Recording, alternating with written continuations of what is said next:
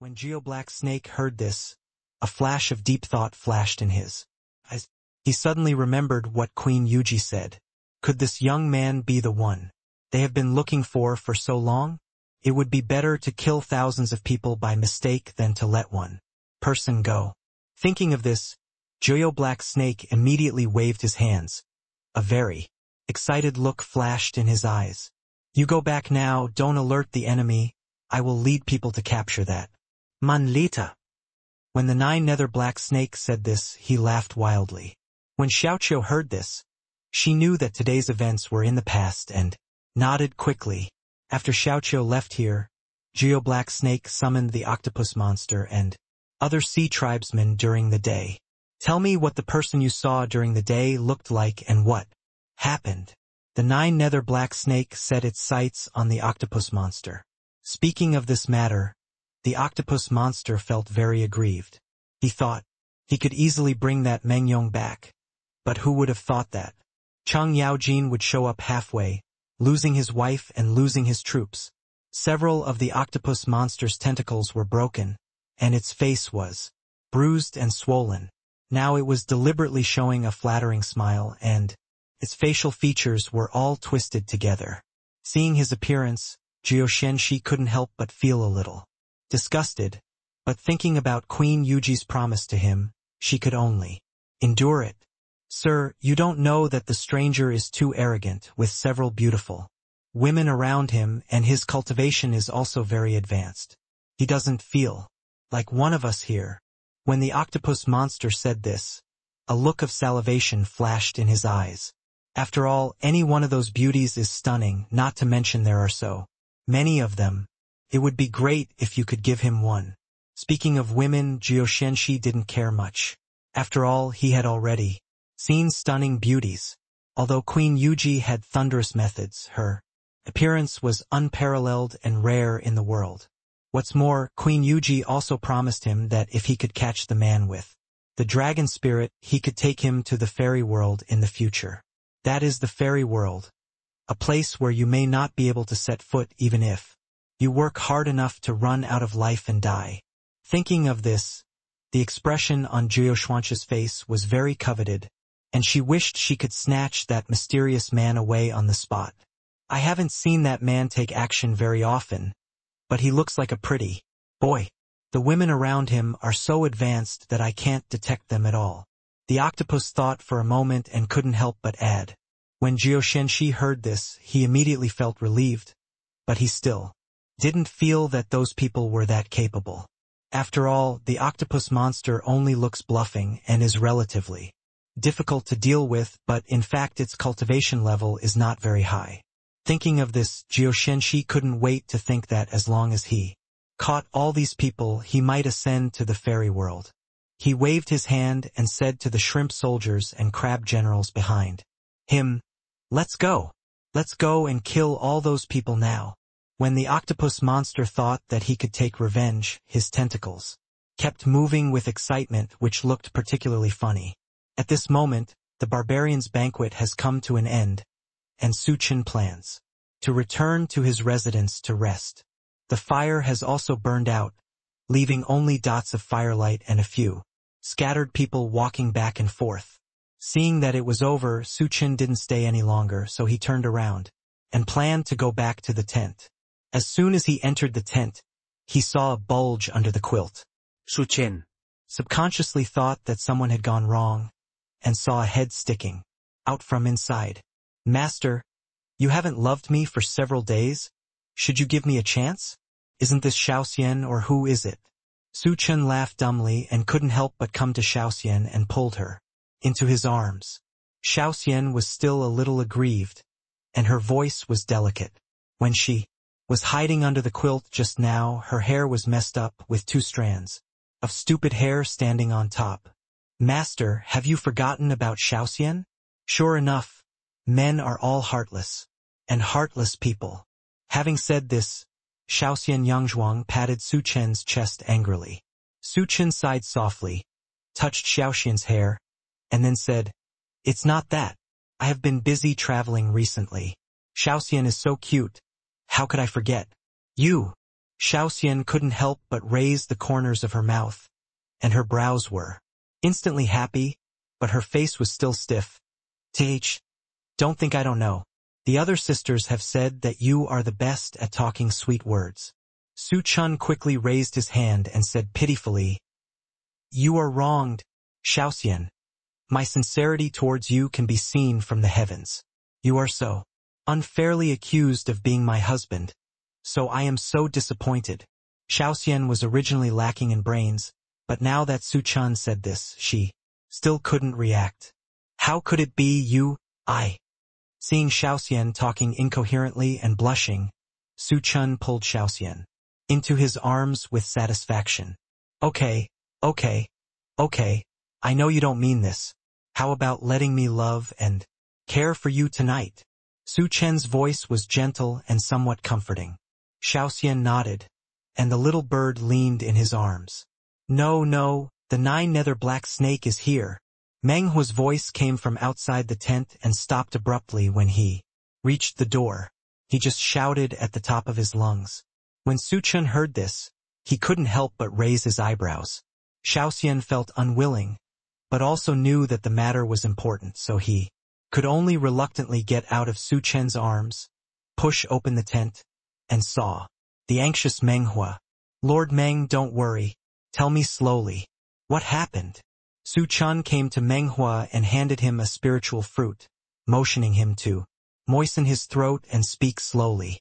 Meng Hua was in no mood to eat spiritual fruit now. His eyes were full of fear. Just now, the patrolling people saw the nine-nether mysterious snake coming, with several sea people. They have begun to wreak havoc. We were defeated and had to retreat. We were afraid that something would happen to you, so we came to remind you. Meng Hua couldn't help but sighed when he said this, and looked at Su Chen worriedly. Nine-nether mysterious snake? Su Chen immediately captured the key information. That's right. He is a giant beast born in the seabed. He is currently the leader of the entire sea clan. I don't know why he came here in person with such a large force tonight, but there is no one in our clan who can compete with him. Speaking of this, Meng Hua clenched his fists, his eyes full of unwillingness. When Su Chen heard this, he immediately realized the seriousness of the matter. It seems that the nine-nether mysterious snake is probably the messenger of the heavenly Dao Emperor. He came here with so much trouble tonight, probably because he got the news about him. It seems that the barbarians were implicated by him. Thinking of this, his expression was a little ugly, but also a little solemn. What's going on now? Where is the nine-nether black snake? Su Chen said as he walked. After leaving the tent, Luoxin, Yizhuiwei, and the others were already waiting here. Before Meng Hua could speak, he heard a roar rising to the sky from a distance. Su Chen quickly ran following the sound, and several others followed his footsteps to the source of the sound. I saw a man in black robes standing there. His eyes were cold, and he had the aura of a cold beast, and his vertical pupils were golden. Behind him were a group of strange monsters, including snakes, octopuses, crabs, etc. As soon as the octopus monster saw Su Chen and others coming, he immediately danced excitedly and complained to the nine-nether black snake. This is what, my lord, is a boy who doesn't know the heights of heaven and earth. Those people around him are the ones who bullied me today. These words were quite aggrieved, and his face was twisted with anger, and his true appearance could not be seen. The moment Su Chen saw the nine-nether black snake, he couldn't help but feel a little disappointed. If nothing else, the cultivation level of the nine-nether black snake in front of him is at the early stage of quasi-emperor at most. Just looking at the cultivation level alone, he is definitely not the messenger of the great Emperor of Heaven. When he thought about how much he had looked forward to just now, Su Chen felt that his expectations were in vain. Such people don't even have to take action themselves. Su Chen was sizing up the nine-nether black snake, and the nine-nether black snake was also sizing up Su Chen, his golden eyes scanning everyone present. After his eyes fell on Yizhuiwei, he couldn't help but raise the corners of his mouth. She was such a stunning beauty. Are you the guy who came to Nanman? Geo Black Snake couldn't help but laugh faintly. Can also be seen that Su Chen's cultivation is only at the great sage level. Thinking of the importance Queen Yuji attached to her, Geo Shenshi even felt that the women next to her were more likely to be the people Queen Yuji was looking for. Therefore, he didn't take Su Chen seriously. Su Chen saw the contempt in Geo Black Snake's eyes and couldn't help but raise his eyebrows. It's me, what's wrong? He asked casually, as if the person in front of him was an unimportant person. Geo Black Snake was angered by this attitude. He had been leading the Sea tribe in Nanman for so many years, but he had never seen a few people who were so bold and ignorant of the world. Thinking of this, he smiled coldly, clapped his hands twice casually, and a crab presented a tied-up woman. You ugly thing, let me go! The woman immediately started struggling violently and looked at the nine nether black snake with an indignant look. After Meng Hu saw the woman's face, he subconsciously clenched his hands into fists and almost rushed over, but luckily Su Chen stopped her. This woman is none other than Hua Guduo. Hua Guduo's wheat-colored face looked stubborn, and his body was entangled with ropes, unable to move. Geo Black Snake thought she was too noisy, so he waved his hand and threw her to the ground. You monster, what are you going to do? We have been coexisting peacefully for so many years, even retreating again and again, but you are openly. Meng Hu couldn't speak anymore. His face turned pale. Geo Black Snake seemed to have heard a big joke and laughed sinisterly. This world has always been about the weak and the strong. You can't defeat me. So how can you say you are retreating again and again? The nine nether black snake looked at Meng Hu quietly, with mockery in his eyes.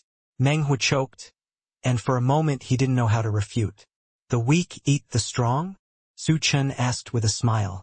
The nine nether black snake didn't know why, and it had reached this point. Shouldn't normal people beg for mercy? Why does this kid still look so unfazed by honor and disgrace? Is it because a newborn calf is not afraid of tigers and has its heart as high as the sky, or does it really have some strength? Thinking of this, Geo Black Snake's eyes were somewhat tentative. Who are you? Do you have a divine dragon martial spirit? When he asked this question, Su Chen understood that even if this person was not the messenger of the Emperor of Tiandao, he still had a close connection with the messenger of the Emperor of Tiandao. Thinking of this, Su Chen tilted his head casually, and the divine dragon spirit instantly appeared from behind. The majestic five-clawed golden dragon kept rising and tumbling, full of domineering power, and a tiger roar soaring into the sky instantly shook everyone's hearts. Meng Hu and the others who were close to him felt the powerful pressure and were unable to move. The contempt on Geo Black Snake's face was no longer replaced by a look of horror. As a black snake, although he has lived for thousands of years, he has not even transformed into a dragon or even become a dragon. Now the real dragon suddenly appeared in front of him, and the huge pressure swept him over. His natural blood suppressed him, even making him unable to move. The nine nether black snake subconsciously wanted to prostrate on the ground, but was stunned in place, not even having the strength to kneel down. Why didn't you want to find me? Now that I appear in front of you, why are you motionless?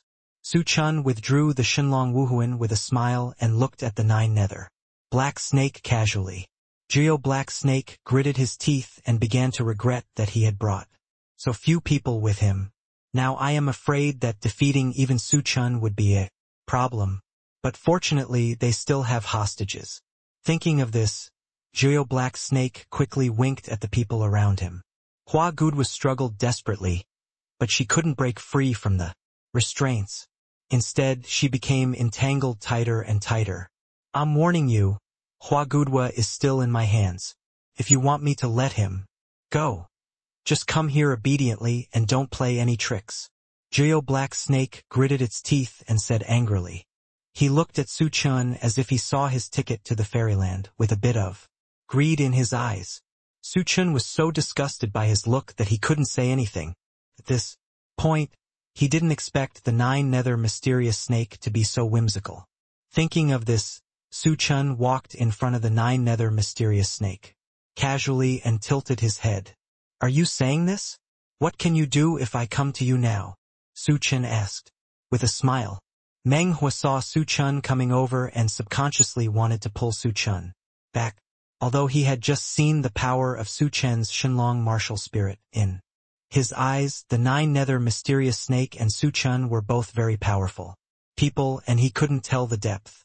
Luluo kindly pulled Meng Hua and whispered, "Don't worry, it's just a sea snake, the master can deal with it." The famous 9 nether mysterious snake was actually called a sea snake. If the 9 nether mysterious snake's attention was on Luluo, it would definitely be furious. Seeing how confident they were, Meng Hua subconsciously felt relieved and did not continue to stop them. The 9 nether mysterious snake's greedy eyes lingered on Su Chen.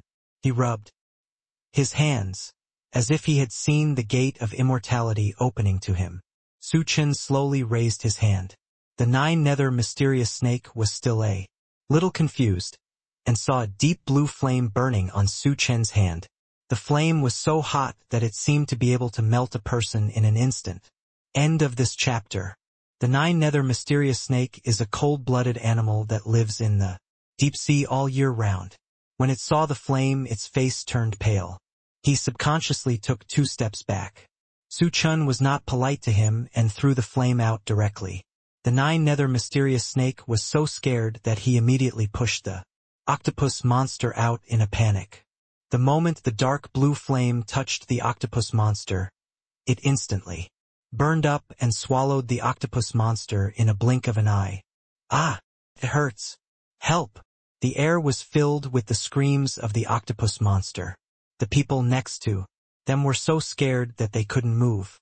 The distance was too close, and the scorching high temperature could even burn them on the spot.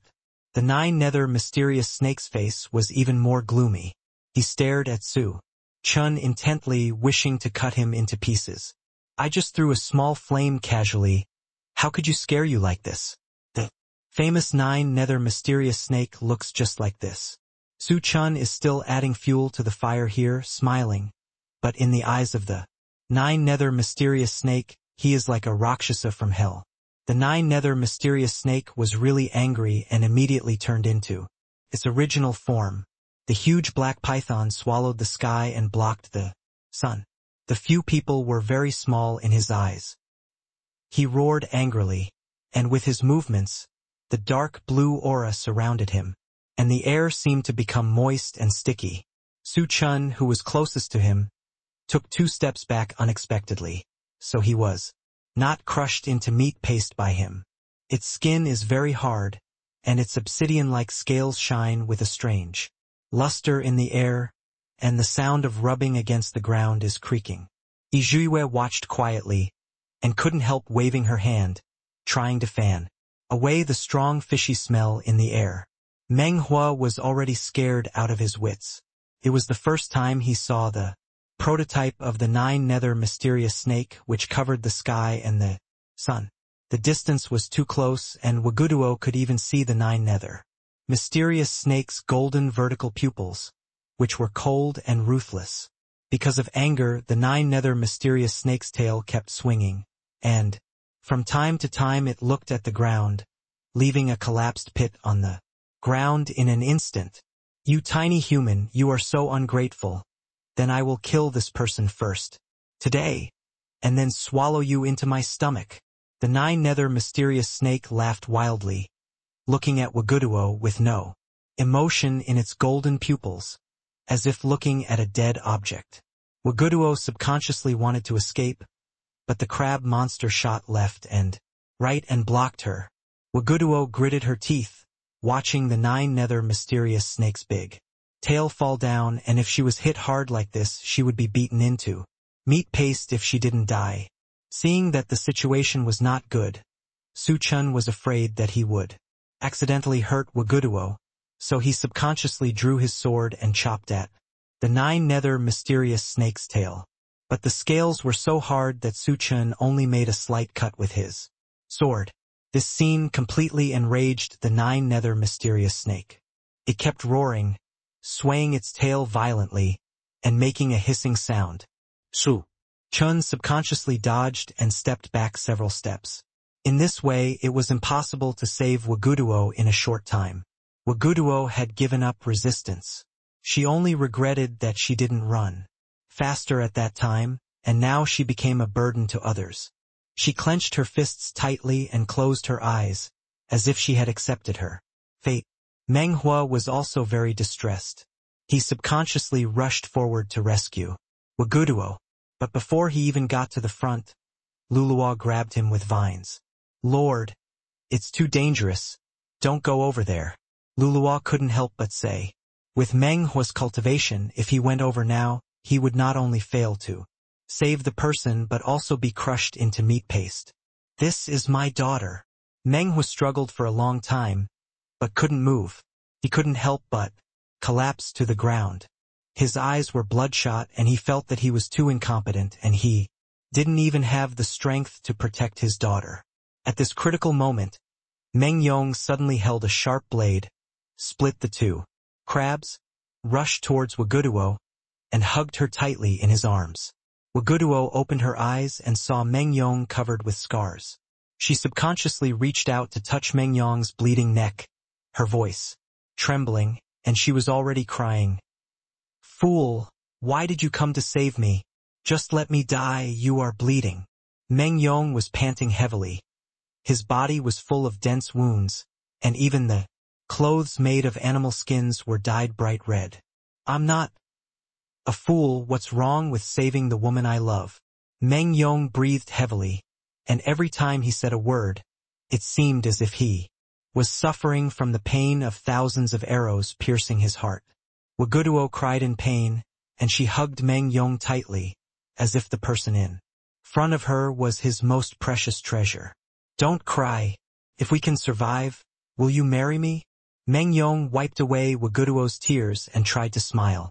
Waguduo nodded hurriedly, fearing that she would not have the chance to agree. If she was late, hold on a little longer. We will definitely survive. Waguduo's voice trembled, and she couldn't breathe for a long time. Meng Yong laughed, nodded gently, and then fainted with relief. Someone openly rescued people under the eyes of Jiao Shenxi, which was undoubtedly a provocation to him. What's more, it was a human with little cultivation, which was simply a great shame. Thinking of this, Jiao Shenxi also went crazy and was determined to kill Waguduo and Meng Yong. The hostages were gone, so Su Chen naturally didn't have to worry about hurting Waguduo. Su Chen immediately flew to the front of the nine nether mysterious snake, holding the sword and slashing at his vital point. This sword used 100% of its strength, and even infused spiritual power. The nine nether mysterious snake screamed in pain, and then shifted its attention. Do Su Chen. You ignorant guy! You dared to hurt me. Today I will let you know what it means to provoke someone you shouldn't provoke. After the voice fell, the nine nether mysterious snake immediately attacked Su Chen. At the same time, the sea creatures brought by the nine nether mysterious snake also rushed towards the others. But with Yi Zhuiyue and others, those people were like tickling, not to be feared. The dense attacks like raindrops attacked Su Chen, and the naked eye could hardly see the trajectory of the attack. Su Chen seemed to disappear in it and dodged very quickly.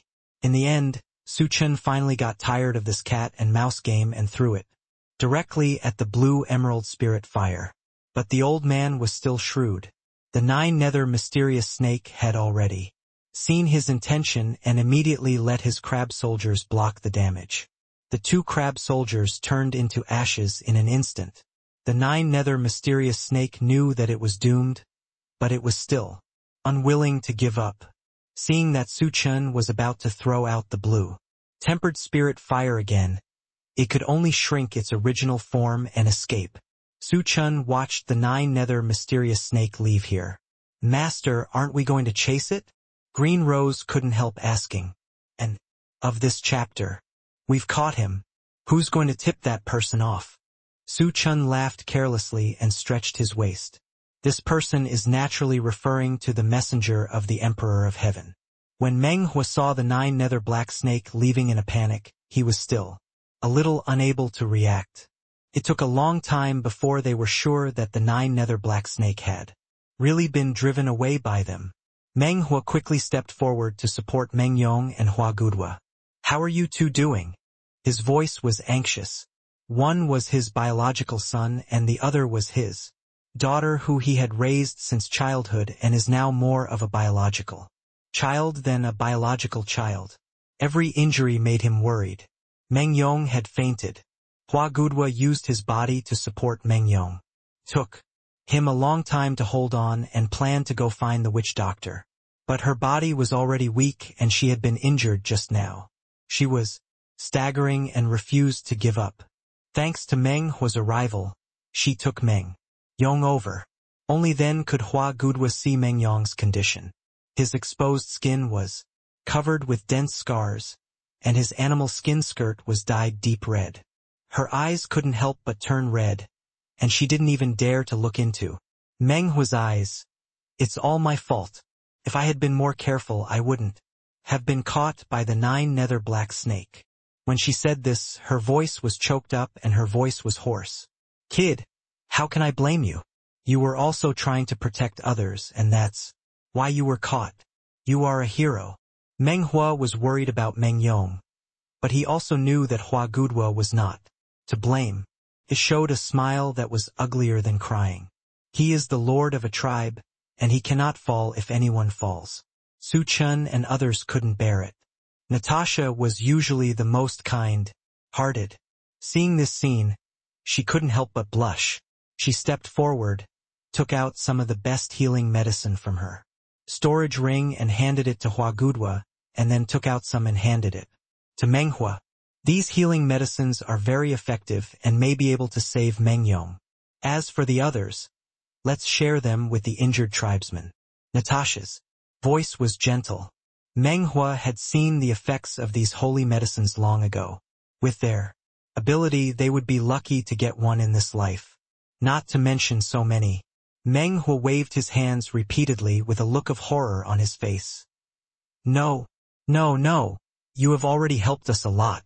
Take it, we still have a lot of these things, and what happened today is also caused by us." Su Chen smiled slightly, feeling a little guilty. If it hadn't been for the leak of the news, the 9-nether black snake would definitely not have come in person, and the barbarians would not have suffered such an unreasonable disaster. When Meng Huo heard this, he could only sigh helplessly, saying that everyone has his own destiny, but he cannot accept the benefits of others like this. So, Meng Huo said, "My benefactor is a truly good man. In this case, we have nothing to hide from you. We barbarians have been guarding a holy place here, passing it on from generation to generation, and we have been waiting for the destined person." When Meng Huo said this, he obviously fell into memories. Su Chen was a little surprised. He didn't expect that the barbarians actually had a holy land. A long time ago, we barbarians actually had a unique set of cultivation technique. It is said that it was taught by a saint. However, after so long, the techniques have been lost, but a mantra has been left behind. Meng Huo set his sights on Su Chen with some sincerity. "When we are in crisis, there will be someone who will save us from the fire and water. That person is the destined person. I think that person is you." After the words fell, Meng Huo looked at Su Chen seriously. It was self-evident what he meant.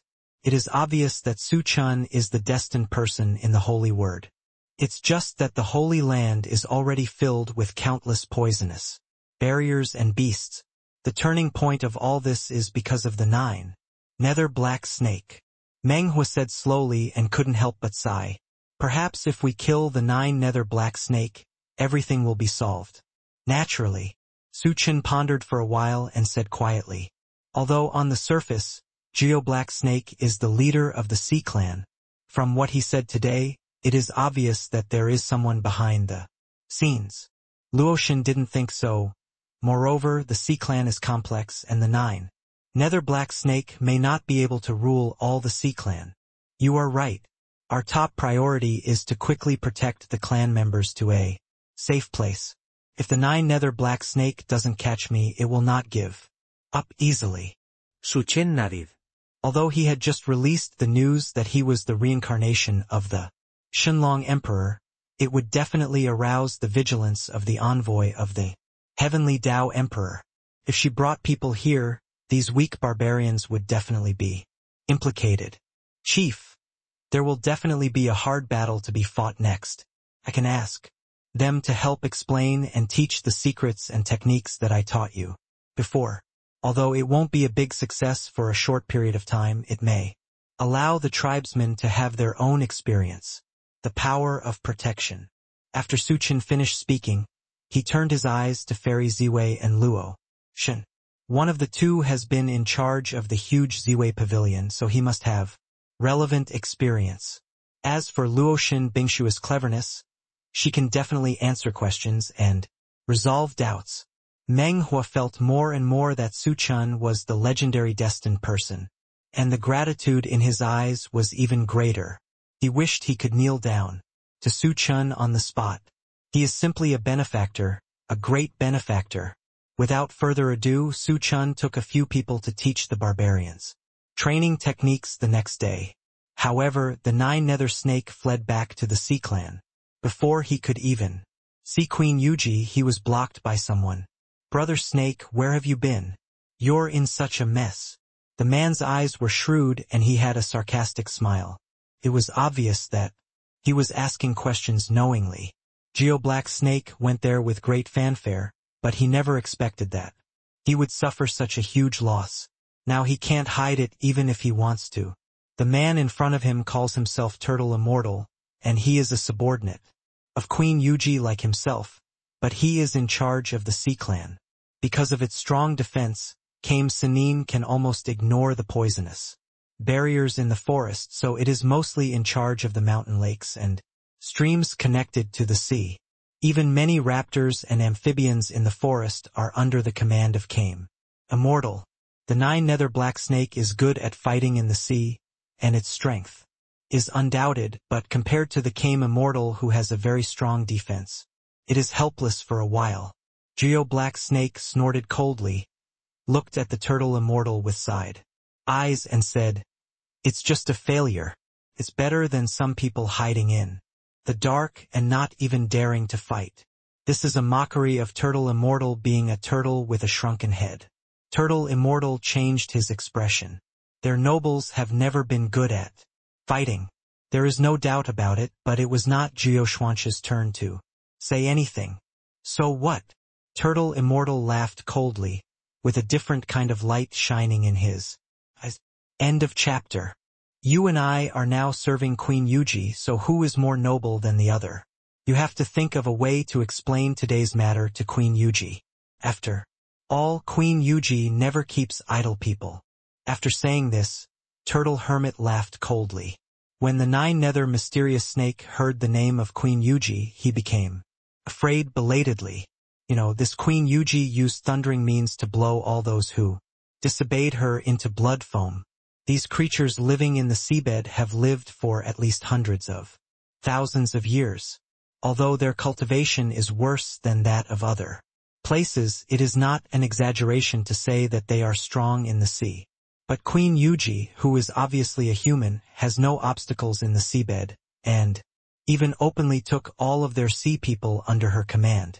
The sea people, who have been in chaos for hundreds of thousands of years, were rectified by Queen Yuji in just a few months. So what? When I tell Queen Yuji the whole story, she will understand me. Jiao Xianxi said stubbornly. Turtle Hermit's inverted triangle eyes flashed with coldness, sneered, and then said, "I hope so. After all, you have been in this position for so long, and you can't even take down a small barbarian tribe. It is said that Queen Yuji is already very dissatisfied. I want to take it down, but you know the strange barrier of the barbarian tribe. You are so confident. Why don't you kill them all and ask Queen Yuji for credit?" Jiao Xianxi snorted coldly and said this. "You should know that although the barbarians are weak, there has always been a barrier in their residence, and even Queen Yuji can't break that barrier. It's just that because of the long time, the power of the barrier is slowly weakening, and now it will only disappear briefly at midnight. This is why the nine-nether mysterious snake chose to go out at night.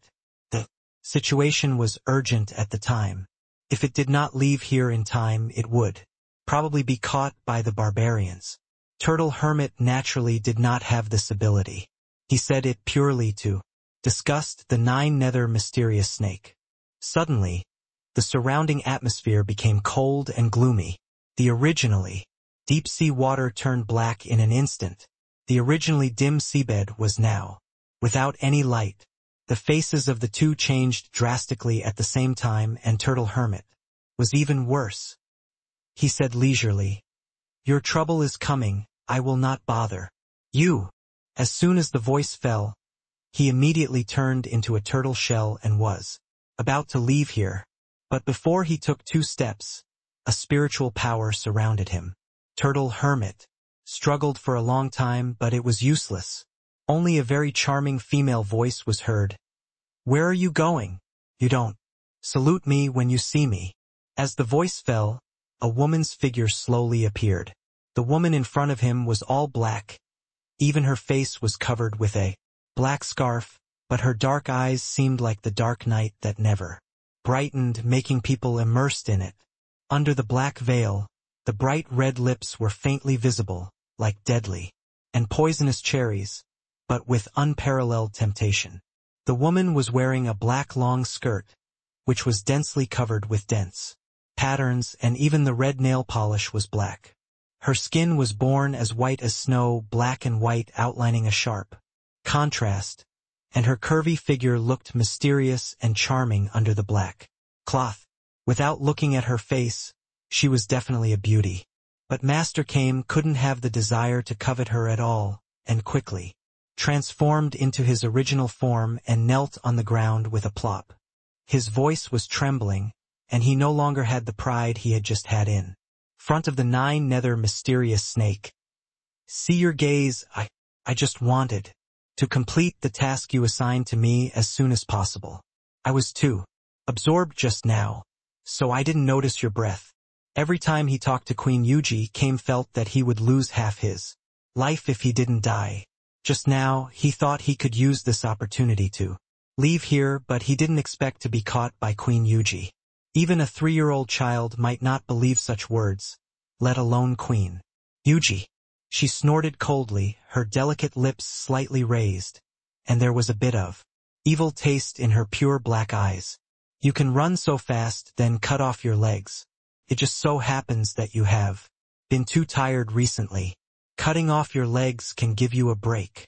The voice was delicate and soft, but it sounded like a devil in hell. Kame trembled all over in an instant, and he didn't even have time to say the words of begging for mercy. The knife rose and fell, and his tortoise shell hardened and was pried open, and his 2 legs were chopped off. "Ah!" Turtle Hermit screamed in pain subconsciously, and when he noticed Queen Yuji's frowning eyebrows, he held his mouth tightly, fearing that she would be dissatisfied again. "It's really unlucky," Queen Yuji said coldly. "Why are you still here? Aren't you in a hurry to leave? Get out of here." When Turtle Hermit heard this, he ignored the pain and tried his best to leave this place of trouble.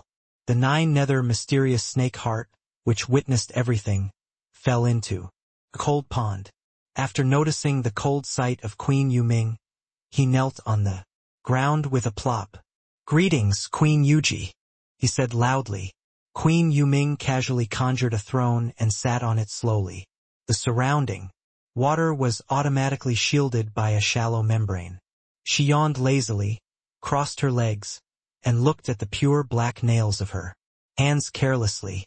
Jioshenshi didn't get a reply for a long time, and the cold sweat of fear flowed down from his forehead, and even his body trembled unconsciously. "Tell me, what happened today?"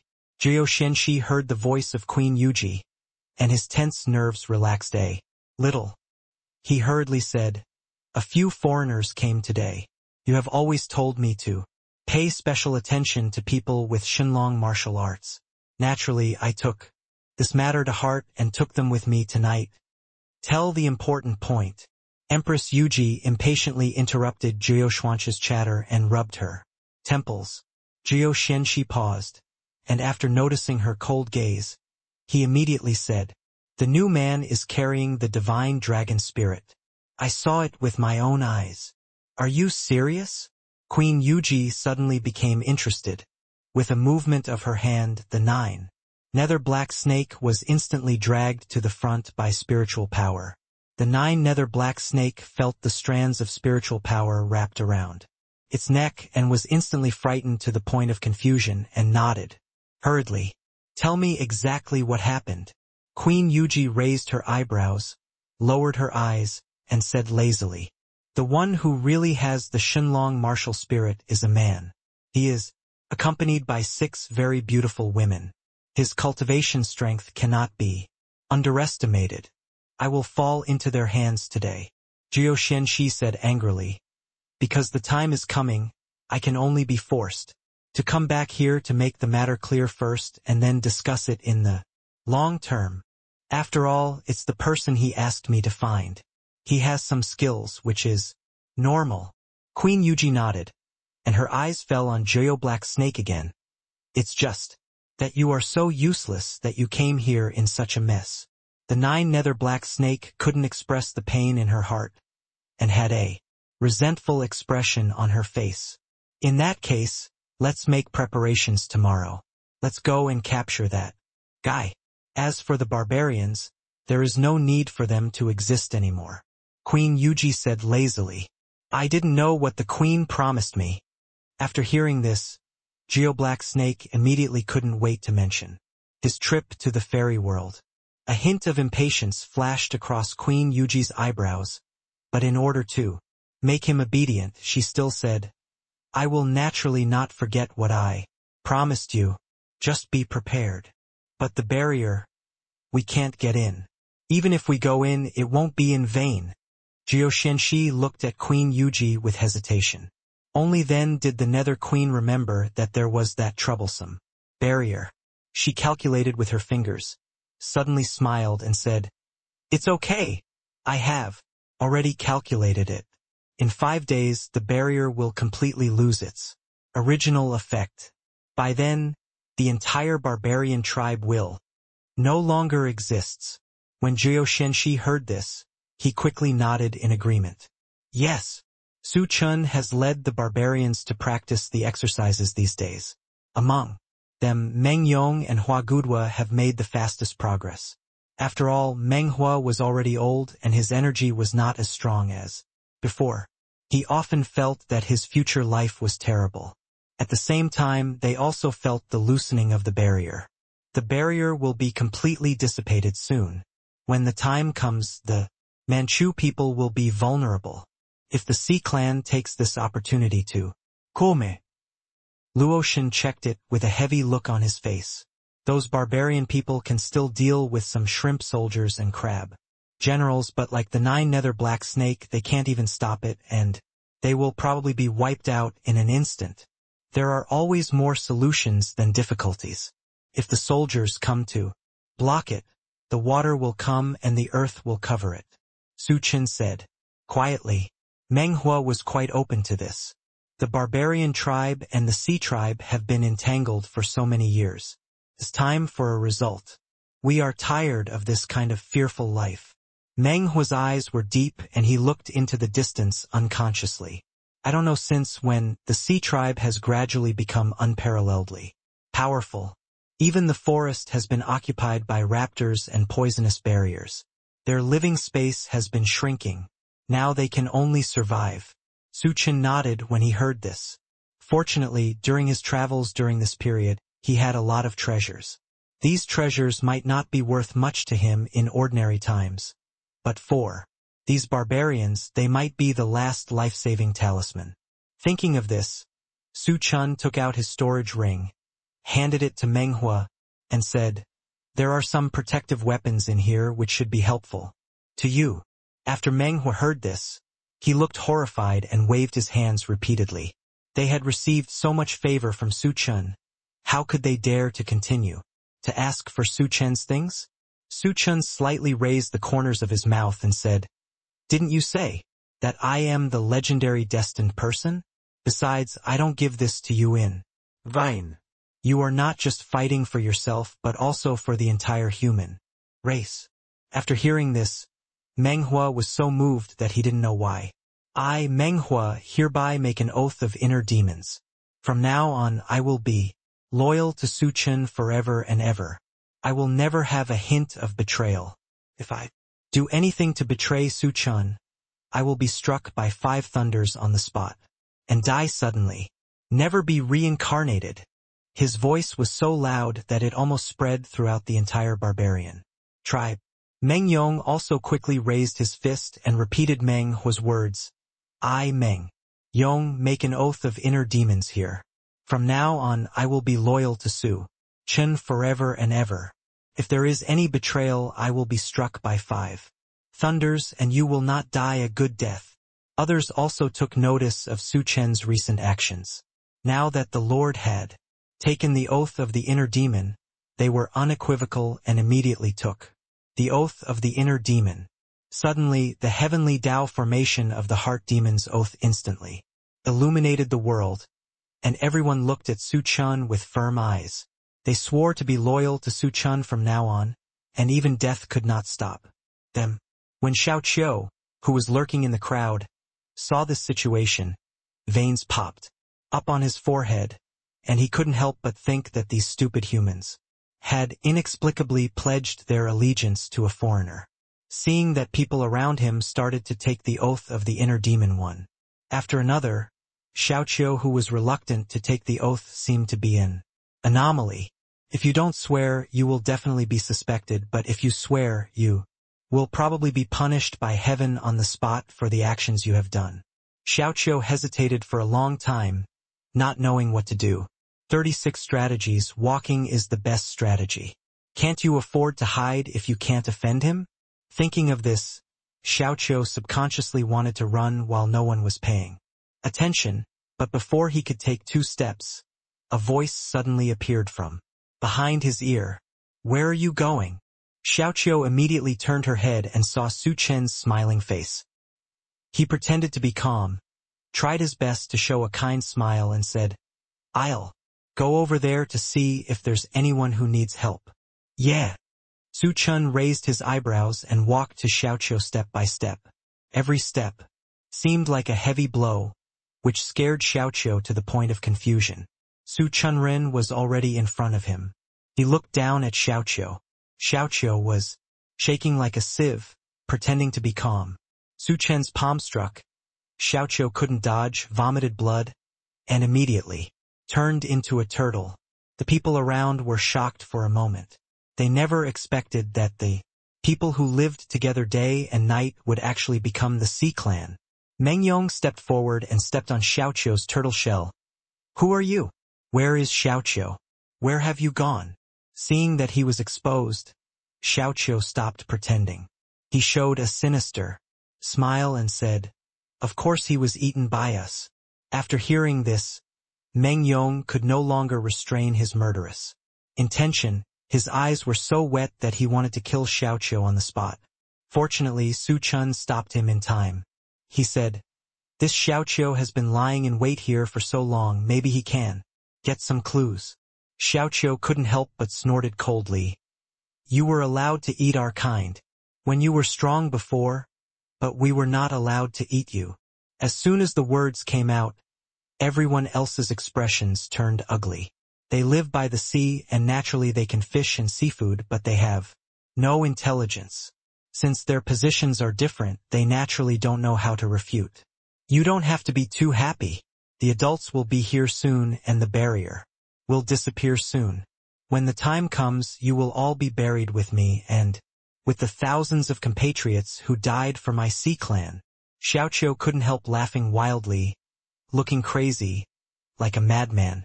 End of chapter. What do you mean? Meng Yong's heart tightened and he hurried forward. But before he could question her, Xiao Qiu turned into a pool of blood mixed in front of everyone and chose to self-destruct. Meng Yong's face was very ugly. Waguduo walked up to him and asked, "Are you okay?" "I'm fine," Meng Yong said. "It looks like they will be here soon." As if to face the truth of this, a huge army of sea tribes suddenly came from a distance. And at this moment, the barrier that originally enveloped the sea tribes suddenly shattered, and the whole world suddenly changed color and became gloomy. Thick dark clouds were rolling constantly, with lightning flashing in them, and even the air became cold, making people tremble in their hearts. The barbarians looked at the sea tribe army coming from a distance in panic. Leading them were some low-level shrimp soldiers and crab generals, and countless octopuses and crabs twisted their bodies and rushed to the front, with their claws bared. The rustling sound of their claws grabbing the ground shook the earth. Behind them were the 9-nether mysterious snake and the turtle hermit. The end. A pure black sedan was carried by everyone. It was airtight and it was impossible to see the people inside. Even the people carrying the sedan had an immeasurable level of cultivation.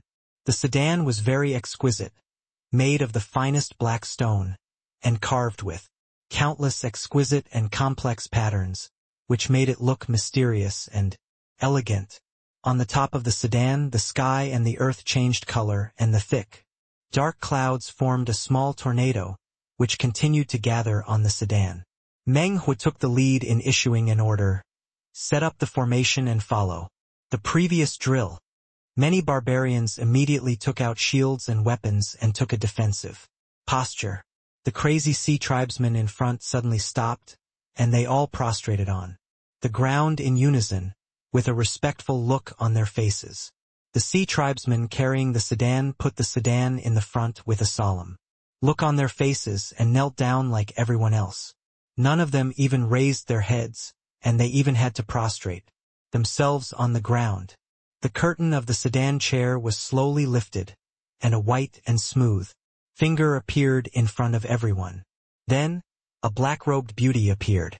Her eyebrows were slightly drooped, and the expression in her eyes could not be seen. She had her hair combed in a fairy-like style, with only a few silver hairpins standing upright, decorated with obsidian and black pearls, looking extremely elegant. Her skin was as white as snow, and her bright red lips were looming, like the setting sun in the dark night. A group of light purple pearls on her veil outlined her perfect face. Her eyes were as dark as the abyss, without any extra emotions, but it seemed to make people fall into the sea and feel fear. With her appearance, everyone instantly felt a strong pressure sweeping across the entire barbarian tribe. The sea tribesmen who led the group trembled involuntarily, but they still knelt down. The barbarians trembled all over, but they still stubbornly set up the formation. The woman's eyes were captivating, and she swept Su Chun in the crowd at a glance. Su Chun felt as if his heart was pierced by a needle, such a sharp eagle-like look. She was probably the messenger of the heavenly emperor. Queen Yuji smiled slowly, and after a slight feeling, she found that the barbarians were very different from before. You don't have to think about who did it. People with the dragon martial spirit do have some skills. Ijue and Fairy Ziwei stood in front of Su Chun on the left and right, blocking Queen Yuji's sight. How is it? Su Chun asked softly. It should be her. Ijue pursed her lips and continued. The aura on her body is very scary. I always feel that she has swallowed something. Zhuiyue and I can work together to defeat her. Fairy Ziwei analyzed calmly. As long as she is defeated, the others will naturally be insignificant. Su Chun nodded. And the actions of the two also successfully angered Queen Yuji. She had been a powerful figure in the southern barbarians for many years, and it had been a long time since she had seen such a disobedient person. The corners of her mouth curled up slightly, and she became a little interested. Queen Yuji is here. Surrender quickly and hand over the outsider. 9-nether mysterious snake shouted loudly immediately. Turtle Immortal was not to be outdone, and shouted, Queen Yuji is here. Surrender quickly and hand over the outsider. The people of the Sea clan followed closely behind. For a moment, these words resounded through the world, and the ground seemed to tremble. Meng Hua, Meng Yong, and others naturally would not easily hand over their benefactors and hurriedly stood in front of Su Chen, gnashing their teeth and looking at the people of the Sea clan in front of them. Seeing that these people were so ungrateful, Queen Yuji instantly poured out the pressure of the half-step emperor. Almost instantly, except for Su Chen and others, almost everyone knelt down on the ground uncontrollably. The pressure did not subside at all. Those with low cultivation had already started to cry out in pain, their bodies twisted, and struggling desperately. Was useless. Fairy Ziwei could not bear it, so she and Izhuiwe worked together to release the pressure which offset the pressure of Queen Yuji. The others breathed a sigh of relief.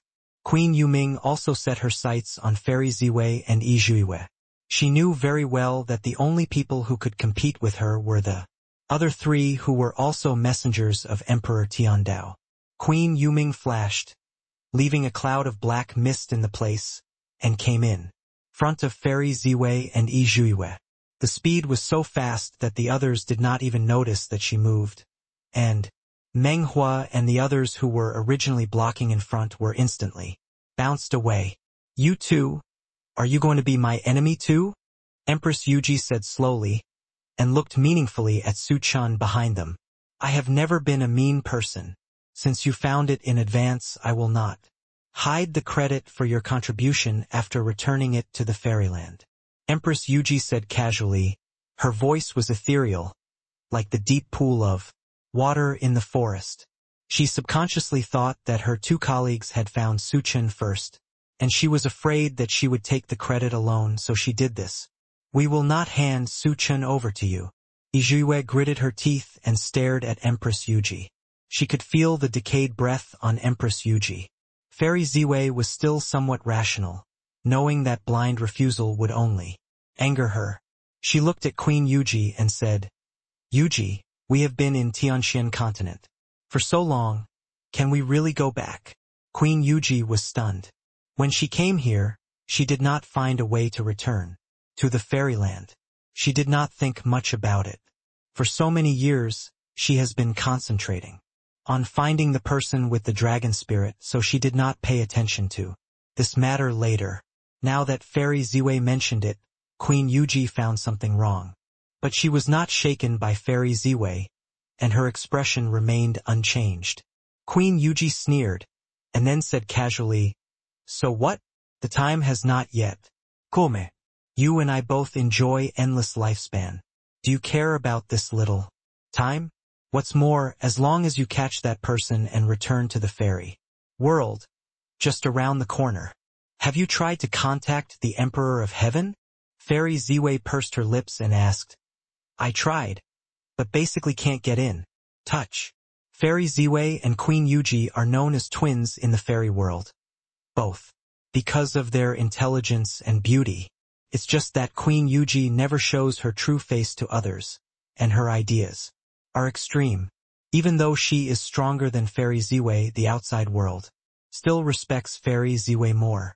But no one knows that the two of them used to be very good friends, but later, the two places were separated because of the mission of the Emperor of Heaven. As expected of a man with the divine dragon martial spirit, he is very good at deceiving people. You once sent me a message to arrest that person, but now, you have completely switched sides. Queen Yuji looked at Fairy Ziwei with a deep look, and her words were very cold. She did not answer Fairy Ziwei's question. Instead, she thought that Su Chen was behind all this. In this case, I will let you sober up today and let you know who should be the object of your allegiance. No matter who it is, it should not be this boy from the great saint realm. Queen Yuji looked stern and showed a cold smile. She raised her hand, and black and purple smoke instantly lingered in her hand. The sky and the earth changed color, and all the power seemed to converge towards the palm of her hand. Fairy Ziwei saw that it didn't make sense, so she had no choice but to give. In this case, today's battle is inevitable. Fairy Ziwei said lightly. In the blink of an eye, the three of them were high in the sky and started fighting so fast that the people below could barely see the trajectory of their fight with their naked eyes. But the powerful fluctuations still inevitably leaked out, and the barbarians and sea tribesmen who were close by were overturned, and some even vomited blood on the spot. Every move of the superior can easily crush ants like them. They made a tacit agreement to stay away from the place where the three of them were fighting. You barbarians have been a coward for so long, and now it's time to pay the price. Today, I will completely raze your place to the ground. The 9 nether black snake and its sea tribesmen shouted crazily, glaring at the barbarians with their cold vertical pupils, as if they were looking at a group of dead things. Don't forget we're still here. Chen dodged and came to the opposite side of the 9 nether black snake. Isn't it bad to bully the young with the old? Your opponent is me. Chen curled his lips and smiled, as if he didn't take Joyo Black Snake seriously. Most of the other sea tribes are weak in strength, and their attack power is greatly reduced after landing ashore. With the Manchu people's past experience and recent practice, it is not impossible to use many against one. You little boy, let me kill you today and dedicate you to Queen Yuji. Jiuxian Snake's eyes were fixed on Chen. He stretched out his snake letter and licked his dry lips. I underestimated the enemy before, but it's not that easy to defeat me now. As soon as he finished speaking, the 9 nether black snake rushed towards Chen. The turtle immortal who was at the bottom also knew how important Chen was to Queen Netherworld and immediately wanted to get a share of the pie and sell it well to Queen Yuji. But before he could reach Chen, a roaring golden dragon suddenly appeared, opening its big mouth and about to swallow the turtle immortal into its belly. Turtle immortal quickly dodged, and after seeing the person in front of him, clearly his eyes widened in horror. In front of her was the long-lost 5-clawed golden dragon. Even though she was not very young, the pressure on her body was unparalleled. The innate blood suppression made Kame Sennin's movements slow. Your opponent is us. Don't try to plot against Chen. Luluo also appeared at this time, looking at the big tortoise in front of him. With a smile, Turtle Immortal immediately noticed that Luluo was already at the peak of the Quasi-Emperor, and his face suddenly turned very ugly, and his already green face turned even greener. What is the background of this man? He is obviously a great saint, so why are the people around him more terrifying than the others? He felt the urge to retreat, and subconsciously wanted to run away, but was stopped by Xiaoxian. What? If you want to be a coward, it depends on whether you have the ability to escape from my grasp. Xiaoxian said with a smile. She hadn't moved her muscles for several days, and her skin had become itchy. Seeing that their leader was trapped, the sea tribes below were at a loss for words. They had no extra intelligence in the first place, and they simply had no brains. They would only be led away by others. Now that both leaders were restrained, they became a mess for a while. Although the barbarian people are afraid, they have been suppressed by the high people for so many years, and they also know that you will die or I will live. Tonight, coupled with the training in the past few days, each and every one of them rushed forward with all their might. Suddenly, various low-level skills lit up the dark sky like a neon show. The entire barbarian tribe was in chaos. Nanman, things are going to change. The 9 nether black snake was forced to retreat steadily by Chen's evil flame. If it was accidentally ignited on its body, it would be a single spark that could start a prairie fire. He deliberately made his body smaller to avoid Chen's flames. Chen also lost his patience and no longer wanted to play this cat and mouse game. He saw the divine dragon spirit emerging from behind him instantly. The majestic dragon roared into the sky, and half of the dim sky seemed to be illuminated. He kept rising behind Chen, looking majestic and fierce, as if he would bite off the throat of the 9 nether mysterious snake in the next moment. The 9 nether mysterious snake is a snake, and it has a natural fear of Dragons, not to mention the highest level dragons such as the divine dragon, martial spirit. He was frightened for a moment, but soon forced himself to calm down. Su Chen looked at the 9 nether mysterious snake carelessly, as if defeating. It was as easy as stepping on an ant. The 9 nether mysterious snake was angered by Su Chen's contemptuous expression. He looked up to the sky and roared loudly. A human dares to look down on me so much. I must kill you today. As soon as the voice fell, he opened his mouth wide, and his eyes instantly ignited with rage. Countless sea water gushed out of his mouth and sprayed towards Su Chen. Su Chen smiled slightly, without dodging or evading, and looked like he had given up resistance. At this critical moment, Natasha suddenly appeared, and a water barrier instantly blocked the 9 nether mysterious snake. Since Natasha accepted the inheritance of Qiangkunzu, she also mastered the mysterious water, and it was easy to deal with the 9 nether mysterious snake's water. Almost in an instant, the 9 nether mysterious snake's water dissipated into nothingness.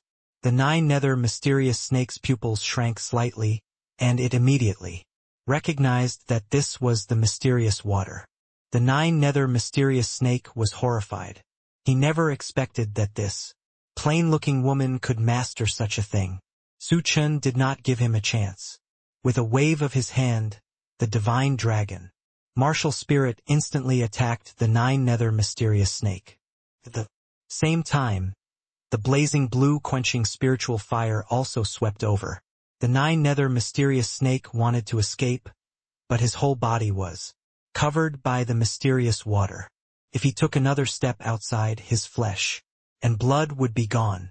While he was hesitating, he had no chance to escape, so he had to bear Su Chen's thundering blow. Ah! He let out a heart-wrenching scream and struggled desperately.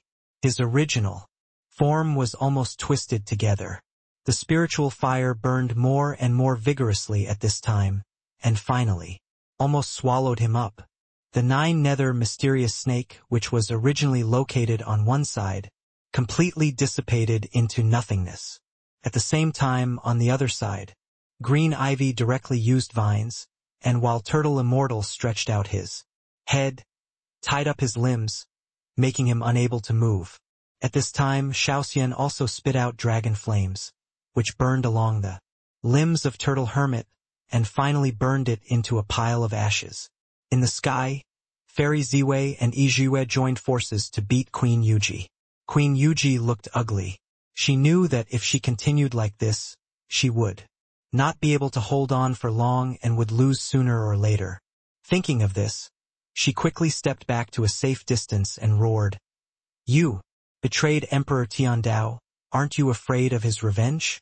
Emperor Tiandao treated us well, but you turned around and surrendered to the enemy. Shameful." Queen Yuji gritted her teeth and stared at the two with a pair of dark eyes. Yizhiwei and Fairy Ziwei looked at each other. After all, they knew Queen Yuji. Su Chen's thunderous methods, the two did not want Queen Yuming to go through it again. Yuji, don't be stubborn anymore. The Heavenly Emperor has already given up on us. He is a mean man. He plotted against the Dragon Emperor everywhere. If not, the Dragon Emperor would not have reincarnated. Fairy Ziwei advised earnestly. That's right. The Heavenly Emperor sent us here to kill the Dragon Emperor's reincarnation, so that the fairy world can rest assured. Yizhiwei also said indignantly. He made us do so many dirty things behind our backs. He is not a fair and upright person. He could plot against others yesterday, and he can kill us today because we blocked his interests. Fairy Ziwei said this, looking at the Queen of the Netherworld with a sincere face, hoping that she could turn back from her mistakes. You are really arrogant. The Dragon Emperor has been dead for hundreds of thousands of years. Now, either the Dragon Emperor or the Dragon Emperor has a dragon martial spirit. Don't deceive yourself. The Queen of the Netherworld sneered, her eyes full of distrust. The death of the Dragon Emperor was beyond everyone's expectations. Such a glorious and majestic person, Queen Yuji really can't associate him with a man in front of her who is only in the Great Saint realm.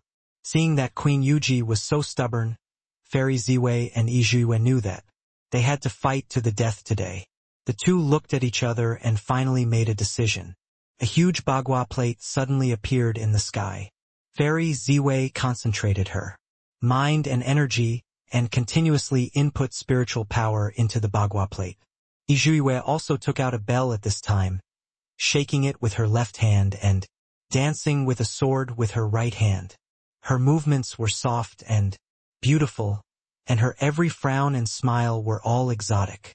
The silver bells hanging on it rang and made a pleasant sound. This soft voice sounded like a horn of death to Queen Yuji. The two held their breath and gathered their energy, pouring most of their spiritual power into attacking Queen Yuji.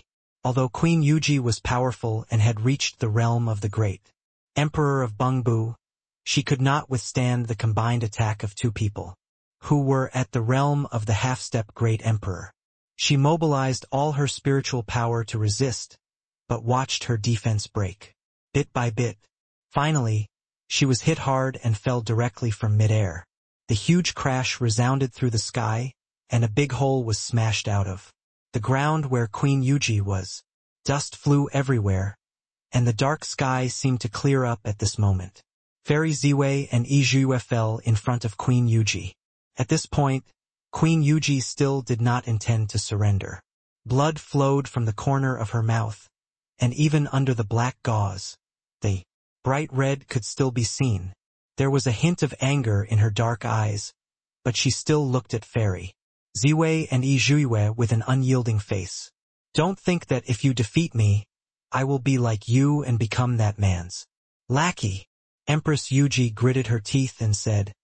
She sat up with great effort, and every movement involved the pain of tearing her internal organs. Seeing that she couldn't make sense, Izhuwe directly stuffed the huagong pill and Haoyun pill into Empress Yuji's mouth. Empress Yuji subconsciously wanted to spit it out, but the pill melted in her mouth and was absorbed by her almost instantly. What did you give me to eat? I will never forgive you. Empress Yuji coughed desperately, but she couldn't cough out the pill. Her eyes were bloodshot and she looked at Izhuwe with resentment. Izhuwe ignored her and lifted her up directly. You have to believe me soon. You won't feel that way anymore. Izhuwe took 2 steps, stopped again, and kindly reminded her. Queen Yuji looked unconvinced. After taking the pill, no spiritual energy flowed through her body, but the pain in her internal organs was not so severe. It was visible to the naked eye that her organs were recovering little by little. Although the huagong pill would make a person lose all his cultivation, it was a well-known healing medicine that could cure the dead and turn bones into white bones. At this moment, the war seemed to be coming to an end. With the help of others, the barbarians were almost more courageous and finally successfully defeated all the sea tribes. Izhuwe came to Suchun and threw Queen Yuji in front of Suchun. Suchun, I have captured her and fed her the medicine. What to do next is up to you, Izhuwe said slowly. Suchun looked down at Queen Yuji and nodded with satisfaction. He half knelt and pinched Queen Yuji's chin hard.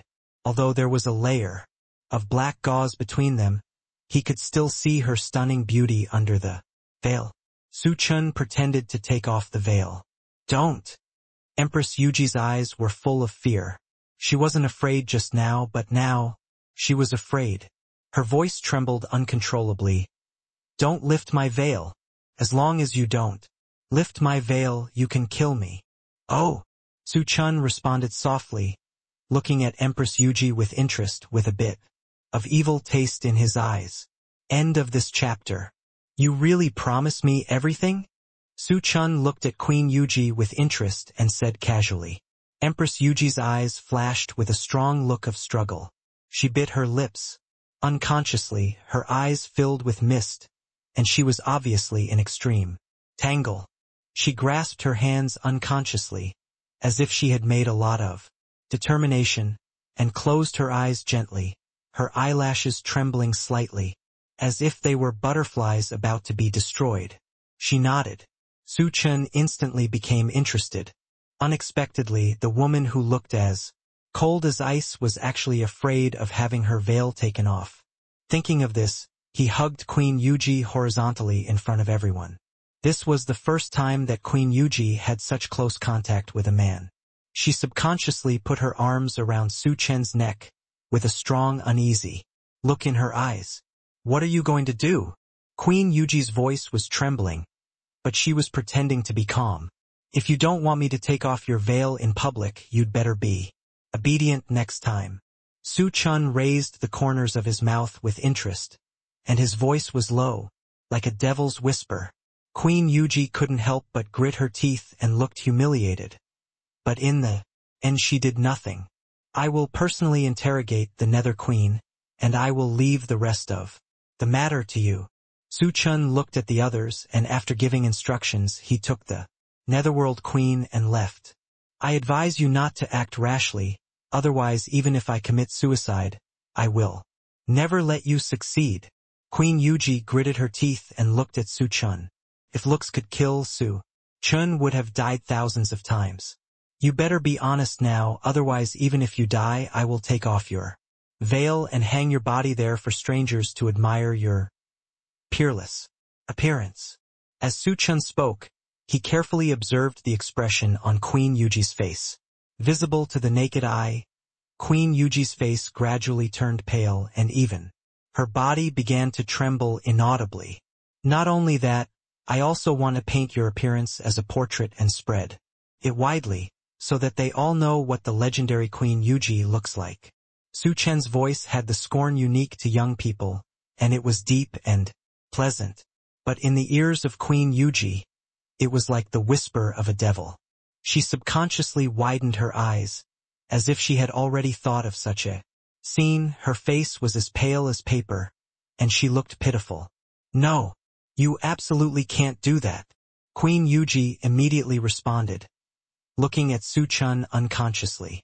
"So, if you don't want me to do that, you'd better be obedient.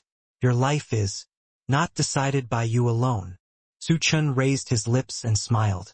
Seeing that Queen Yuji really believed her, he couldn't help but say that she was really easy to deceive. But this is not to be blamed on Queen Yuji. After all, she has dominated the southern barbarians for hundreds of thousands of years and has never done anything so embarrassing. In front of outsiders or enemies, the Nether Queen has always been synonymous with being cold-hearted and snake-hearted. If this kind of thing spreads, it will simply ruin her image, and she will even become the laughingstock of everyone, and her infamy will last forever.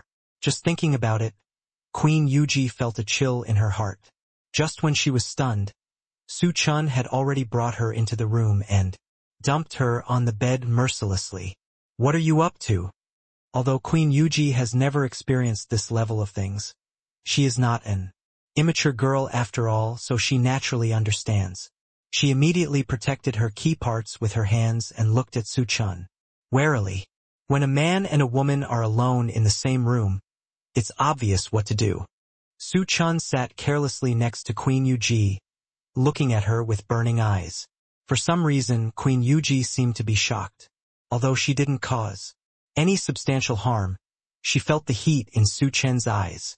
"I will not give in to you, although I don't know what method you used to make Fairy Ijuiwe and Ziwei devote themselves to you, but I will not be like them." Queen Yuji gritted her teeth and stared at Su Chen with her beautiful eyes. Her dark eyes were like glazed stones, and now they were filled with life. Because of Su Chen, like dazzling jewels that had been discovered. "It doesn't matter if you don't listen to me, then don't blame me for exposing your appearance to the public and making you famous forever." Su Chen nodded and glanced meaningfully at the Queen of the Netherworld. Her voice elongated and full of interest. Queen Yuji's expression changed instantly, and she looked at Su Chen with an indignant expression. She gritted her teeth tightly, and it took a long time before a few words came out from between her teeth. You are simply shameless. This young master is shameless, and I naturally know it."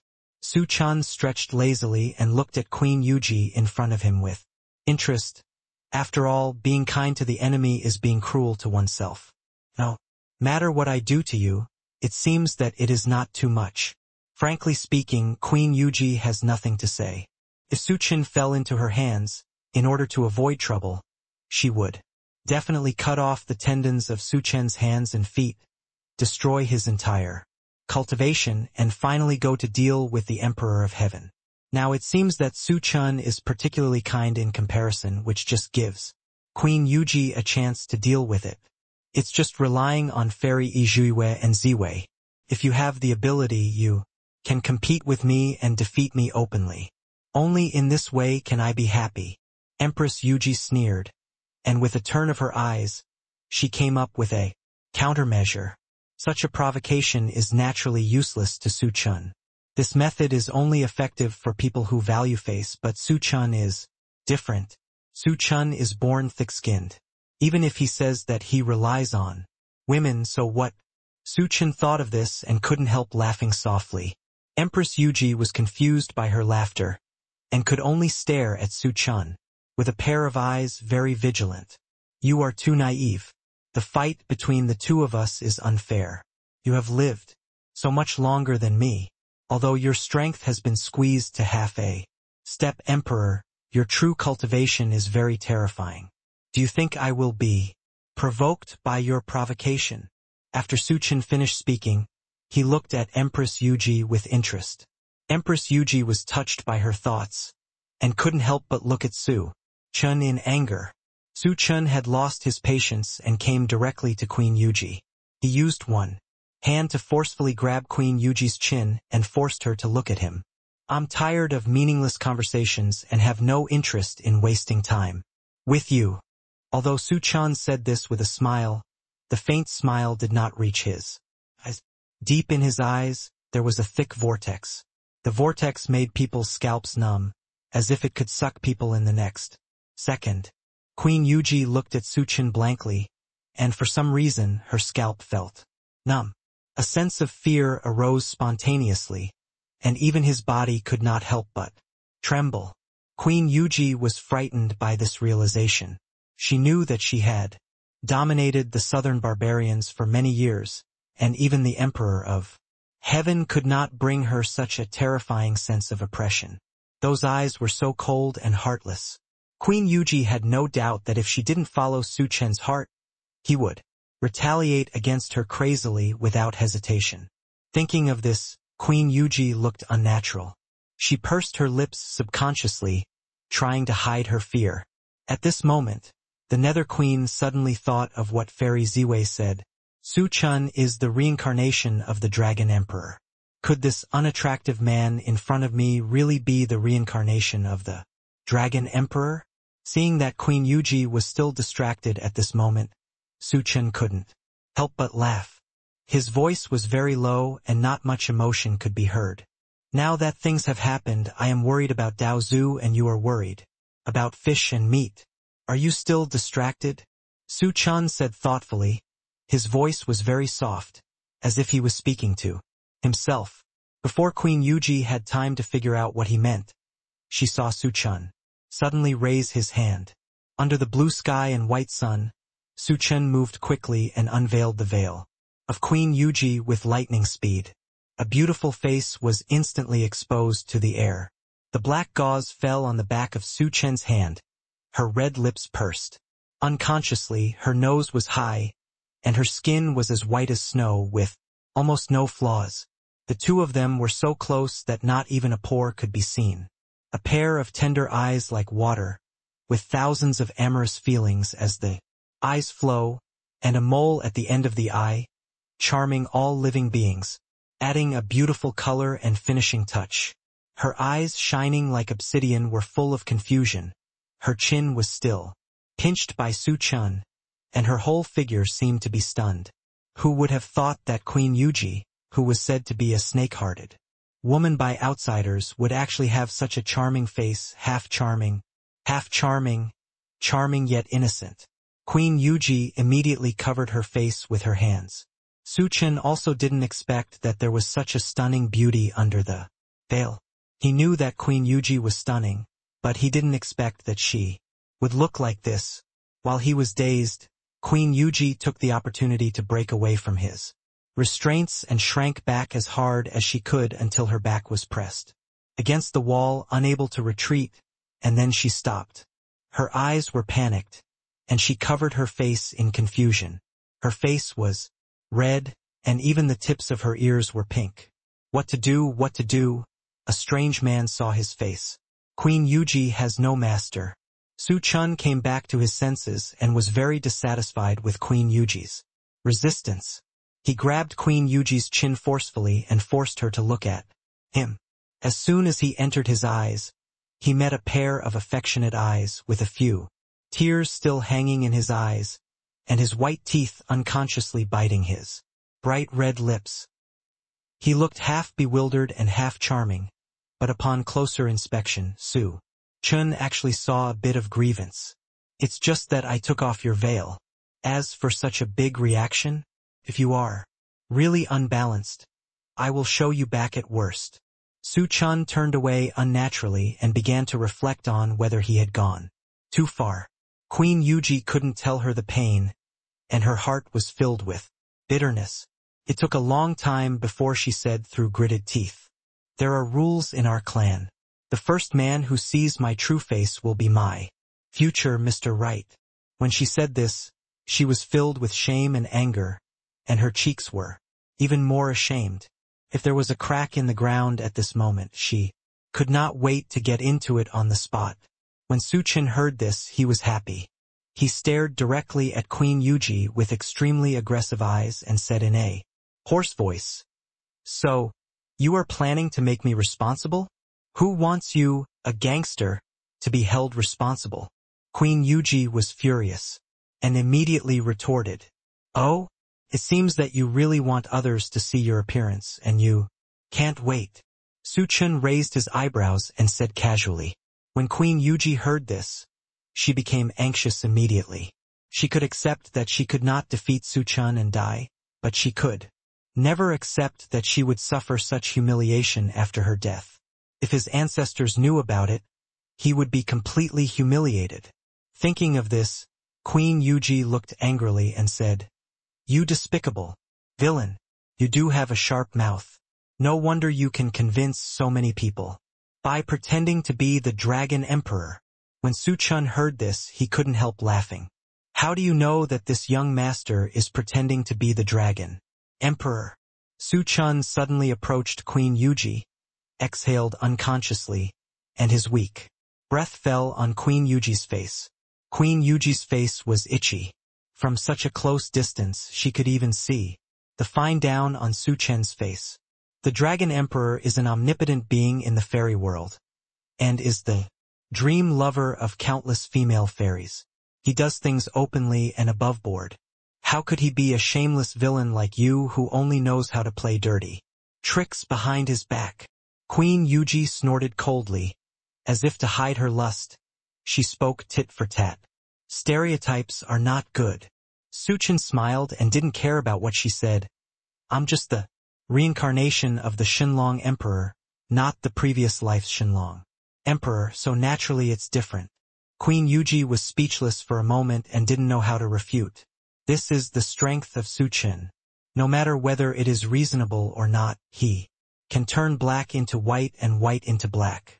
Since she couldn't win the argument anyway, Queen Yuji simply gave up and kept her mouth shut without saying a word.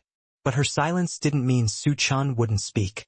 Su Chen immediately said, "Since you don't believe it, I'll prove it to you." As soon as he finished speaking, Su Chen closed his eyes and opened them again. Golden light flowed in his eyes.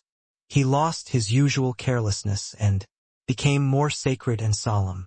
Queen Yuji was still curious about what Su Chen could do, and couldn't help looking over in confusion. At this moment, the originally spacious room suddenly became crowded, and golden light appeared. From behind Su Chen, a majestic five-clawed golden dragon suddenly appeared. The golden dragon didn't say anything.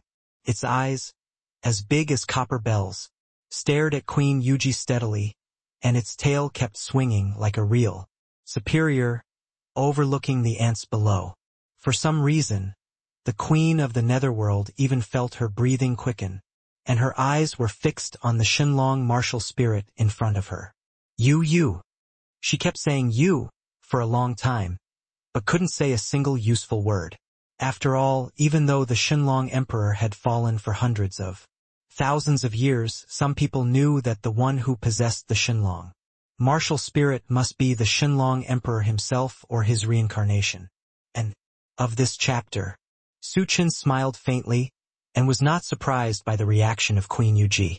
He knew that such women always envied the strong, and his identity would indeed make people envy. Seeing that Queen Yuji's face changed, Su Chen casually lifted her chin. She is pretty, and it's not impossible to be with me. Besides, he changed his tone and stared at Queen Yuji, and his eyes seemed to be able to penetrate her heart. You have no choice, don't you? Empress Yuji's face turned pale. Even if you are the Dragon Emperor, it's just the past. You are just a man in the Great Saint Realm now. Queen Yuji turned away and said stubbornly. Su Chen couldn't help laughing when he heard this. Be stubborn, but I have a lot of ways to deal with disobedient women like you. After the voice fell, Su Chen was no longer polite and directly tore off Queen Yuji's clothes. The smooth and delicate skin instantly appeared in the air, and compared with the black clothes, it was an extremely bright color. Queen Yuji's eyes were flustered, with a face full of humiliation, and she used her hands to cover her key parts in a panic. But Su Chen was not a pushover.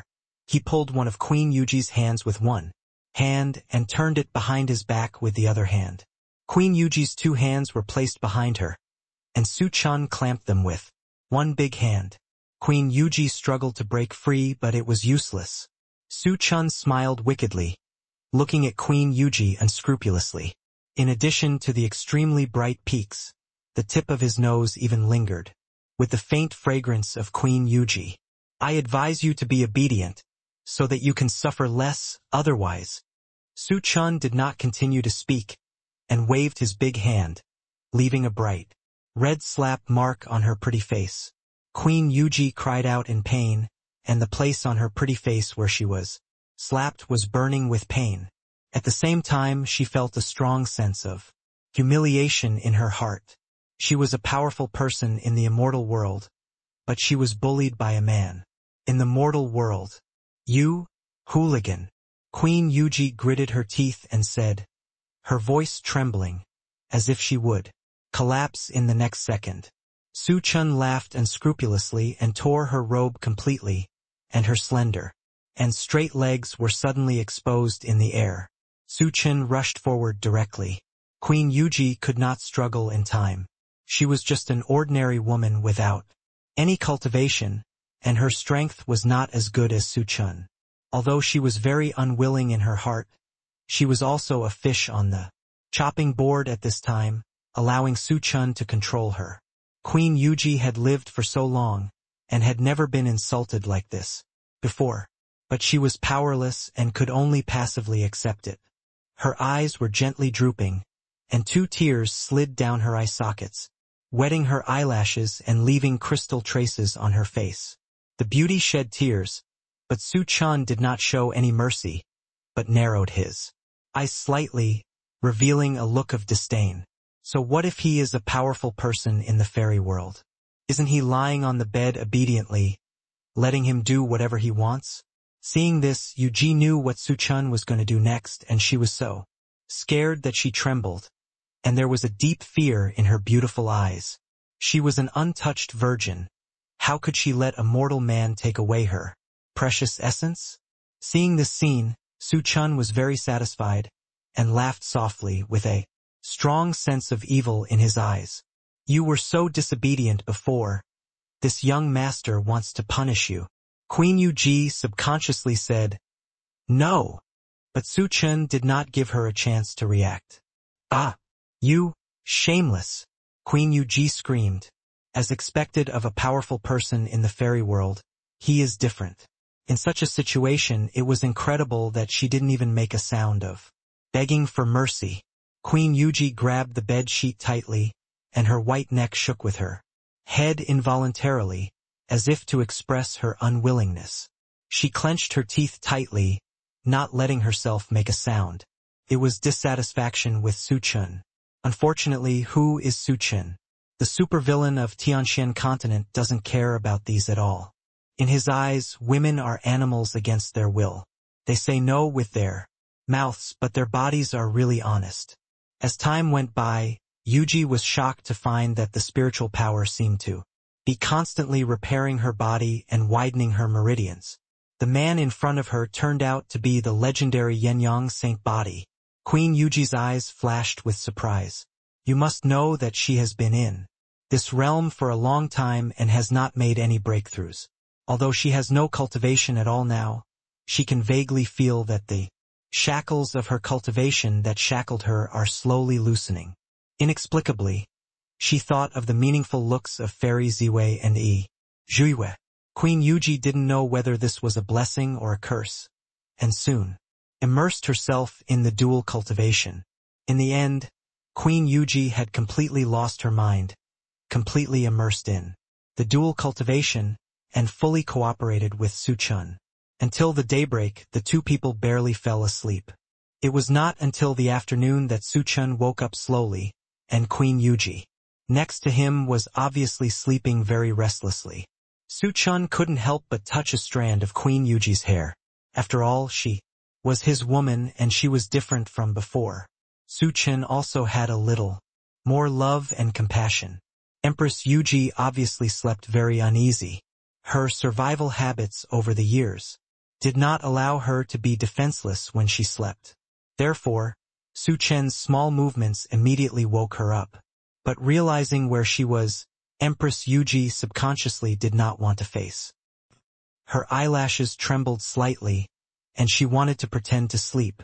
Since you are awake, why do you still pretend to sleep? Su Chen asked with a smile. After hearing this, Empress Yuji reluctantly opened her eyes and looked at Su Chen with a face full of resentment. As a new wife, Empress Yuming matured a lot overnight, exuding a mature temperament. Since you have followed this young master, then this young master advises you not to struggle. Su Chen touched Empress Yuji's hair lovingly and said, "Before this I have fed you a pregnancy pill. Now, there should be a child in your belly." After the voice fell, Empress Yuji really felt the seed of life in her abdomen. End of this chapter. Queen Yuji looked complicated, and for a moment she didn't know how to face. After all, he had never thought that he would have a child before. What's more, he's the enemy's child. I already know about the Emperor Tiandao. We are destined to stay apart until death. Su Chen's voice was gentle, but what he said was unquestionable, and he immediately made his position clear. Queen Yuji couldn't help but touch her belly and began to think. You wouldn't be so cruel as to leave your child without a father, would you? Su Chen changed his style and looked at Queen Yuji with burning eyes. If it were before, Queen Yuji would definitely have dismissed this. But now, for some reason, perhaps because of the bond of blood, Queen Yuji couldn't bear to let go of her. This thought process was undoubtedly long, and Su Chen did not speak quietly, waiting for Queen Yuji to make her own decision. It seemed like a century had passed before Queen Yuji raised her head, looked at Su Chen firmly, and said in a firm voice, "You are the first man to see my true face. Let alone now, I already have a blood bond." She paused for a long time, feeling as if her face was on fire. Su Chen listened quietly and did not answer. "I am willing to stay with you, but if you treat the child badly, I will never let you go." Queen Yuji's eyes were fierce, with a hint of killing intent in her beautiful eyes. "Even if it means death, I will fight you to the death." Su Chen curled his lips and smiled, knowing that it was done. He said, "That's natural. If I have done anything sorry for you, you are the only one to ask." Queen Yuji snorted coldly and turned away from Su Chen. Su Chen was not in a hurry. He had now passed the most difficult level, and the rest would naturally fall into place. "You have a good rest. After all, you were very tired yesterday," Su Chen said softly. Queen Yuji blushed and instantly remembered the absurdity of last night. Su Chen showed a malicious smile. It's just that I have business now and am not immersed in beauty. He settled down Queen Yuji and then went out. Before he had walked a few steps, he saw Fairy Ziwei and Izhiwei, who looked worried. After all, Fairy Ziwei knows the character of Queen Yuji very well. She is very extreme in nature. If someone can't think about it and does something wrong, the gain will not be worth the loss. Now that I saw Su Chen walking out refreshed, I knew that it was probably done. Yuji is still resting inside. If you miss her, go in and watch her talk about old times. I'll go discuss some important matters with Menghua first. Su Chen said slowly. Remember to be careful. Let's go see Yuji. Izhiwei nodded, and after walking 2 steps with Fairy Ziwei, she asked worriedly. Su Chen nodded and then went to find Menghua. At that time, Menghua felt refreshed and had finally solved the serious problem of the Hai clan. When he saw Su Chen coming, he quickly stepped forward to greet Su Chen. Benefactor, you are finally here, and you are now our great hero, Menghua said with excitement, and now he almost knelt down for him on the spot. He was also accompanied by Hua Gudwa and Meng Yong.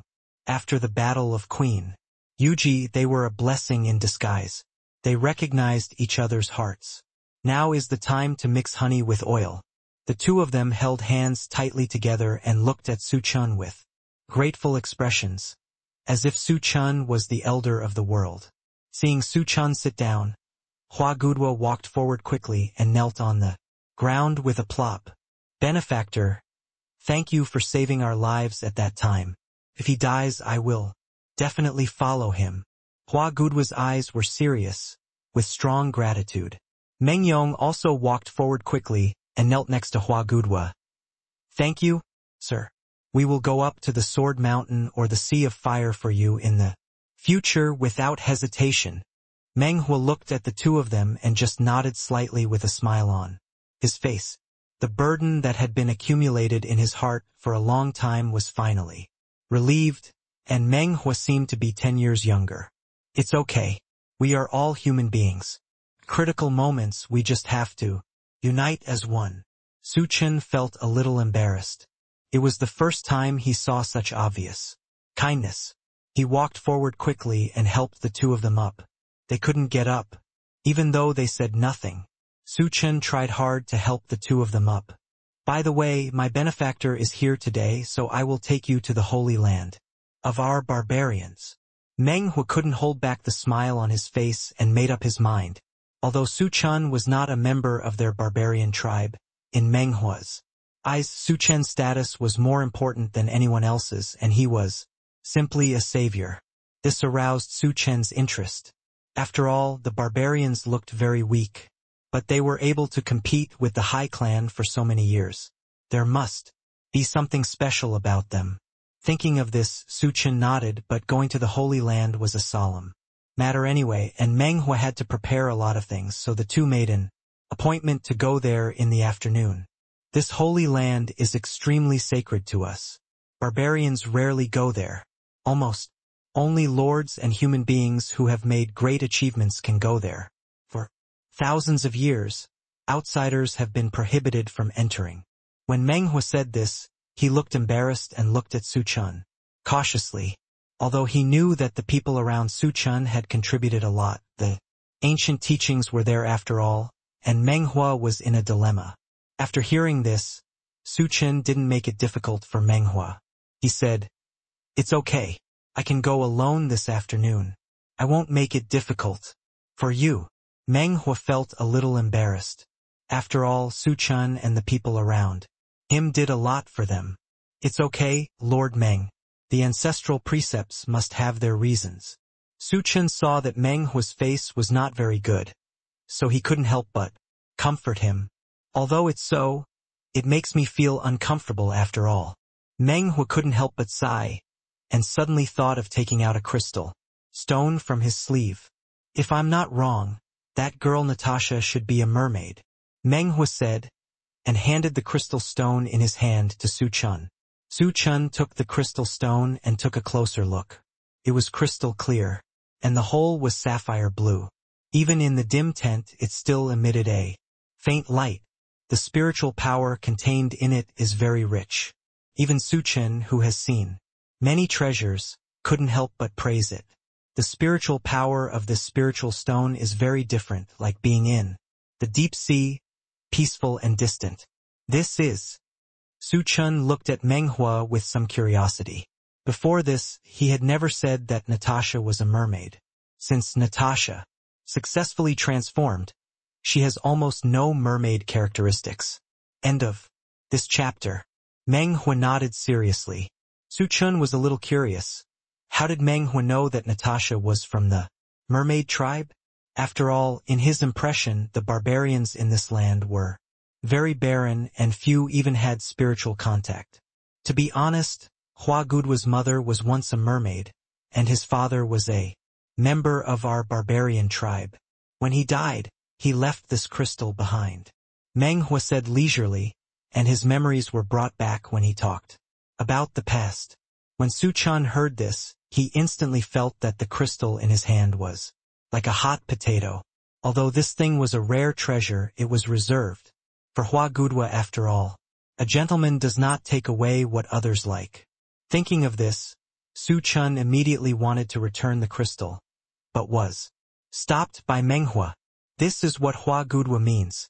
Although Hua Gudua is a hybrid of mermaid and barbarian, it cannot absorb the spiritual power in the crystal.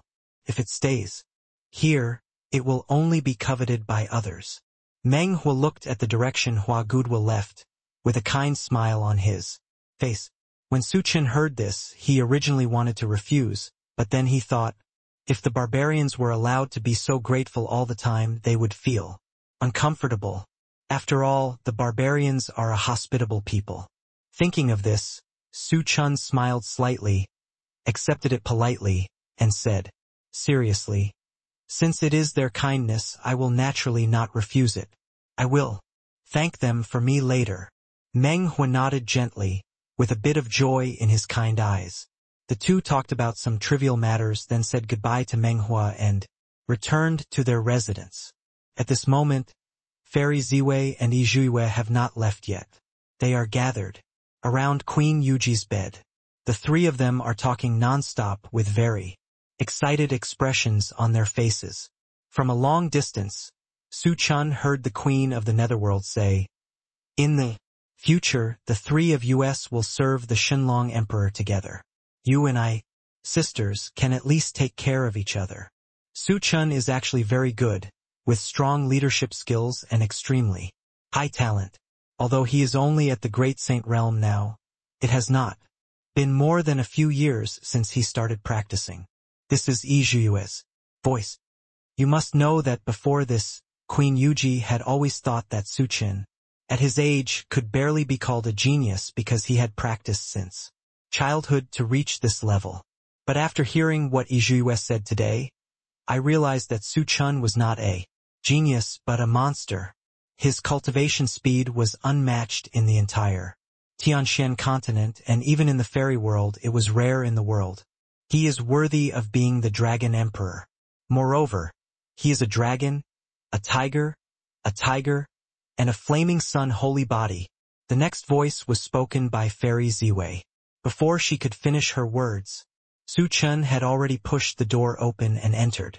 When the three chattering women saw Chen coming in, they felt inexplicably guilty. After all, they had just been talking about the client for a long time. You're back. How are things going? Yizhui was the first to break the embarrassment, looking a little unnatural. Especially Fairy Ziwei, her cheeks instantly turned red when she thought that Chen might hear the words she just said about tigers and wolves. The progress is going well.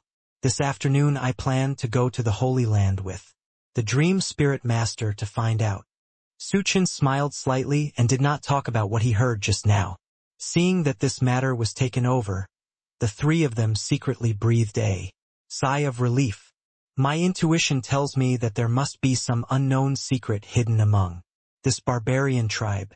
Yuji, you have lived in the southern barbarians for a long time. Do you know any useful information? Fairy Ziwei turned her attention to Queen Yuji and smiled kindly. Queen Yuji pursed her lips and then said, "When I came here I originally wanted to take the entire southern barbarians as my own, but the barbarians have always had a weird barrier.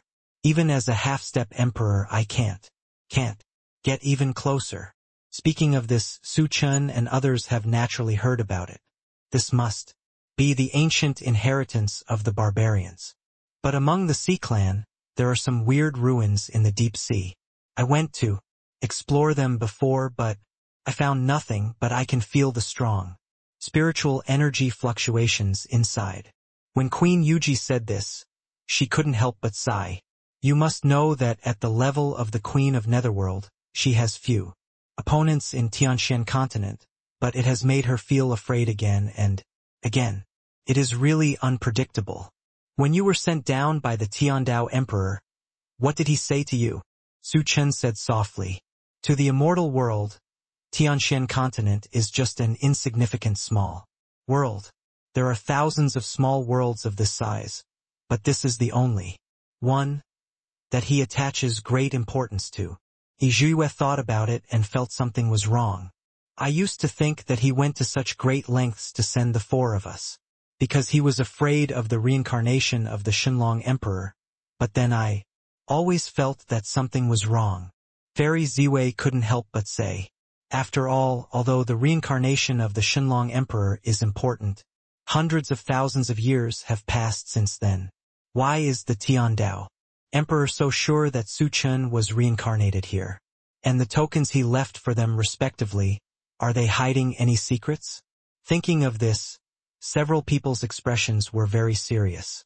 The atmosphere now was a bit anxious because there were no clues and no one spoke, but quietly turned their attention to Su Chen. Even if it's a secret, sooner or later we will find it out one day. Speaking of which, what is the token that Emperor Tiandao gave you? Su Chen turned his gaze to Queen Yuji and asked steadily.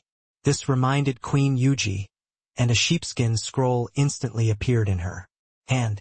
The sheepskin scroll had lost its original color due to its age, and the pictures on it were not very clear, and the graffiti on it could not be seen at all. This sheepskin scroll looks really old. Yue couldn't help but say. Compared with the tokens of the other three, Queen Yuji's looked like tattered. I don't know if she didn't preserve it well or it was originally like this. When I received it, it was already like this, but it has been hundreds of thousands of years recently, and there is still no change. Queen Yuji slowly explained. It doesn't contain any spiritual power, and the patterns on it are blurred. It really looks like an ordinary scroll. Fairy Ziwei looked at it carefully, but didn't connect the things in it. If it was really insignificant, Emperor Tiandao wouldn't have gone to such great lengths to let you bring it to the lower world. Su Chen couldn't help but sneer, and his eyes flashed with indifference when he talked about his enemies. I'm afraid it requires certain conditions to be activated. Fairy Ziwei concluded. End of this chapter. However, we have visited almost all of Tianxian continent and we still don't have any clues. When Yue said this, she couldn't help but sigh. Unknowingly, he and Su Chen have been together for so long. Thinking about the past days, I really feel a little emotional. The atmosphere fell into a long silence for a while. It was clear that many things were ready to be revealed, but for some reason, they had no clue.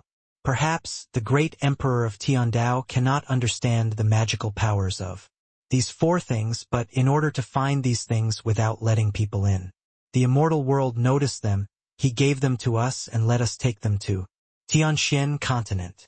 After a long silence, Fairy Ziwei spoke first. As soon as this idea was uttered, it was immediately recognized by everyone. Yes, maybe the opportunity for these four things is not in Tianxian continent. Or it is here, but the Tiandao Emperor doesn't know. The Shenlong Emperor has a great reputation and prestige in the immortal world, and is admired by almost countless immortals. Among them, he has a close relationship with the masters such as Old Man Tianji. Since it is something related to Su Chen, if there is a chance, those people will definitely try their best to get it. Rather than letting this uncertain factor remain in the fairy world, it is better to bring it here and bury it completely. In addition, the passage between Tianxian continent and the immortal realm has been cut off, so even if they want to come here, there is no way. Thinking of this, several people instantly felt that what Fairy Ziwei said was very credible. It's okay to think about this here right now. Yuji, since you saw a forbidden area in the Sea Clan before, why don't we go and have a look? Su Chun said with a smile. Yes, but you are human beings. Your movements will be greatly slowed down at the bottom of the sea, and you must rely on water-avoiding spells. Queen Yuji nodded. It just so happens that there are some things about the Sea Clan at the bottom of the sea that I haven't dealt with. I just want to go take a look now. That's right. After all, I am so powerful that I have tormented you for a long time, and that's why I accidentally delayed your return to the bottom of the sea. When Su Chun heard this, he nodded seriously, but there was a lot of ridicule in his words. As soon as these words were spoken, Fairy Ziwei's face instantly turned red. These words were clearly what she had just said.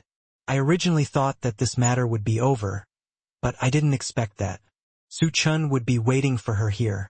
Queen Yuji was also a little shy. She didn't know how much Su Tian accepted just now. After all, she had already made up her mind to stay with Su Chun at that time. In front of her close sisters, what she said was inevitably a bit explicit. Don't make fun of me. Fairy Ziwei blushed and couldn't help but turn sideways, feeling very embarrassed. Su Chun smiled generously and said, I'm your man. If you praise me for being brave, it's too late for me to be happy. How could I make fun of you? After the words fell, Fairy Ziwei didn't know what to say for a moment. Although she said so, it was shameful to say it in front of everyone. Yizhue pursed her lips and spoke out at this moment. Okay. Business is important. Let's quickly go to the Sea Clan to visit. If we come back early, we can go to the Holy Land. Anyone with a discerning eye can see that Yizhue is jealous of Su Chun and Fairy Ziwei, but she still doesn't say it directly. Queen Yuji couldn't help but glance at Yizhue. She had always thought that Yizhue was aloof from the world and a cold and reclusive person, but now she has become like this because of love. The sisters have been separated for a long time. They didn't expect to see each other again. Things have changed. Time flies so fast. Su Chen nodded. Before leaving, he suddenly thought of the spar that Meng Hua gave him and couldn't help but want to find Natasha. During the journey of several people, Natasha has always been gentle, but Su Chun knew that Natasha had always felt very inferior because her cultivation was not strong enough, but this was not something Su Chun could control. Now that she has the opportunity to become stronger, Natasha must be in a better mood. Meng Hua gave me a crystal that a mermaid can use. I thought of giving it to Natasha first. Speaking of this, Su Chen's eyes were gentle. Although there are many women around Su Chun, he can take care of everyone's preferences and thoughts. On the surface he looks carefree, but in fact he is also a very careful person. Queen Yuji suddenly became interested and wanted to see what the crystal looked like. Su Chun took out the crystal without hiding it. Perhaps you can go later because this crystal can also play a role in freedom in the sea, so you don't have to use the water-avoiding spell and it won't delay the action. Queen Yuji took one look and immediately saw the clue. Su Chun knew at a glance that he knew Queen Yuji and couldn't help but look at her with doubtful eyes. This thing is the crystallization of the mermaid clan. It is said that only very powerful mermaids will be born after their death. This crystal contains very powerful energy. Not only that, this thing can be used together with the Chenkuan pearl. The Chenkuan pearl is also a mermaid, a great treasure of the clan. If the two are combined, they will play a great role. Queen Yuji slowly opened her mouth and explained. So that's the case. It's a mistake. After hearing this, Su Chun couldn't help but nodded. After all, Natasha did have the Chenkuan pearl. It's just that this thing can only be fused with the Chenkuan pillar once. Fortunately, the thing you have is in good condition. It seems to have been there for a long time, Queen Yuji said slowly. Su Chen nodded again, and he had a rough idea in his mind. Then the group headed to the bottom of the sea. The Nanman Ocean is different from other places. The deeper they go, the more biting cold they feel. There is almost no light on the entire bottom of the sea, and it is almost pitch dark. Su Chen had read reports about the bottom of the sea, and he knew roughly what the environment here is like. I didn't expect your daily environment to be so difficult. Yue couldn't help but touch her cold arm. Even with the spiritual power protecting her body, she still felt the piercing cold. She looked at Queen Yuji with a bit of pity. Queen Yuji didn't think there was anything wrong. Although there was little light and it was a bit cold here, she was not good at dealing with people, and she liked it here. The group came to a magnificent palace. In the dark seabed, this palace seemed out of place. It emitted a faint fluorescence from the outside, and there were countless night pearls inlaid in it. From time to time, a few small fish swam lazily in the seabed, and seemed not to notice the danger when they saw the few people. Some brave fish even came in front of Su Chen and happily turned a few circles. There was a clown fish that timidly swung its tail uneasily and came to Yue, looking at her face to face, one person and one fish looking at each other from a distance. This surprising experience was unheard of. Li Yue had never really been to the bottom of the sea. Now that she was so intimate with the little fish, she felt a lot of joy in her heart. Several small blue and black fish came to Fairy Ziwei, and they kept spitting bubbles in their mouths, as if they were wondering what kind of fish this giant fish in front of them was. Why have I never seen it before? Fairy Ziwei stretched out her hand, and the small fish fell into her palm very familiarly without any fear. These little fish are so interesting, but they don't have intelligence. They just look like ordinary little fish. Su Chen couldn't help but say, with a bit of regret in his words. Everything in the world has its own spirituality. Although they do not have born spiritual intelligence, they live here carefree and have no worries, which is not a bad thing.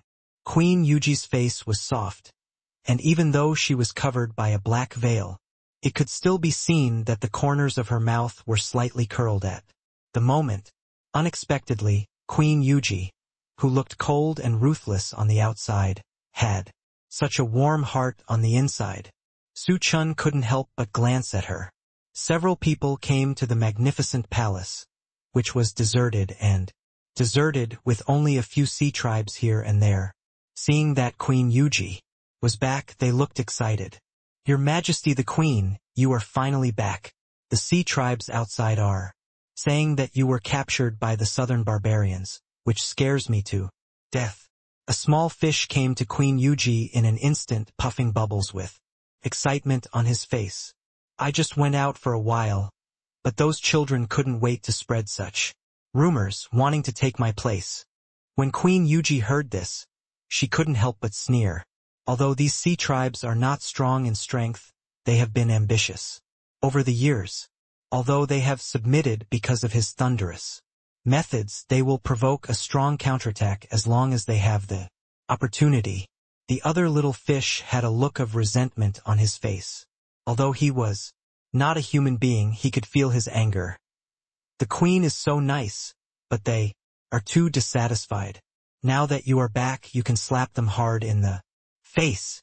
Their strength is not very strong, and they cannot even achieve transformation.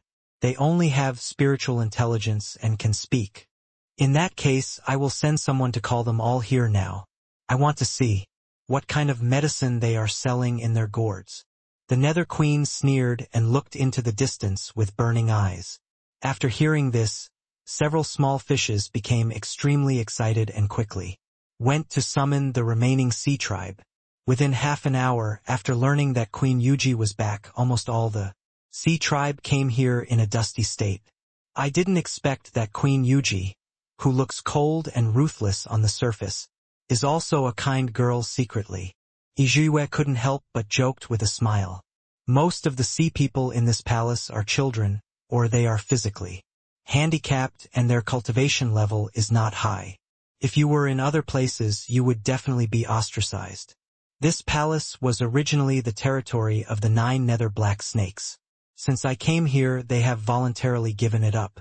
As for those little guys, such a big palace does need a few people to repair it. Queen Yuji looked a little unnatural and said with a slight smile, "In the eyes of outsiders, she has always been the epitome of cold-blooded and ruthless. Now that Ijue praises her for her kindness, she still feels a little uncomfortable. A few people see through it but don't tell it." When all the sea people were gathered, Queen Yuji changed her gentle look, and the expression on her face gradually became indifferent. She sat on a high position, and when she patted the chair, the body of the sea people below couldn't help but tremble 3 times. "I heard that not long after I left here, you spread rumors that I was captured by the barbarians." As Queen Yuji finished speaking, the sea tribesmen were obviously frightened, and their faces turned pale. "Who said that? Do you dare to do it? Stand up." Queen Yuji said coldly, "Don't force me to do it myself." As soon as the words fell, several strange-looking sea tribesmen stood up. The leader of the octopus looked at Queen Yuji with a look of unwillingness. Obviously very unwilling. Queen Yuji didn't talk nonsense to him. With a wave of her hand, a burst of spiritual power swept out instantly and crushed the octopus monster to pieces. The octopus monster didn't even beg for mercy, and the splashing blood and flesh instantly stretched on the faces of other sea tribesmen. Suddenly, the expressions of everyone present changed drastically. "I have been in charge of the Sea Clan for hundreds of thousands of years, and I have not gone on a killing spree for a long time, but this does not mean that I have a good temper. If I find out what you are secretly thinking in the future, don't blame me for being rude." Queen Yuji said coldly. This act of killing the chicken to scare the monkeys successfully scared everyone. Even if they had any objections at this moment, they did not dare to say a word. "You have also seen the people around me. When you see them in the future, you should treat them as guests as if you were meeting me." After Queen Yuji finished speaking, she raised her eyes slightly, and her casual gaze fell on the sea tribe. "Do you have any opinions? How dare they have any opinions? The blood of the last negative teaching material is still hot now. I have made a decision. From today on, the barbarian tribe and the sea tribe will coexist peacefully and will not invade each other," the enchantress queen said slowly. After these words came out, a few brave ones couldn't help but step forward and said, "Queen, you can't do that. Over the years, those barbarians don't know how high the sky is and how deep the earth is. I don't know how many of our compatriots they have killed. The strong prey on the weak is the instinct of nature. Besides, as a sea tribe, haven't you eaten those sea tribes that have not awakened their spiritual intelligence? Those barbarians will naturally not cruelly kill the sea tribes that have awakened their spiritual intelligence." Queen Yuji waved her hand with a bit of impatience in her tone. "The two races are different, so any contradiction will be magnified without limit. As sea tribes, they have naturally eaten their own kind, otherwise they would not survive at all. In fact, to be more specific, no one is wrong in this matter, it's just because of different interests and positions." Queen Yuji had already made up her mind to do this when she followed Su Chun. The dispute between the barbarians and the sea tribes has lasted for a long time, but it is not a solution to keep consuming each other like this. They can't just cruelly hurt the whole tribe, and it's not wrong to stand on anyone's position. Several sea creatures were speechless when they heard this. "My queen, what you said is not without reason, but we can control ourselves. Those barbarians are insidious and cunning. Can they really not murder our compatriots in secret?" One of the little crabs walked forward cautiously and expressed his doubts. "If they really do such a thing, I will take action without you having to say anything." Queen Yuji laughed coldly, and her eyes fell on a shark again. "Baisha, You have been helping to manage the Sea clan for a long time.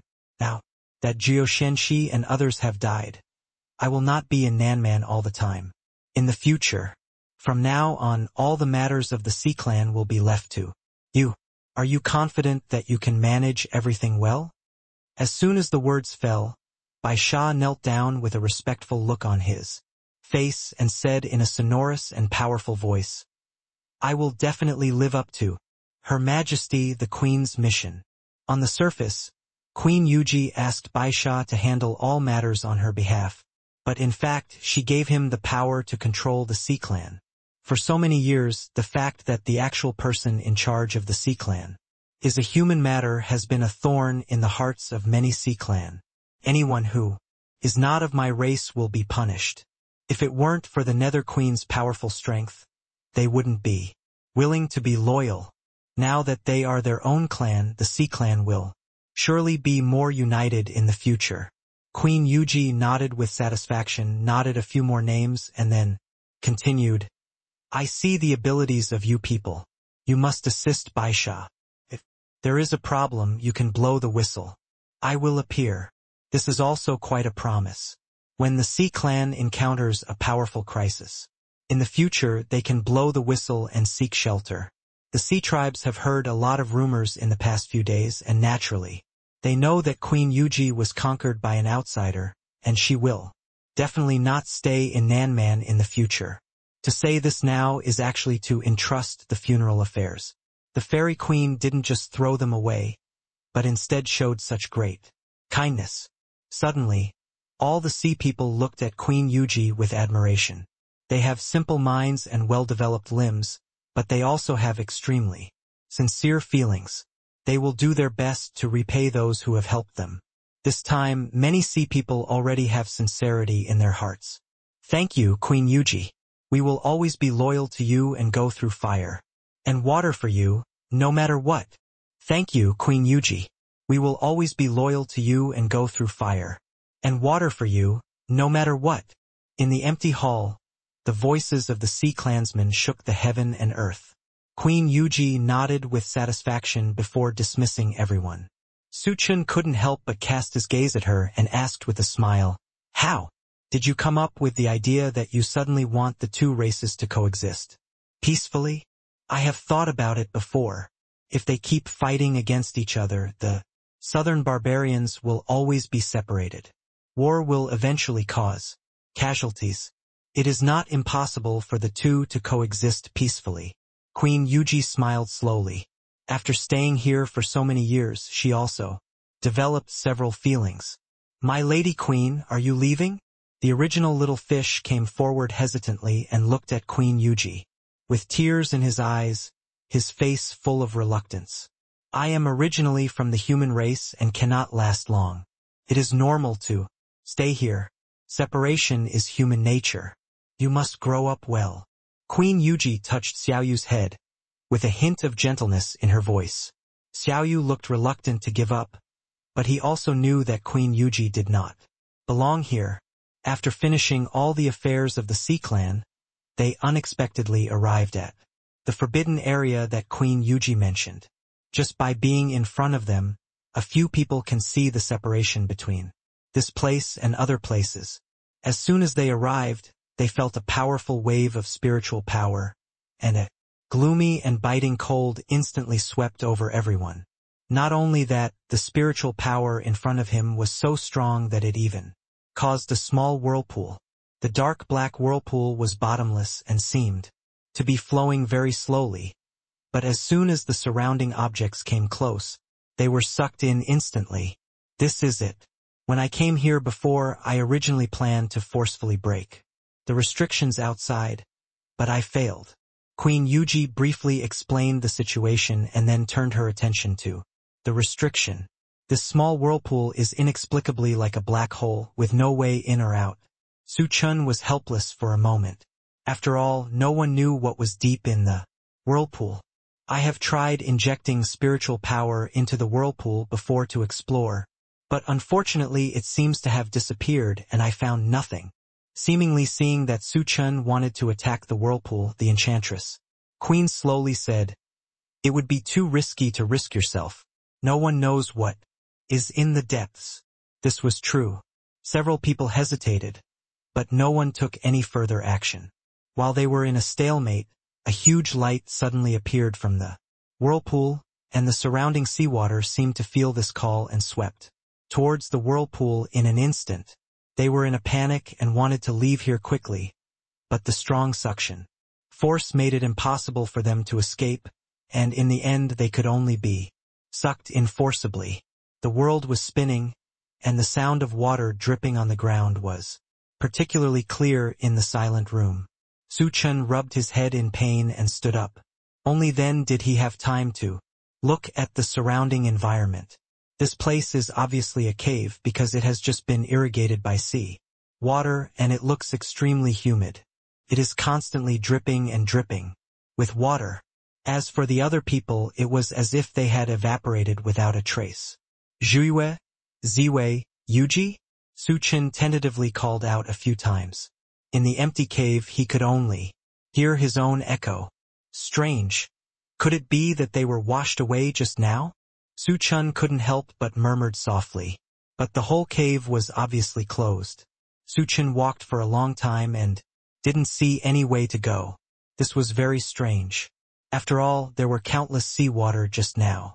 If this place was really closed, these seawater should also exist. Helplessly, Chen could only stand in the center. Suddenly, countless wind blades appeared, aiming directly at Chen. Chen dodged hurriedly, but the wind blades became more and more, and more, and more fierce. Chen finally dodged for a long time, and finally he was really powerless. Without checking for a while, a wind blade cut his arm, leaving a gap, and blood gushed out instantly. Chen hurriedly covered his arm to stop the bleeding. While stopping the bleeding, he had to dodge more wind blades. What he didn't notice was that his blood dripped onto the ground and slowly flowed into a groove. Soon, a sophisticated and complicated spell was drawn with blood.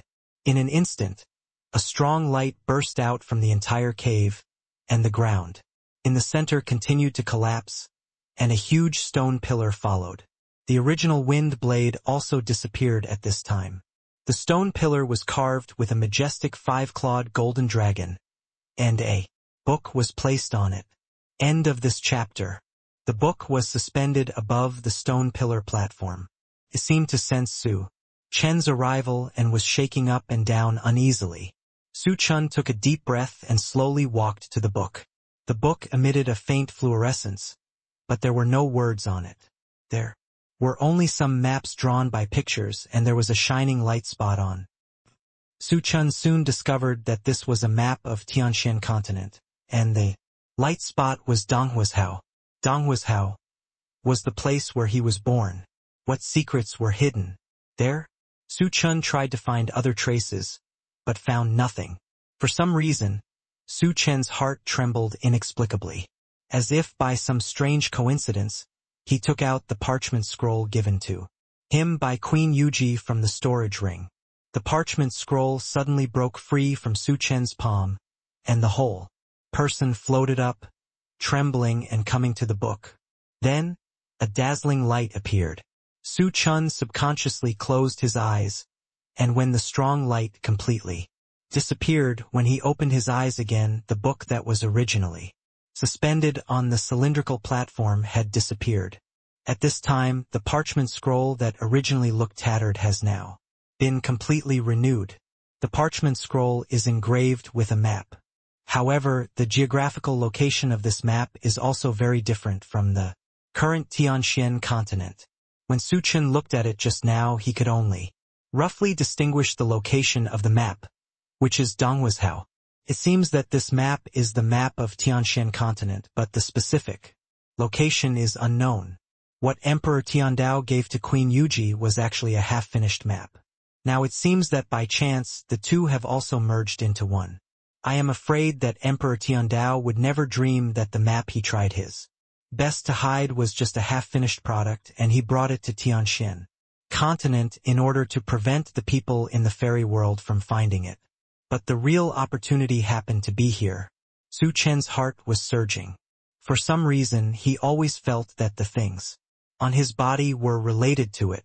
Just as he was stunned, the whole cave suddenly shook, and the stone walls around were suddenly penetrated, and the sea water rushed in instantly, continuously.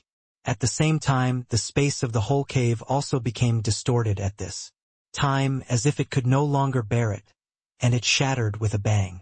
After a while of spinning, Su Chen opened his eyes again and returned to the bottom of the sea. He looked around with a confused look. This was probably the bottom of the sea he had reached before. It was just because the barrier was gone, so the sea water here was no different from the surroundings. It seemed that the book was the main source of the secret realm. The power in the book was taken away by the original skin scroll, and the cave collapsed. Naturally. But I came out at this moment. Where did the others go? As if to reflect what Su Chen was thinking, a voice appeared. Su Chen. Su Chen turned around and saw that it was the 3 fairies of Ziwei. The 3 hurried over and saw that Su Chen was fine, so they were relieved. Yizhua's eyes even brimmed with tears of worry, and her eyelashes were still wet. I was scared to death. We were sucked into the vortex and were trapped in a void. Everything around us was still and you were not around. Later, I don't know what happened. The space in that place was broken, and we came back. Yizhua still had some lingering fears when she said this. When he worked under the Emperor Tiandao, the dangers he experienced were not only life-threatening, but also life-threatening. But at that time it was pitch black all around, and Su Chen was not around. She was very scared, fearing that something might happen to Su Chen. It was at that time that Yizhua realized that she actually liked Su Chen. Fairy Ziwei and Queen Yuji didn't say anything, but they were obviously relieved to see that Su Chen was intact. It's okay. We should be in a different space. When I was sucked in, I saw a glowing book. Then I used the scroll given by Yuji to make a map appear. Then the space collapsed and I came back. Su Chen touched Yizhua's head soothingly. His voice was very gentle. Yizhua was relieved when she heard this. She didn't expect Su Chen to use this to unlock the secret of the sheepskin scroll. It's just that the location on this map, I vaguely read it in ancient books. It should be near Donghuazhou. Su Chen didn't stop and took out the sheepskin scroll directly for everyone to see. Although the 3 people roughly saw that this was the landform of Donghuazhou, they were unfamiliar with the place after all, and they really didn't know where it was for a while. In desperation, several people could only return to the barbarian tribe first. What happened next, maybe they would know it after showing it to the knowledgeable Luotian. Speaking of which, why did the vortex only draw you into the no man's land, while we are all in the void? Along the way, Fairy Ziwei couldn't help but wonder. I just clearly felt that the space might recognize its master. It is very likely. There is something about Su Chen or himself that attracts it. Empress Yuji thought about it and gave a pertinent idea. The few people didn't get too entangled and returned to the barbarians. The other 3 took the sheepskin scroll to find Luotian. As for Su Chen, he went to find Menghua. However, it is worth noting that when the sheepskin scroll was in the hands of Empress Yuji and others, the original light gradually dimmed and finally became mediocre. But fortunately, the picture on it is still there, and it doesn't affect anything. When Su Chen saw Menghua had obviously been waiting for a long time and walked in front of Su Chen. "Benefactor, you are here?" Menghua said. "Well, Yuji and I went to the Sea Tribe. For hundreds of thousands of years, the barbarians and the Sea Tribe have always been incompatible and fighting each other. But in fact, the southern barbarians are so big that they can try to coexist peacefully." Su Chen immediately expressed his thoughts, observing Menghua's face while speaking. Menghua naturally knew the pain that the war brought them. If possible, he also wanted to end this damn war as soon as possible. "Benefactor, what you said is not unreasonable. In fact, we also hope to live in harmony with those sea tribes, but we are forced to survive. There are countless obstacles in the forest. Even if we want to survive, it is difficult. In addition, with the unique dry and rainy seasons, we can only rely on the sea for a living. Meng Hu sighed leisurely, his face full of helplessness. Although the forest is rich in resources, the geographical location here is special. Although it is very hot all year round, there is almost no food. During the dry and rainy seasons, and even survival is very difficult. In addition, there are countless wild beasts and fog and poison barriers. With their cultivation strength, their situation is even more difficult. End of this chapter. It is precisely because of this that we barbarians survive and coexist peacefully by the sea so that we can make a fortune together. Otherwise, endless wars will not only bring disaster to the people of the sea tribe, but also make life difficult for the barbarian people. Su Chen moved with emotion and reason with Xiao, and said with a sincere face. Meng Hu nodded seriously. Before that, he had also thought about peacefully coexisting with the Hai clan, but he never had the chance. Now that Su Chen can help them do this, he is grateful. Thinking of this, Pameng bowed her hands and bowed to Su Chen very seriously. We, the barbarians, have lived among the southern barbarians for hundreds of thousands of years and have been trapped by the affairs of the Sea clan. Now that our benefactor has come, all the problems have been solved. There are no words to express our gratitude for the materials and techniques given to us. When Meng Hu said this, tears were shining in his eyes. Thank you so much, my benefactor. If you need us barbarians in the future, just say so. We will go through fire and water without hesitation. Meng Hu thought about it and simply knelt on the ground and kowtowed heavily. Su Chen. Su Chen was a little overwhelmed by how big he was, so he quickly took 2 steps forward and helped him up. If this is where we are in the barbarian tribe during this period. Thanks to the Lord's care. Su Chen said softly to comfort Meng Hu. Meng Hu nodded and did not continue to argue with Su Chen. The two of them headed to the Holy Land. The Holy Land of the barbarians has always been very strictly managed. Except for the lords and a small number of people, there is almost no qualification to enter. Even if you are an imposter, you will be excluded by the barrier before entering. The protective power here is very powerful. Even someone as powerful as Queen Yuji was turned away when she wanted to come in.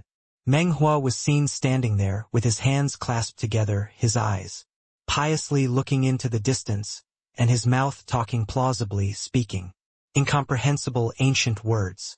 The originally desolate Holy Land gradually changed at this moment, with countless lush plants and big trees rising from the ground.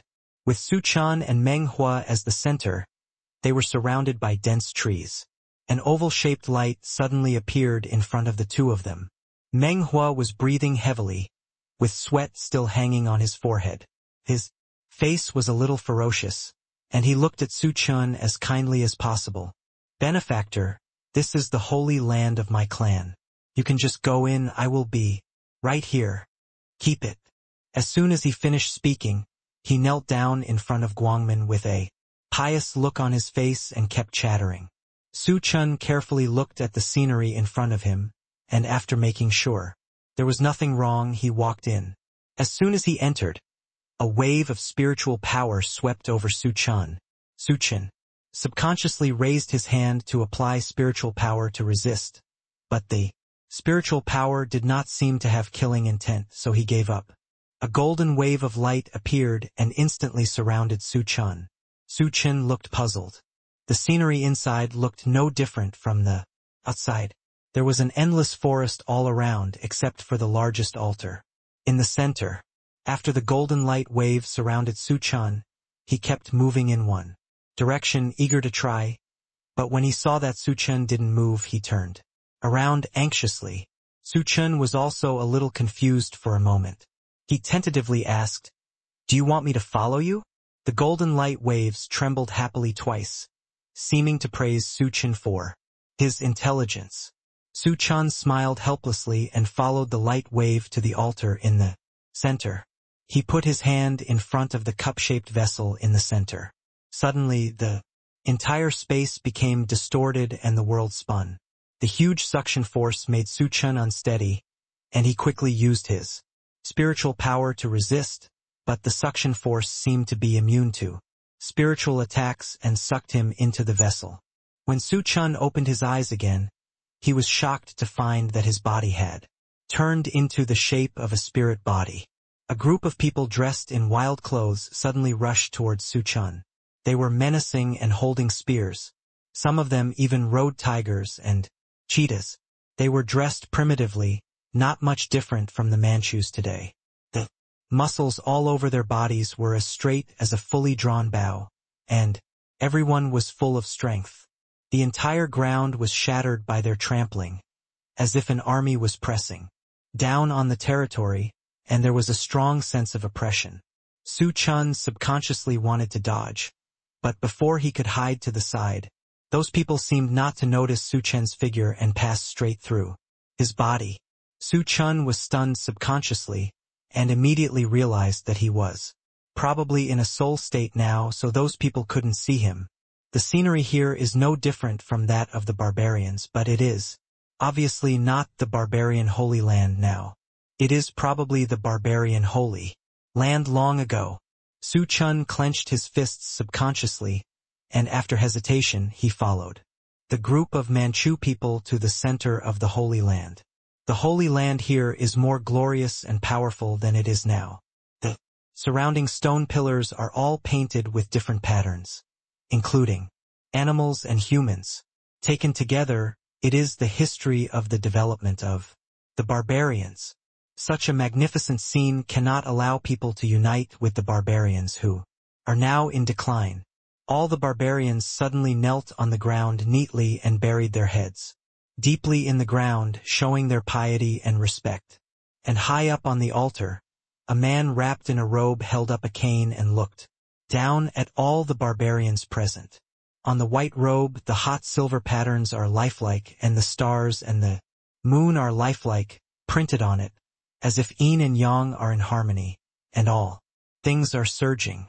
Although this person's appearance could not be seen clearly, he was probably a priest in the tribe from his clothes, the aura he exuded, and the respect the people below showed him.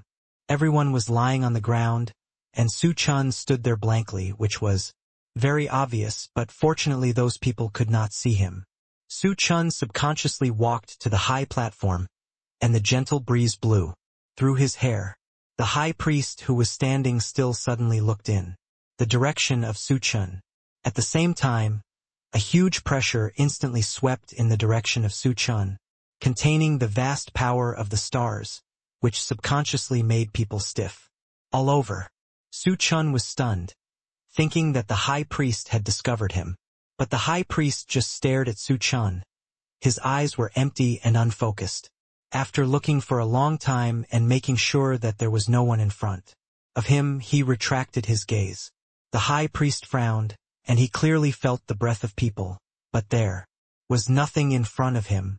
I didn't expect that the barbarians hundreds of thousands of years ago would have such powerful people. This is completely different from now.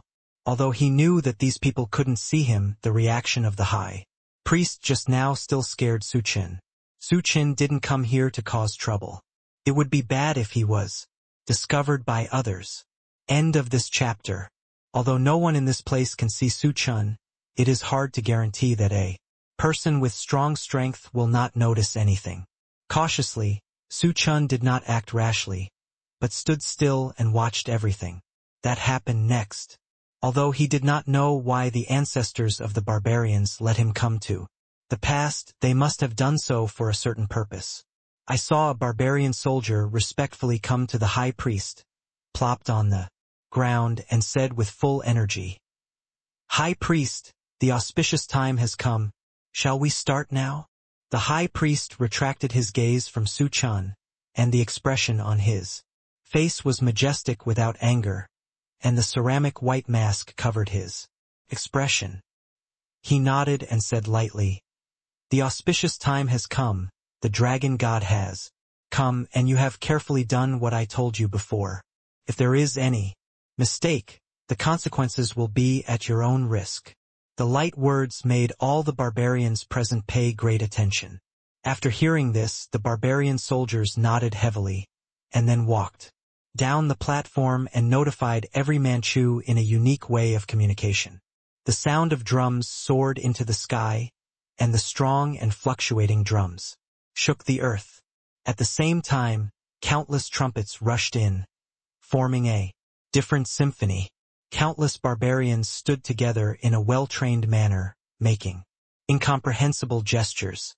The high priest stood quietly under this, raised his hands, held the staff high in his hands, closed his eyes with a pious face, and muttered something in his mouth. At this moment, the cloudless sky suddenly changed color, and countless golden clouds suddenly appeared. There were faint thunder and lightning in the sky, which was vague and unclear. A thunderous dragon roar came, and extremely powerful spiritual power. Fluctuations appeared instantly. Almost everyone couldn't help but pause. Fortunately, the spiritual power was not intended to hurt them, but the impact was too great. They slowed down for a long time before they stood up. The high priest suddenly knelt on the ground and said loudly, "The dragon god has come. We are waiting for the dragon god to save our tribe."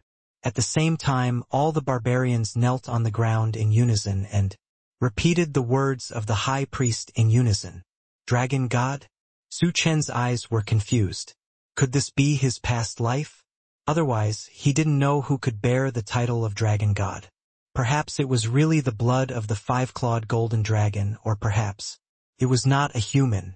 Just when Su Chen's brainstorming was already going on, a figure suddenly appeared on the altar in front of him. The figure was covered with golden light and wore a simple robe, but the aura of compassion around him was daunting. Even if he was dressed like this, he was just a shadow standing there quietly, but he made people feel that this person was unusually noble. A small golden dragon was wrapped around the man, very naughty, and the golden spiritual power fluctuations contained powerful spiritual power. Even though the man deliberately suppressed it, he still felt that his heart was tightly grasped. Life and death were only between the man's thoughts. Even Su Chen froze in place, and he clearly felt how terrifying the strength of the man in front of him was. Even though Yizhiwei and Ziwei Fairy and others had already entered the realm of half-step emperors, there was no such great pressure to make Su Chen so scared. The man was full of divinity, and there was no extra expression on his face. He seemed to be a person of different levels from others. The man lazily raised his eyes and looked at the high priest in front of him. For only a moment, that look seemed to be able to observe people's hearts. The high priest was no longer cold as before, and hurriedly knelt on the ground, saying respectfully, "Meet the dragon god." After the voice fell, all the Manchus repeated the words of the high priest. The dragon god was probably accustomed to this kind of scene, and there was no extra expression at all. Decades ago, I said that if it is not an important matter, you don't need to look for me again. My fate with you has ended. The words were light and without extra emotions, but they instantly made the high priest sweat profusely. He knocked his head harder, fearing that the dragon god would misunderstand him. Even with the mask on, one could feel the fear and trepidation between his words. To be honest, Lord Dragon God, Manzhu really encountered a catastrophe this time. The entire forest is full of countless poisonous obstacles. Even the creatures on the seabed are mutating and gradually becoming stronger.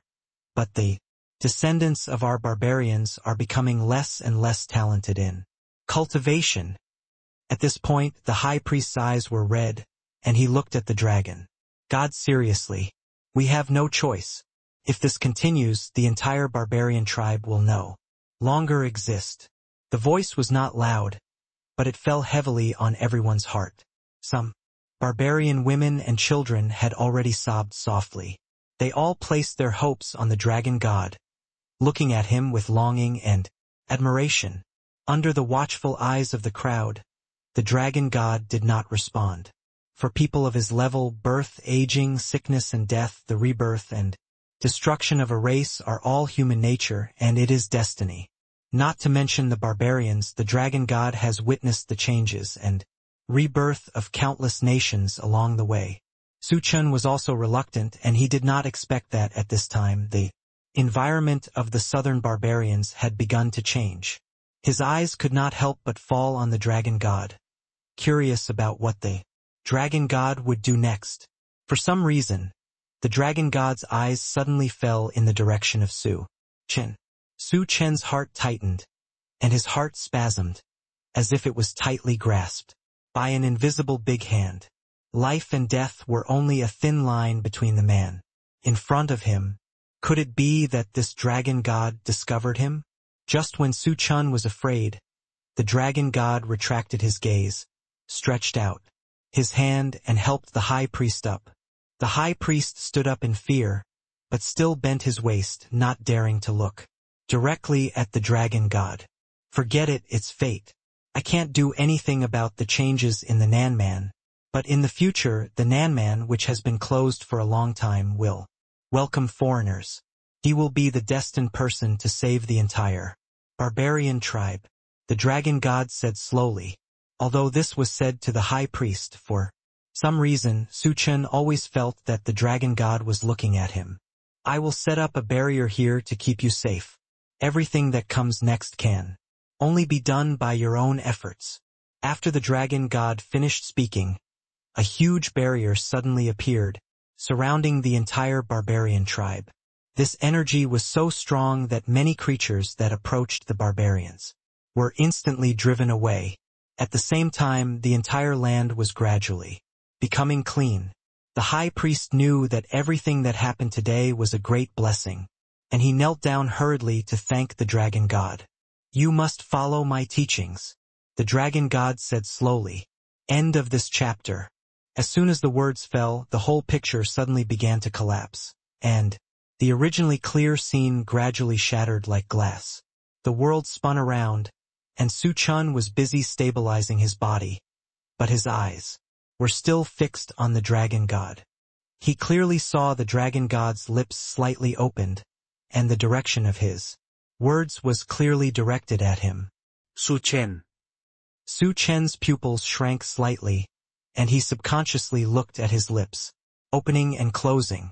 Even though the space had collapsed at this moment, the dragon god still spoke.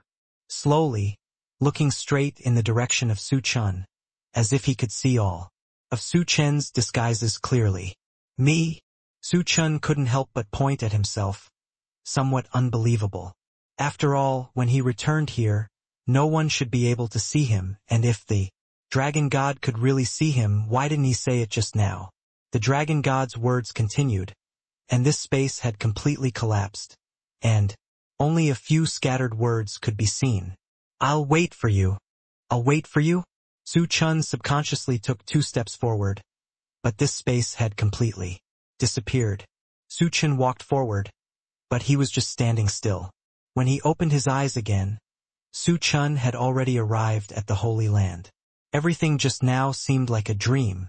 Su Chen looked at the distance at a loss. Did the dragon god see him a long time ago? He clearly called out his name. Did he read his lips wrong, or is that it? For a moment, Su Chen's mind was full of thoughts. The huge amount of information made him speechless for a while. What is he waiting for? Could it be that the dragon god had predicted his coming hundreds of thousands of years ago? So, for some reason, Su Chen's space ring suddenly became hot. It was obviously his own property, but it was as hot as magma. Su Chen cried out in pain and took off the storage ring. But the storage ring seemed to be expecting something. Even in Su Chen's palm, it kept shaking. Could it be that there was something inside? Thinking of this, Su Chen hurried into the storage ring and instantly found the jade letter, token, and compass, flashing huge light. After sensing Su Chen's consciousness, they were very excited and kept turning around Su Chen. After hesitating, Su Chen took out the 3 things. As soon as the 3 things came out, they seemed to break through the shackles, spinning non-stop in front of Su Chen, and finally gathered together. Su Chen looked at the scene in front of him quietly, and saw that the 3 Things seemed to have been baptized, and the original achievements and age were gone, and the whole was brand new. The three things floated in the air for a long time, and then they fell into Su Chen's palm. At this moment, the jade letter was also engraved with incomprehensible ancient characters, and Su Chen could vaguely understand a few words: Donghua, the buried, and the ruins. Those words suddenly appeared with golden light. Unlike before, they kept changing, and at this moment they seemed to be printed on it, emitting golden light. At this time, the entire material of the jade letter was also brand new, emitting a bright and lustrous light, crystal clear, and the light green color seemed to be green pond water. The compass was also brand new, but for some reason it kept spinning aimlessly, and the pointer on it turned very fast, as if it had no direction. As for the token, it also completely revealed its original appearance, and the spiritual power contained in it was clearly visible, as if it was brand new, and it was exquisite. Su Chen was secretly shocked. Why did these things resonate with the Holy Land of the barbarians? Could it be that the dragon god was once himself? After all, with such momentum, he was also called the dragon god, and the Tianxian continent was also the burial place of the dragon emperor. No matter how he thought about it, Su Chen felt that this guess was very credible. In this case, it was not surprising that the dragon god could see through him. Perhaps he predicted that he would come here in the future, but he didn't want others to discover the secret, so he left this relic. Su Chen's mind was getting more and more confused, and many thoughts and things seemed to be a mess, which could not be cut or sorted out. At this time, the Holy Land was also disappearing. When Su Chen opened his eyes, he saw Menghua and Yizhuiyue and his group guarding here. They all looked at Su Chen with worry, and now they saw that Su Chen came out intact, and they all breathed a sigh of relief. Seeing this, Su Chen couldn't help laughing. What's wrong? One or two are so worried. I just went to the Holy Land. Nothing happened, he said, looking at everyone with a teasing face. This word suddenly opened the clip of Lulua's words, and he hurried to Su Chen, and he was already crying when he spoke. Master, you scared us to death. You have been in for 5 days, but there is no news at all. We thought something happened to you. At this point, Lulua hugged Su Chen tightly.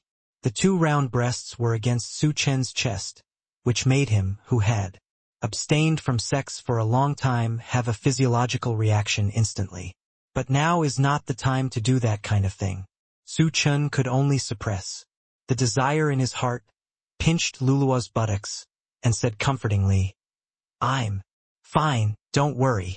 In the Holy Land, Su Chen had no obvious concept of time, and he didn't expect that 5 days had passed in the outside world. Lulua's face turned red after being pinched, and she subconsciously glared at Su Chen with a bit of anger. Hate, master, you made us worry. After Lulua said that, she thought of Meng was still here and was so embarrassed that she quickly came to Yizhuiyue.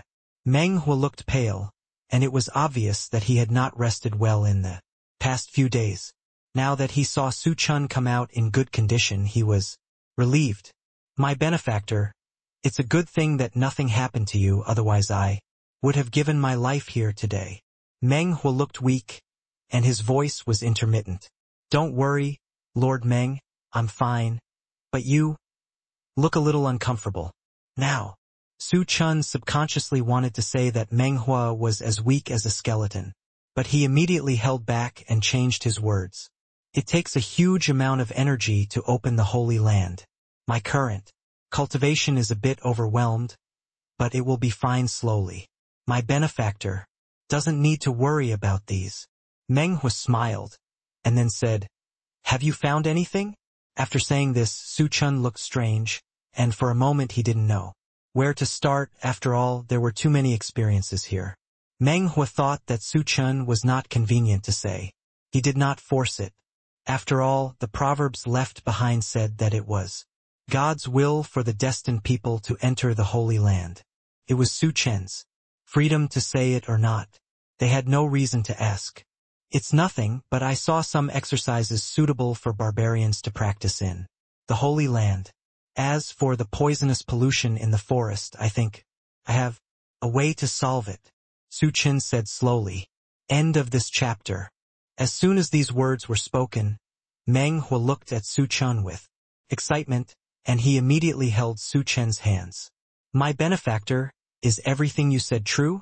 The cultivation techniques of our barbarians have been lost. For hundreds of thousands of years there has been no solution. There is also a poison barrier in the forest. Meng Huo was obviously very excited. He almost couldn't breathe after saying so many words in one breath, and then he exhaled heavily before continuing. It's not that there were no outside cultivators before. Their cultivation was also very powerful, but they were helpless against the poison barrier in the forest. Only a few people occasionally provided us with ways to travel through the forest in a short time. At this point, Meng Huo's face turned rosy, and it was better than taking a panacea. He looked at Su Chen with his eagle eyes, almost eating Su Chen alive. Su Chen was a little uncomfortable being embraced by him so enthusiastically, so he coughed twice and said, Of course it's true, but I can't give you those cultivation techniques until later. Those are all in my memory, so I need to copy them. Something is better than nothing. Meng Huo's current mood can be said to be beyond words with excitement. He just feels that everything is in peace. In an instant, he felt that Su Chen was the savior sent by God to save them. Su Chen's image suddenly rose to more than one level in his heart. As for the poison barrier in the forest, you can just follow me. Su Chen coughed twice, suddenly straightened his expression and said. Several people nodded quickly and followed Su Chen into the forest. In fact, Su Chen was not sure whether it could be solved 100%, but according to previous memories, the poison barrier in the forest was not formed. Suddenly, it must be human factors. And it's probably a contamination. Plus what the Dragon Emperor said. Su Chen came to the center of the forest. This place has been completely eroded by pollution. There are poisonous barriers everywhere, so strong that it has almost condensed into substance. There are almost no living things within 100 miles. Even if you can't even see your fingers, the trees and plants here are purple, black, and they are all diseased, and they seem to be deeply poisoned by it. Meng Huo was protected by Su Chen and others, although he could temporarily resist the invasion of the poison barrier. Such strong pollution almost made him unable to breathe. His face became extremely pale, and even his legs were shaking unconsciously. Even if he pretended to be calm, it was still of no use. Meng Huo said tremblingly, This is already the center of the forest, the most polluted place. The spells entrusted to us by our predecessors cannot be left for long. As he spoke, he suddenly coughed twice, and purple-black blood instantly poured out of his throat. He wiped it quickly and swallowed the elixir Su Chen gave him, and then managed to suppress the sweetness in his throat. Su Chen took a deep breath and thought about the dragon god's actions at that time. As soon as he opened and closed his eyes, a burst of golden light appeared in his eyes. The divine dragon spirit also appeared from behind him in an instant. The majestic dragon was galloping uneasily, feeling the poisonous gas surrounding. It immediately let out a ferocious roar. Those poisonous gases seemed to feel threatened and immediately retreated. Seeing that it was useful, Su Chen immediately released powerful spiritual power. Fairy Ziwei and Yizhuiwei immediately realized that with Su Chen's current cultivation level, using such powerful spiritual power at the same time would definitely lead to physical depletion, so they immediately moved toward Su Chen. Chen's body transports spiritual power. Su Chen felt their help, and instantly felt the spiritual power pouring into his body, and immediately increased the intensity of the spiritual power. At this moment, the token that had been immersed in it for a long time suddenly appeared in front of Su Chen, shaking violently. Those troublesome poison barriers originally wanted to escape, but the token burst out with huge suction force, sucking all the poison barriers over. Instantly, Su Chen also took advantage of the situation and let the Shenlong Wuhuan keep chasing the poison barriers, forcing them to be absorbed by the token. After struggling for several hours, the poisonous barrier that originally blocked the sky was completely cleared. Su Chen subconsciously touched his forehead, which was already wet with sweat, and even his back was covered in sweat. Su Chen couldn't help but let out a sigh of relief, staggered and almost knelt on the ground. In order to dispel this poisonous barrier, my spiritual power has been drained, and there is no trace left. If it were not for the help of Fairy Ziwei and others, I may not be able to succeed today.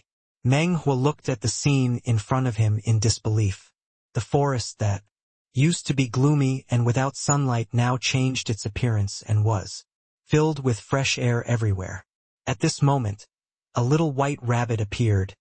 Its long ears drooped, tentatively touched the stream in front of it, and then scattered flowers in. At the same time, countless wild beasts who were driven outside the forest also noticed the changes in the forest, and they all gathered around. They obviously realized that Su Chen was their savior. Birds were singing in the sky, and countless mammals were happily surrounding Su Chen and others. Below, they were very timid and only dared to look at a few people from a distance. Su Chen couldn't help but raise the corner of his mouth, and suddenly found the meaning of what he did, not only for the barbarians whose situation was constantly being compressed, but also for all the creatures living in the forest. Meng Huo looked at Su Chen with excitement. His lips trembled for a long time, and he didn't know where to start. After thinking about it, he knelt down in front of Su Chen with a plop. Benefactor, you are the benefactor of our entire southern barbarians. Meng Huo's eyes were already full of tears. At his age, he rarely cried, but everything today had severely stimulated Meng Huo's spirit. Su Chen hurriedly stepped forward and helped Meng Huo up. It's okay, Lord Meng, Su Chen said, a little at a loss. It was the first time he was praised like this. After all, before, those people always thought he was a villain, that he was unforgivable, burning, killing, and looting.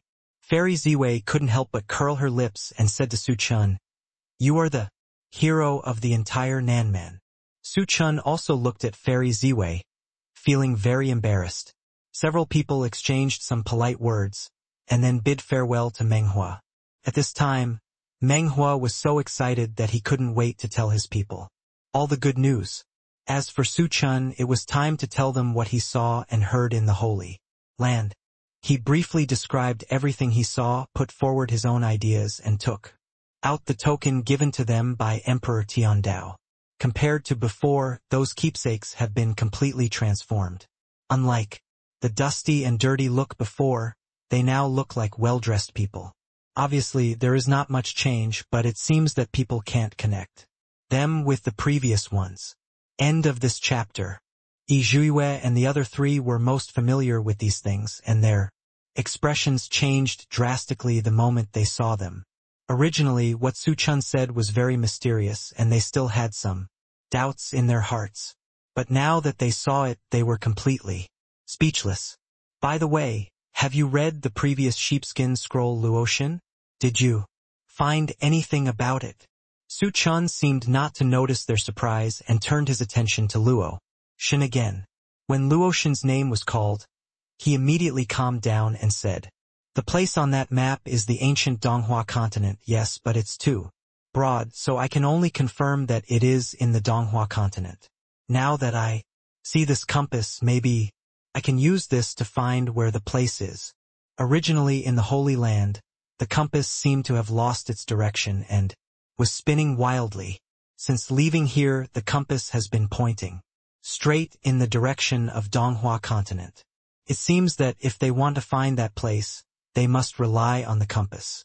Yes, I guess the compass is what guides us in the direction, but there must be many dangers there, otherwise there would be no need for such trouble.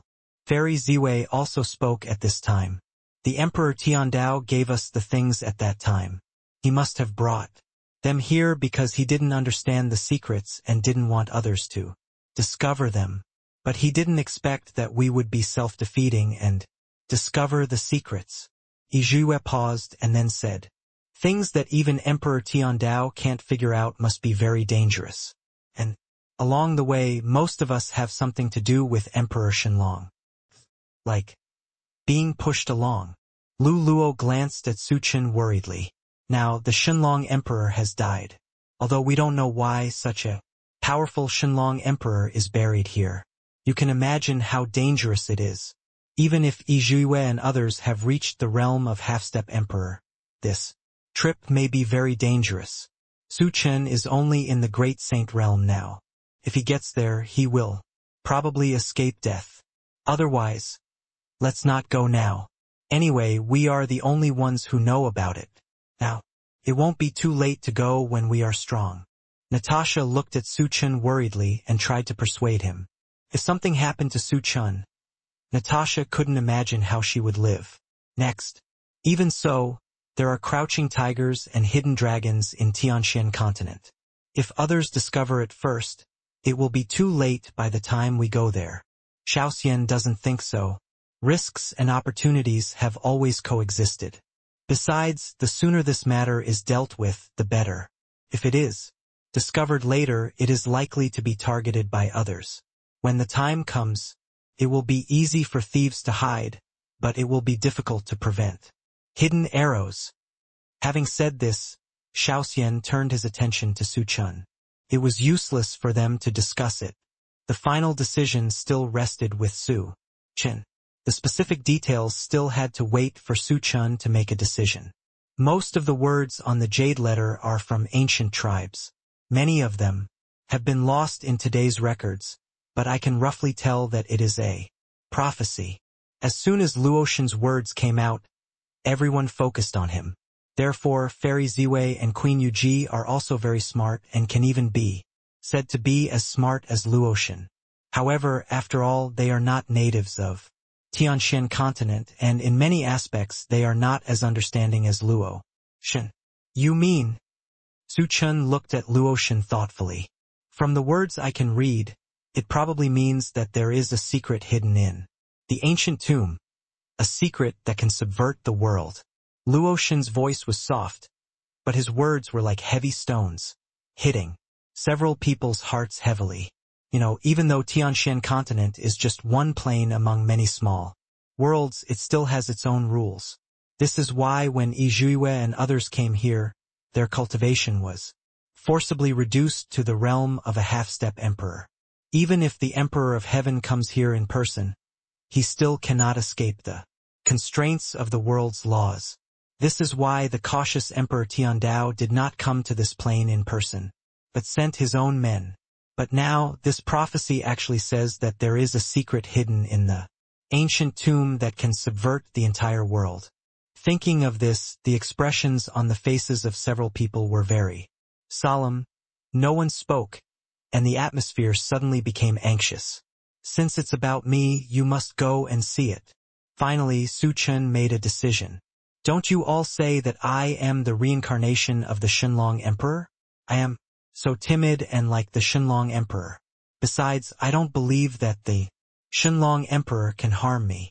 Su Chen pretended to smile relaxedly, looking young and frivolous, and even showed a comforting smile when several others looked worried. Now it seems that ancient tomb does have a lot to do with Emperor Shenlong. But Emperor Shenlong has fallen for a long time, and no one knows whether the truth in the ancient tomb caused the death of Emperor Shenlong or the precious opportunity left by Emperor Shenlong. Luo-shan thought so and said so. Regarding this kind of thing, she still hoped that Su Chen would think carefully before making a decision and not be so hasty. When Su Chen heard this, he laughed softly. Whether it is the opportunity left by the Dragon Emperor or the reason for his fall, I have to go. If it is an opportunity, it can be a help to me. If it is the reason. Su Chen paused for a moment. His eyes fell on everyone present, and he glanced around before looking back. Then I will go even more. It's really uncomfortable to run around like a headless fly. Su Chen would rather die heavier than mount Tai than lighter than a feather. Su Chen spoke in a sonorous and powerful voice, his eyes gradually becoming hard. Indeed, as long as you don't face it, you can survive, but if you keep being a coward, what's the point? It's better to die directly. Everyone's pursuit is different.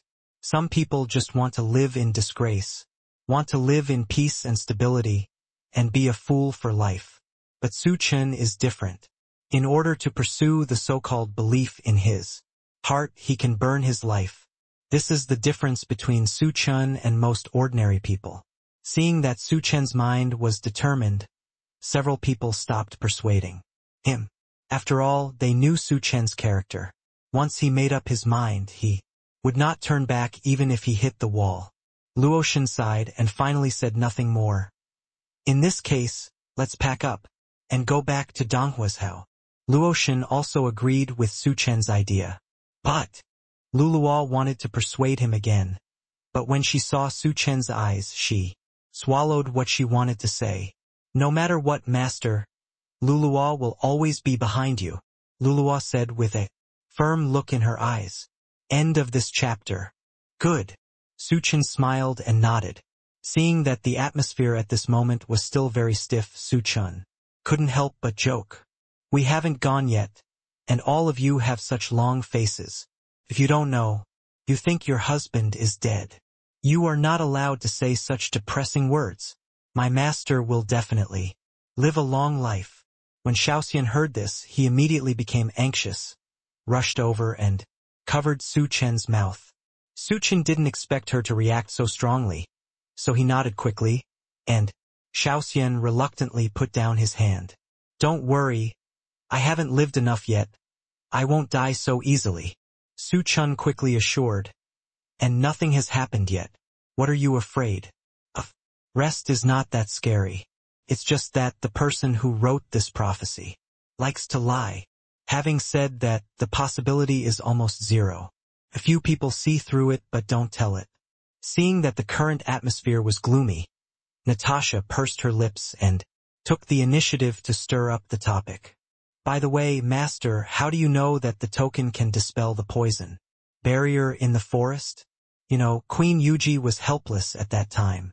After saying this, Su Chen became very excited. When I entered the Holy Land, I noticed that there was already a vague poison barrier at that time, but it was not strong. When the dragon god appeared at that time, there was a token hanging on his waist. After he set up the barrier, he used that token to absorb part of the poison barrier, Su Chen said, with a smile. Although the movement was very slight, and the space at that time was almost distorted and would collapse soon, Su Chen still noticed this. As soon as he said this, Xiaoxian nodded thoughtfully and asked innocently, even so, why didn't the dragon god just suck away all the mist, but instead left a barrier? This is a good question. Su Chen is also curious as to why the dragon god doesn't just suck away all the poison barriers. If the dragon god is really the dragon emperor, he is not allowed to forcibly interfere with the cause and effect of Tianxian continent. What he could do at that time was actually against the law of heaven. Fairy Ziwei smiled slightly and then said, the cause and effect that affected Tianxian continent, he was not expelled, and I am afraid he also experienced a lot of backlash. Besides, based on what you saw, it's obvious that Emperor Shenlong also helped the barbarians before. Yizhuiwei also added at this time. When Su Chen heard this, he roughly understood what was going on. In fact, Su Chen never understood why the famous dragon emperor chose to enter Tianxian continent in the first place. After all, compared with the fairy world, Tianxian continent is only an insignificant and small plain, not even enough for ordinary fairies to stay. At that time, the Shenlong emperor came here resolutely and even died here. Later, could it be that the dragon emperor discovered something? Although part of the information is known, at this time there are also more mysteries shrouding everyone's minds. At this moment in the fairy world, Old Man Tianji and the demon god are having an intense game. On their side is the scene transformed by the water mirror. What appeared on the water mirror was the conversation that Su Chen and the others had just had. I win, demon. Old man Tianji dropped a piece, and the white flag completely took the priority, forcing the black piece into a blind corner. The demon god rubbed his head irritably. Even though he was old, he had never beaten old man Tianji when it came to playing chess. Don't laugh. My thoughts were all on Shenlong just now. I don't have any extra energy to give to you. I didn't expect you to take advantage of this loophole. What he said was completely blunt. After all, the devil was not the only one paying attention to the movements of the water mirror. Old man Tianji was also multitasking. However, old man Tianji saw through it without saying anything. I didn't expect that Shenlong would reach this point after all. Old man Tianji sighed and brought the topic to the water mirror. I didn't expect that hundreds of thousands of years have passed, and even in his reincarnation, he is still so attached to that place. The demon god couldn't help but sigh, with a bit of nostalgia in his eyes. I think I had already persuaded him at the beginning, but who knew? Having said this, the demon god's expression darkened visibly. Shenlong was already such a powerful being at that time. Who would have thought that there would be places in Tianshan continent that could threaten him? Old man Tianji sighed leisurely. What you said, didn't you already tell him the dangers of this trip at that time? But he is a Shenlong, how could he not go just because of a few words? After hearing this, the demon god really couldn't help but choked old man Tianji. Maybe he was trying to make amends for himself because he had lost just now. Old man Tianji laughed. That was the burial place of Shenlong. None of us know what happened back then. Now we can use Su Chen's eyes to see what happened inside. After the words fell, the expressions of both of them became very solemn. The original divine dragons all fell once, and now Su Chen is just a small, great saint. Is it really possible? The demon couldn't help but said, we have waited hundreds of thousands of years for the reincarnation of the dragon. If Su Chen dies again, we don't know how long we will have to wait. This was indeed true. Old man Tianji didn't know how to respond for a moment, and fell silent in a rare moment. Besides, you also know that the great emperor of Tiandao will never give up. Although we have been trying to suppress him now, he cannot do anything in Tianshan continent, but as time goes by, there is no guarantee that he will not do something impulsively. The demon god looked at old man Tianji worriedly and carefully explained the pros and cons. He is a divine dragon. Even if it is dangerous, it doesn't matter. Hundreds of thousands of years ago, we couldn't persuade the divine dragon. Now we still can't persuade the divine dragon. After old man Tianji finished speaking, he showed a helpless smile. After all, he is a divine dragon. Indeed, this is what only Shenlong would do. Shenlong is admired and respected by so many people, not only because of his high level of cultivation but also because of his own charisma. Everything now is the creation of Shenlong. We can just watch quietly. Old man Tianji said in a deep voice. In order to restrict the Tiandao Emperor from tampering with Tianshan continent, they also restricted themselves and could no longer help Su Chen. On the other side of the fairy world, the man resting on the throne suddenly opened his eyes, with strong murderous intent bursting out of them. Huge spiritual power fluctuations instantly filled the entire palace. Everyone in the empty palace seemed to be shaking 3 times, driven by spiritual power. The man on the high seat was dressed gorgeously, and his eyebrows looked a bit old, but his face was not old. His eyes had a bit of divinity, but there were too many complicated emotions in them. In front of him was a huge water mirror, on which was a conversation between Su Chen and others. The man raised his hand and suddenly smashed the jade stone, and the strong spiritual power scattered, causing the entire Tiandao temple to be shaky. This noble man was the Tiandao Emperor, a well-deserved top 10 existence in the fairy world. Su Chen. The Tiandao Emperor laughed sinisterly. Unexpectedly, he underestimated this man, and he successfully recruited the 3 envoys he sent. As expected of a dragon, he is still as annoying as ever. He has been planning for hundreds of thousands of years, and now one has been killed, and the other three have become Su Chen's furnace. The Tiandao Emperor was furious, and he wanted to kill Su Chen on the spot to vent his anger. He actually discovered the secret of the 4 great artifacts. No wonder he couldn't find anything wrong in his hands. It turns out that there are corresponding places and people. When Emperor Tiandao thought of this, he felt that his careful planning for so many years was just a wedding dress for others. He subconsciously wanted to settle accounts with Su Chen, but the barrier set up by the old man Tianji and the demon god could not be completely removed. Even by him now, Emperor Tiandao laughed in anger, but since it was already like this, there was nothing he could do.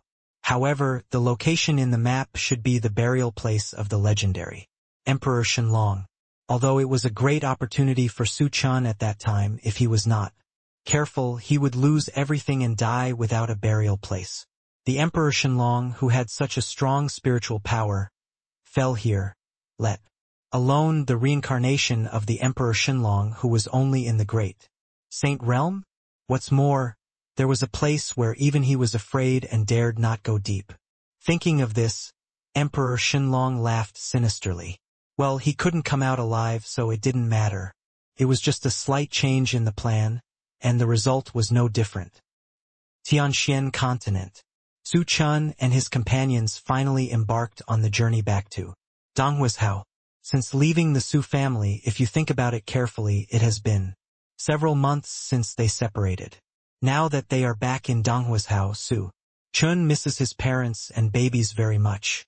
This time, they sat on the flying boat prepared by the Su family, saving a lot of trouble along the way, and naturally they were free. Su Chen sat near the deck, squinting his eyes slightly, looking at the unpredictable clouds carelessly. Why are you sitting here? Don't you want to take a good rest?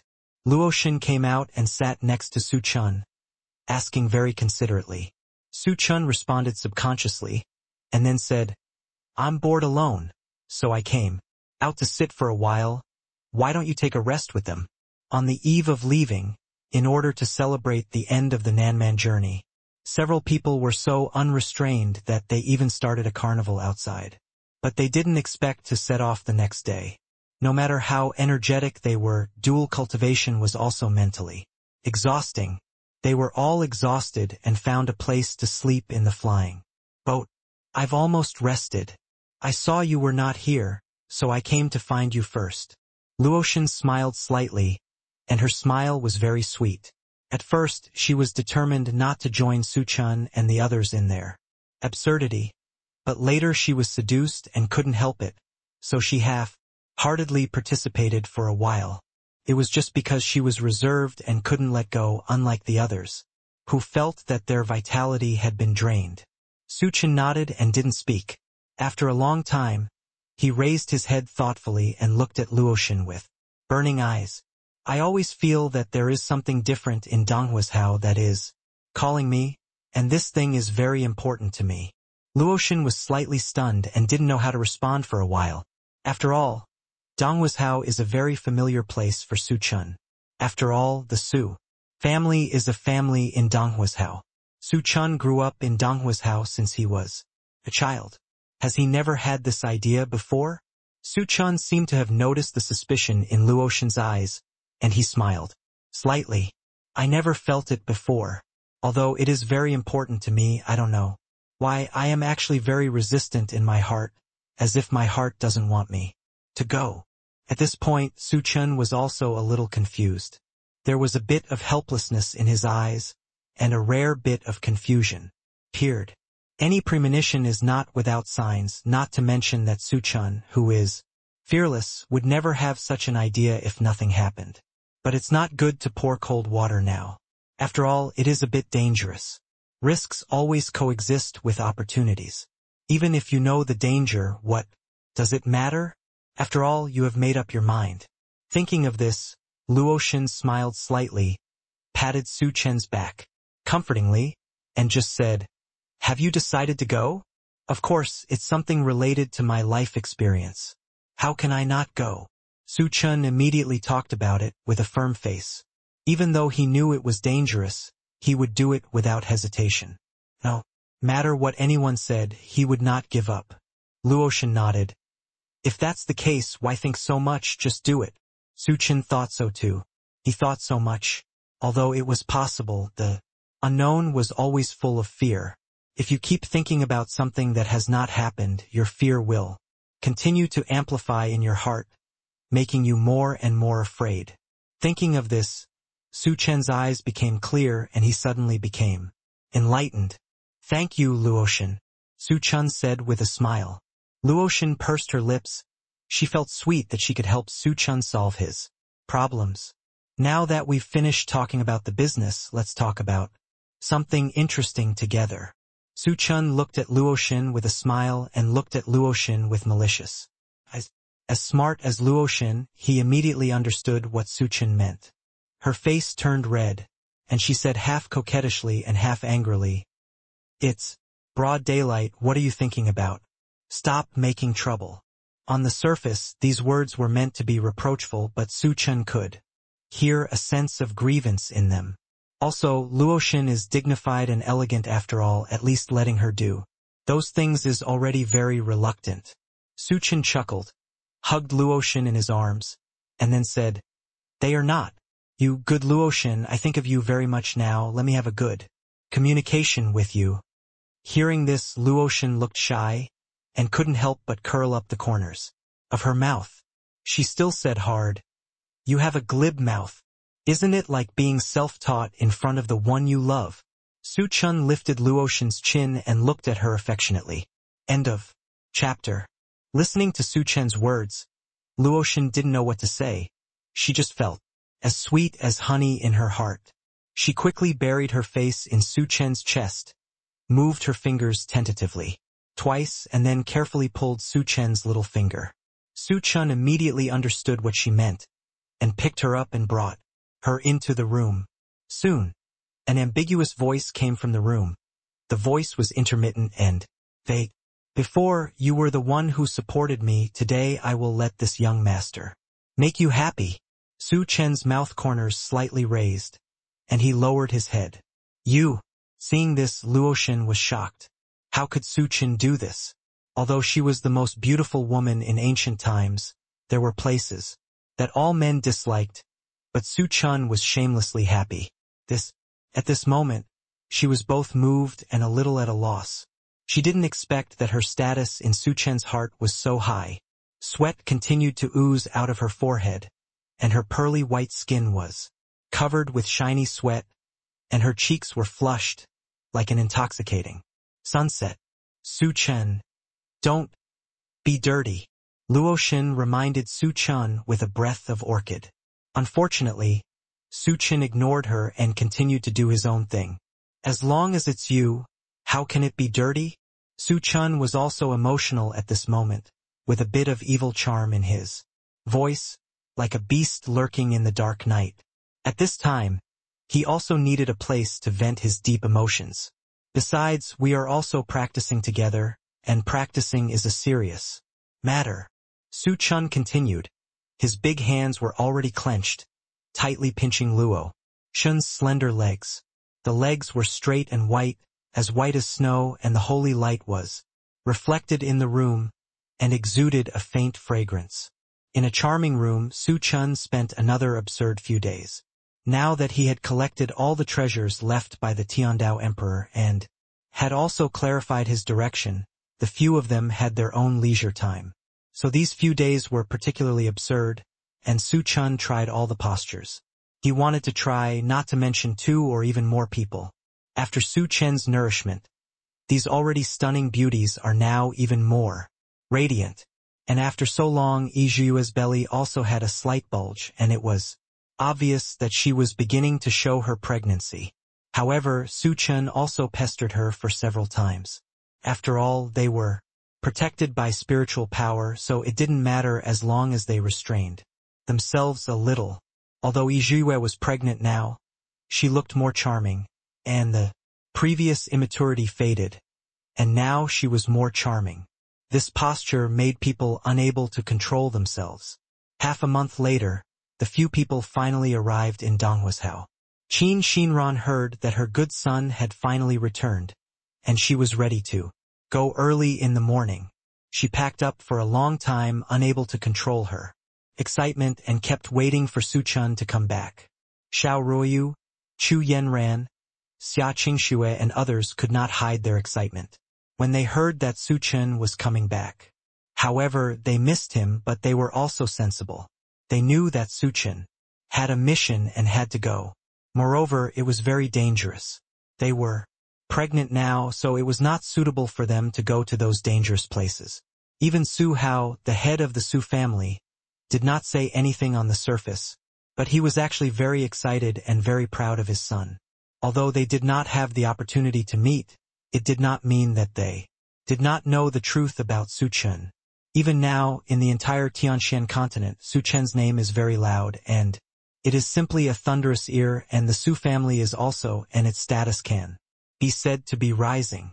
After waiting for a long time, they finally saw Su Chen's flying boat. The majestic flying boat was slowly moving and gradually came to the top of the Su family. A huge shadow enveloped all the Su family members. In front of such a huge monster, everyone seemed particularly small, but everyone saw Su Chen on the flying boat at a glance. Xia Qingxue waved her arms excitedly. Her face flushed, and she shouted loudly, "Brother Su Chen, you are back." Xiao Ruoyu unconsciously stroked her belly, looked at Xiao Ruoyu with a reproachful look, and then said, "You are almost a mother, why are you still so unstable like a child?" Xia Qingxue couldn't help but curl her lips. After all, she is indeed immature. Now, it was just a coincidence that she and the person she loves gave birth to a child. However, Xiao Ruoyu was right. Su Chen was on top, but there were other people around. Although they couldn't see what they looked like, they should be more stable. Chu Yanran and others didn't say anything, but they couldn't help but stroke their belly. Now that the month is bigger, they have begun to show their pregnancy, but it doesn't affect their beauty at all. Everyone had different thoughts, and the flying boat finally landed, making a boom sound, and huge dust was raised. For a moment, it was actually impossible to see the people on the flying boat. When the dust was completely dispersed, the full picture of the flying boat could be seen. What caught my eye was Su Chen's high-spirited face. He stood in the front, followed by several stunning women. These women had different styles and each had her own unique beauty, but they all followed Su Chen obediently without exception. After not seeing him for a long time, Su Chen had lost some weight and his skin had darkened, but his big eyes were bright and full of spirit. He had lost his previous immaturity and looked tougher and more like a man. Qin Shinran couldn't help shedding tears when she saw Su Chen's face. She walked up quickly, held Su Chen's hand, and swung it vigorously for a few times. She felt the burning temperature in her palm, and then she felt the reality of Su Chen in front of her. "My son, you are finally back." Qin Shinran's voice trembled uncontrollably as she spoke, and finally she shed a few tears. The hot tears fell on the back of Su Chen's hand. For some reason, Su Chen's heart was soft. All the hardships he had experienced before seemed to have turned into nothingness. For the first time, he felt the reality of his family. "Mom, I'm back." Su Chen hugged Qin Shinran hard, trying to convey his emotions, and his voice softened a bit. This picture of a loving mother and a filial son moved everyone present. Although Su Hao said nothing, his eyes were deep, and he looked at the picture of the two hugging each other seriously. He carefully looked at Su Chen's body from head to toe, and confirmed that there was no difference from before, and then he breathed a sigh of relief. Xia Qingxue is a person who can't hide her thoughts. Now her eyes are red, like a little rabbit, pitiful and delicate. Although she was very willful before and almost lost Su Chen, she is obviously much more mature now. "It's good to be back. You are a little thinner and darker, but I'm glad you're okay." Qin Shinran touched Su Chen's head lovingly and said with a smile, "End of this chapter. Don't worry, mother." Em Su Chen. Even if the king of heaven comes, I'll be fine. Su Chen couldn't help but raise his chin proudly when he heard this. The sun was shining brightly, and his face was shining with golden light. Qin Shinran couldn't help but nodded excitedly. These girls are. Seeing that her son was fine, Qin Shinran saw the women behind Su Chen. Xiaoxian was very familiar with people. She took the lead and took Qin Shinran's arm. She called sweetly, "Mom, I'm Xiaoxian, Su Chen's woman." Speaking of this, she was still a little embarrassed. Isn't Su Chen the five-clawed golden dragon before? I didn't expect that he had transformed and became Su Chen's woman. Natasha pursed her lips, mustered up her courage, stepped over Qin Shinran's arm, and then said, "Mom, do you still remember me?" I'm Natasha. As the two took the initiative, the other women also quickly surrounded Qin Shinran, calling her mother sweetly. Qin Shinran couldn't stop smiling. She could clearly feel the strength of these people's cultivation, and Yizhue's belly was pointed, and she was pregnant. At a glance, thinking of this, Qin Shinran couldn't help but sigh that Su Chen was so lucky that he found so many beautiful and powerful daughters-in-law for himself. Along the way, Xia Qingxue and others didn't look too good when they saw those stunning women. Especially Xia Qingxue, her appearance was just beautiful, not to mention that she had done something wrong to Su Chen before. Although she had reformed, Su Chen didn't care about her. But Xia Qingxue still felt very guilty, so she was always very careful with Su Chen. There were so many outstanding women around Su Chen, and she didn't get much love from him, and now it was even more so. Xia Qingxue wanted to retreat for a moment, looked at Su Chen carefully, and said weakly, "Brother Su Chen, you are back. I miss you so much." Su Chen walked over and touched Xia Qingxue's head, looking at her bulging belly, which was round and plump, and matched with her lowly-like face. The combination of the two was a different kind of contrast. "I'm back. How are you recently? Do you feel uncomfortable? If you need anything, just tell me." Xia Qingxue's eyes were a little wet after hearing this. Su Chen treated her the same as before, which made her know more clearly that she did not marry the wrong person. "I'm back, everyone. You have worked hard during this period." Su Chen coaxed Xia Qingxue, and then he set his eyes on the other women, looking at them with a gentle face. They couldn't help but touch their bellies, hoping that Su Chen could love them more, but it was not obvious on their faces. Su Chen couldn't help but curl his lips. Now, in this world, his bloodline finally continued. Time passed quickly, and in a moment I didn't know when I had my own offspring. The few people talked for a long time before finally ending the greetings. Su Hao also stood up at this time, coughed softly, looked at Su Chen steadily, and said in a steady voice, "Okay, come in with me. Our son finally came back, and Chen'er is our great contributor. Can't you speak more nicely?" Qin Shinran looked at Su Hao with dissatisfaction, and couldn't help but retorted. When Su Hao heard this, his momentum instantly lost half, and he looked at Qin Shinran with a flattering face. "I'm not talking to our son," Su Hao said. Su Chen looked at these two happy enemies and couldn't help laughing. It seems that the biggest threat to his father's authority is his mother. But the two of them have such a good relationship. Su Chen is relieved. Thinking of this, Su Chen quickly followed Su Hao into the room. "Son, I've heard about you." After Su Hao sat down, he handed Su Chen a cup of tea and got straight to the point. Su Chen took the tea, took a sip, frowned subconsciously, and looked at Su Hao with a puzzled look, not knowing what he was up to. "You make me proud." Su Hao said this with a face full of recognition, even flushed, unable to hide his excitement. It was just because he had to restrain himself as a father, so he was not so excited. "This is what I should do, and the Su family is good. Isn't it me? Now, in the entire Tianshan continent, how many people dare to say a bad thing about our Su family?"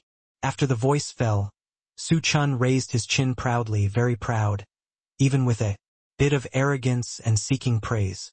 As soon as these words came out, Su Hao, who was a little restrained, relaxed. Instantly, he seemed to see the casual, proud and childish Su Chen in the past. The unfamiliarity of several months was swept away, replaced by familiarity. Good boy, good boy. Su Chen patted Su Chen's shoulders twice, and then said, now the entire Tianxian continent is almost covered by you. What are your plans next? Do you want to stay here and learn how to manage the Su family from me? Hearing this, Su Chen hesitated a little, not knowing whether to tell him that. He decided to enter the ancient tomb. After all, parents love themselves. For their own safety, they will probably oppose it. Even if they agree, they will definitely live in fear. In Su Hao's eyes, Su Chen's silence means that Su Chen does not intend to stay in the Su family for a long time. Su Hao was not angry or annoyed. After all, Su Chen was no longer the waste that everyone could laugh at and humiliate at will. Who in the entire Tianxian continent would not praise him and call him a genius? Thinking of this, he laughed twice and then said, it's okay. I don't have anything to teach you now. You should go out and see the world more. Su Chen felt even worse when he heard this. However, in order not to make him feel uncomfortable and worry about it, Su Chen still concealed the fact that he was going to a very dangerous place. Dad, don't worry. Don't you know your son? I run faster than anyone else when I encounter danger. Su Chen laughed and then said, I will stay in Donghuazhou for a few days and then go to see how Lu Ruyan and the others are doing. There is no danger. Okay. Su Hao nodded. If you miss me, don't be embarrassed to say it. Su Chen laughed wickedly and looked at Su Hao slyly. The result of such a cheap act was a big fight from Su Hao. You dare to act like a fool in front of your father. Su Hao snorted coldly and blew his beard and glared. It hurts, Dad, I was just joking. Why are you taking it so seriously? Su Chen took a breath, pretending to be in pain, covering his head, and looking at Su Hao pitifully. End of this chapter. Su Hao knew that Su Chen was pretending, but he didn't say it clearly. Just snorted coldly. You are the best at sneaking and playing tricks, Su Hao said. Su Chen showed 8 white teeth and laughed.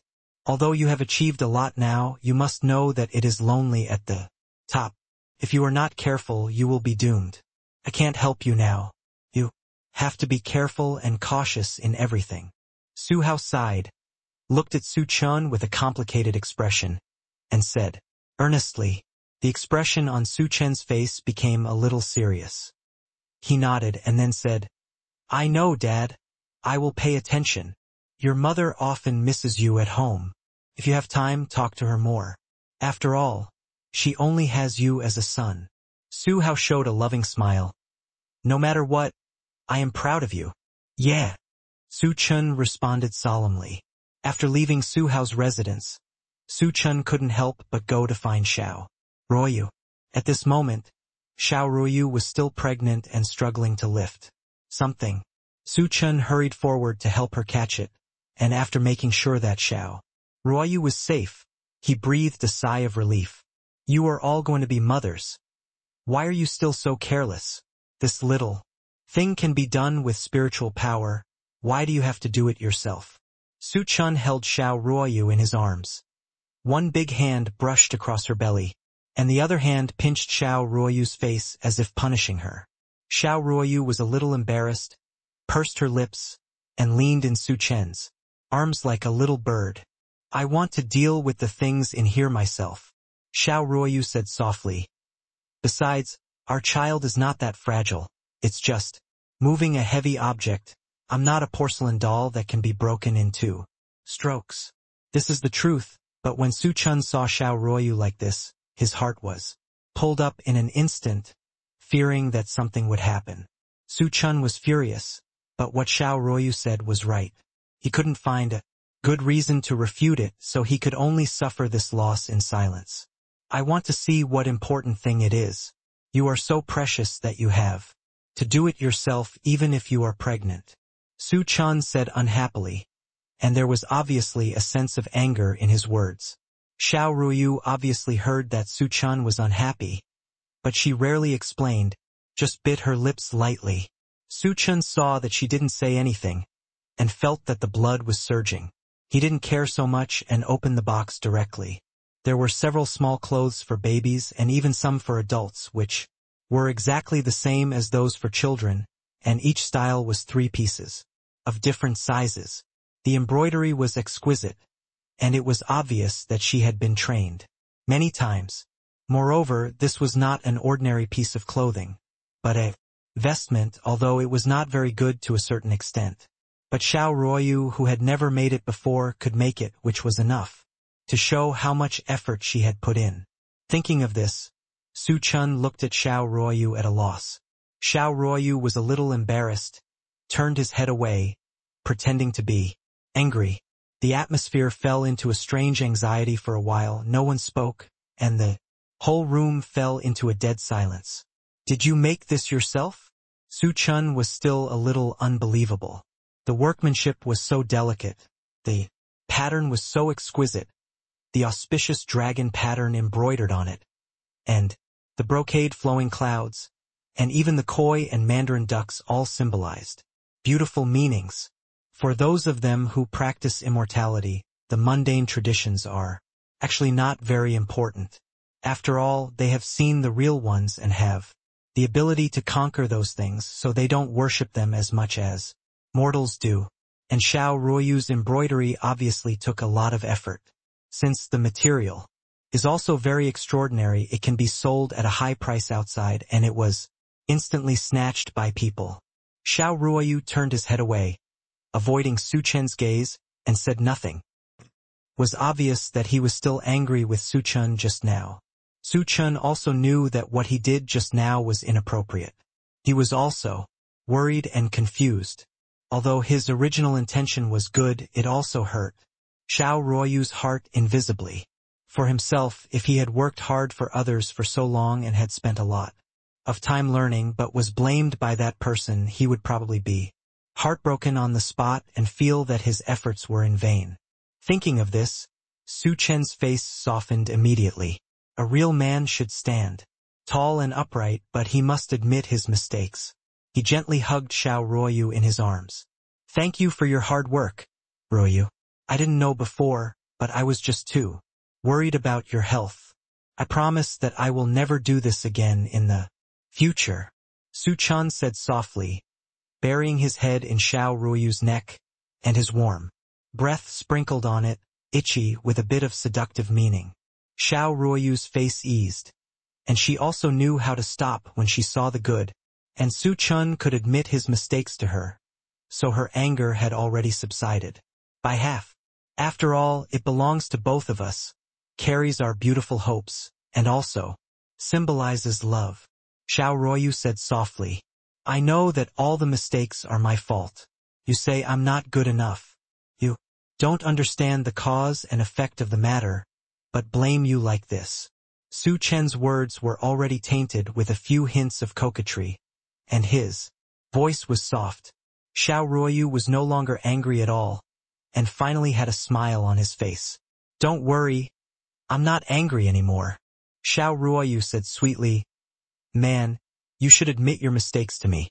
If those women who admire you outside see it, I'm afraid their hearts will be broken. You have to admit your mistakes. Besides, you are my woman. What's wrong with admitting your mistakes to my own woman? The face is outside, not on you," Su Chen said with a smile, rubbing his furry head twice. The faint fragrance lingered around the tip of his nose, which immediately made him feel good. "Ruoyu, I want you, what should I do?" Su Chen's voice was muffled, and he was unconsciously a little hoarse when he spoke, looking at Xiao Ruoyu with hope. Xiao Ruoyu had her back to Su Chen, and she couldn't see the expression on her face clearly, but she could feel a burning gaze behind her. She was stiff. She hadn't seen Su Chen for a long time, and she naturally missed him very much, but now she had a child and couldn't make trouble. "Don't be like this. There's still the baby." Xiao Ruoyu's voice obviously had no effect. On the surface, she was trying to comfort him, but it didn't have much deterrent power. Being held from behind by Su Chen, her body weight almost fell on him. If it weren't for Su Chen's support, she might not be able to hold on. Su Chen smiled softly, and the smile outlined by his lips passed over Xiao Ruoyu's neck. Smelling Su Chen's strong masculine aura and his cannibalistic eyes, Xiao Ruoyu's delicate body couldn't help but tremble slightly. You're a month old now. It's okay. Besides, my Su Chen's child is definitely not that fragile. Su Chen said softly, with a hint of confusion in his words. Ruoyu, I haven't seen you for so long, and I really miss you. Don't you miss me? Xiao Ruoyu suddenly felt dizzy. She pursed her red lips unconsciously and her eyelashes trembled slightly. She felt that her consciousness was on the verge of losing consciousness. Reason told him that he shouldn't do this, but his hand couldn't help but hold Su Chen's hand, and the other hand unconsciously reached towards his lower abdomen. This is the signal of acceptance. Seeing this, Su Chen yelled and immediately hugged Xiao Ruoyu's body. The two just stared at each other, their pupils clearly seeing each other's reflection. Ruoyu, do you miss me? Su Chen repeated the question just now, looking at Xiao Ruoyu expectantly, like a dog waiting for praise. Xiao Ruoyu said in a strange way, I miss you. I miss you all the time. Then do you miss my big baby more? Or do you miss me more? Su Chen held Xiao Ruoyu's hand and looked at her expectantly. Xiao Ruoyu felt Su Chen's cannibalistic eyes and her cheeks were as red as a monkey's butt. After losing her mind, she subconsciously said, I miss you, I want you to love me, and I want you to be by my side forever.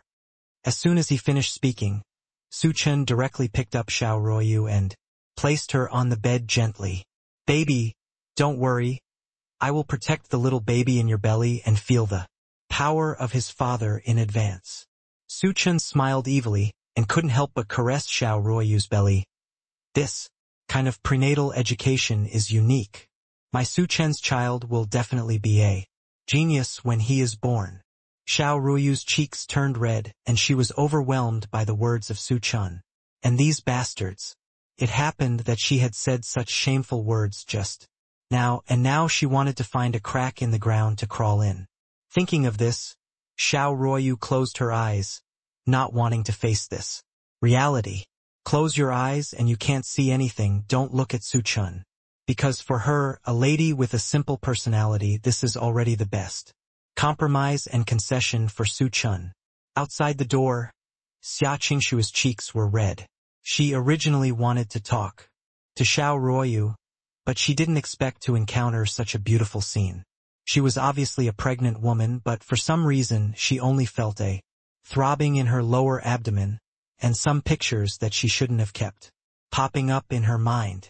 Su Chen inside moved his ears and noticed Xia Qingxue outside. He smiled evilly and pretended not to notice, but continued to go his own way. Xiao Ruoyu was naturally no match for being treated like this. Husband, farewell. He quickly begged for mercy. The sound is not loud, but it is also extremely clear and clear. Xia Qingxue, who was outside the door, heard the sound, and the shy image of the two people in the house appeared in her mind. He bit his red lips involuntarily and looked at the door expectantly. She really wanted Su Chen's love. It would be great if the person inside was herself. If she was loved by Su Chen so much, she would definitely die of happiness. Thinking of this, Xia Qingshua's delicate body couldn't help but tremble. Her cheeks were as red apples. Shaking his head, but that picture in the back of my mind is always lingering. There are scenes of her and Su Chen having in-depth exchanges in the past, as well as scenes of Su Chen and Xiao Ruoyu being intimate. She is really going crazy. Su Chen found other women of his own one after another. In order to prove that he was not a man who liked the new and disliked the old, he fell in love with all his old sweethearts. During this period, Qin Xinran visited Su Chen several times and asked him to pay attention. After all, these women in the family all hold their hopes for the future of the Su family. As a grandmother, of course she was looking forward to having grandchildren, and she couldn't stop thinking about it. A week passed in a row, and seeing that he was almost resting, Chen called a few people over to discuss going to the ancient tomb. Xiao Ruoyu and others are already older, and they were not taken care of in the previous incident. Now that it is so dangerous, Chen naturally does not dare to take risks. After much discussion, we finally decided to let Fairy Ziwei Yizhuwe, Queen Yuji, Shaoxian, Luluo, and Luoxin go together. As soon as Chen said this, Fairy Ziwei looked at Yizhuwe worriedly. Now that Zhuiyue is pregnant, that place is extremely dangerous. Even the former Shenlong Emperor might not be able to ensure that he can come out with all his beards and tails. Is it too dangerous for Zhuiyue to go? Fairy Ziwei's guess is reasonable. As a woman, she understands how much pain a pregnant woman has. Chen thought about it carefully and felt that what Fairy Ziwei said was indeed correct. He looked at Yizhuwe hesitantly and said tentatively, "Otherwise you should stay. It's too dangerous. If something happens to you, I don't dare to think about it." Yizhuwe does know that her situation is special, but her strength is very strong. Even though Yizhuwe is pregnant now, because she is originally from the immortal race, her physique is inherently stronger than the native people of Tianshan continent. Now the highest level here is the half-step emperor. Yizhuwe can be said to be invincible in the world, so there is no need to worry. Yizhuwe thought so and said so. Chen wanted to say something else, but Yizhuwe was very firm. "I have made up my mind. Don't try to persuade me. Even if something happens, it is my fate. I am yours in life and yours in death." Yizhuwe looked at Chen seriously. Her voice was not loud, but she was very firm. Seeing this, Chen didn't know what to say. "Compared to me, you should worry more about Luoxin. Luoxin is only in the early stage of the quasi-emperor realm now, which is still too dangerous." Yizhuwe looked at Luoxin worriedly and said softly, "That's right, but Luoxin is irreplaceable." Chen was also worried, but this was also true. Although her realm was only in the early stage of the quasi-emperor realm, her understanding of the Tianshan continent was irreplaceable among the few people. Besides, the sheepskin scroll also had a compass which only Luoxin could master and lead the way. Luoxin could also recognize some of the ancient texts on the jade letter. If they were in the ancient tomb, they would have more ancient texts, but if other people went, it would be a blind cat catching a dead mouse. "It's okay. I have a lot of life-saving magic weapons. Nothing will go wrong." Luoxin smiled and said, seeing that the few people discussed for a long time and finally determined the result, Chen looked at them and said with a smile, "Now that we have determined it, how about we set off tomorrow?" Several people had no objections to this. In order to avoid worrying Qin Shinran and Su Hao, Chen decided to leave without saying goodbye. Unexpectedly, before they could leave the Su house, they met Qin Shinran, who was walking towards them. Seeing how many people were getting ready to go, it was obvious that they had something big to do. Qin Shinran immediately understood what was going on, but she didn't speak. Looking at Chen with a faint look in her eyes, standing there motionless, as if waiting for Chen to speak first. Chen felt numb when Qin Shinran saw him, but he also knew that it was his fault. He laughed awkwardly, touched his head subconsciously, and said casually, "What a coincidence, mother. Why are you here?" When Qin Shinran heard this, he knew that his stupid son was pretending to be stupid. "Where are you going? If there's anything you need to tell me, please tell me." Qin Shinran sighed. No matter what, there was nothing he could do against Chen. After all, it was normal for her son to have his own ideas when he was older. She couldn't protect Chen in everything like she did when she was a child. "It's either that I didn't tell you or that."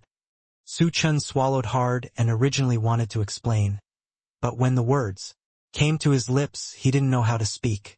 The two looked at each other quietly, and the other women were also silent, trying to reduce their presence as much as possible. Although they are not afraid of this, it is difficult for an upright official to deal with household affairs, and it is not reasonable to do so. After all, it was Su Chen who did not tell him first. After a long silence, Qin Shinran's eyes were already sparkling with tears.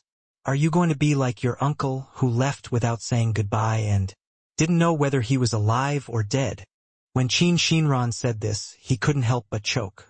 Su Chen naturally knew that his uncle Qin Wuya had left before and never came back.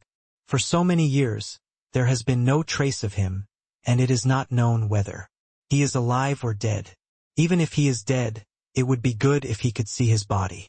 Now, Qin Shinran could only place her hope on Qin Wuya being alive, but because of something else, he never had time to acknowledge them.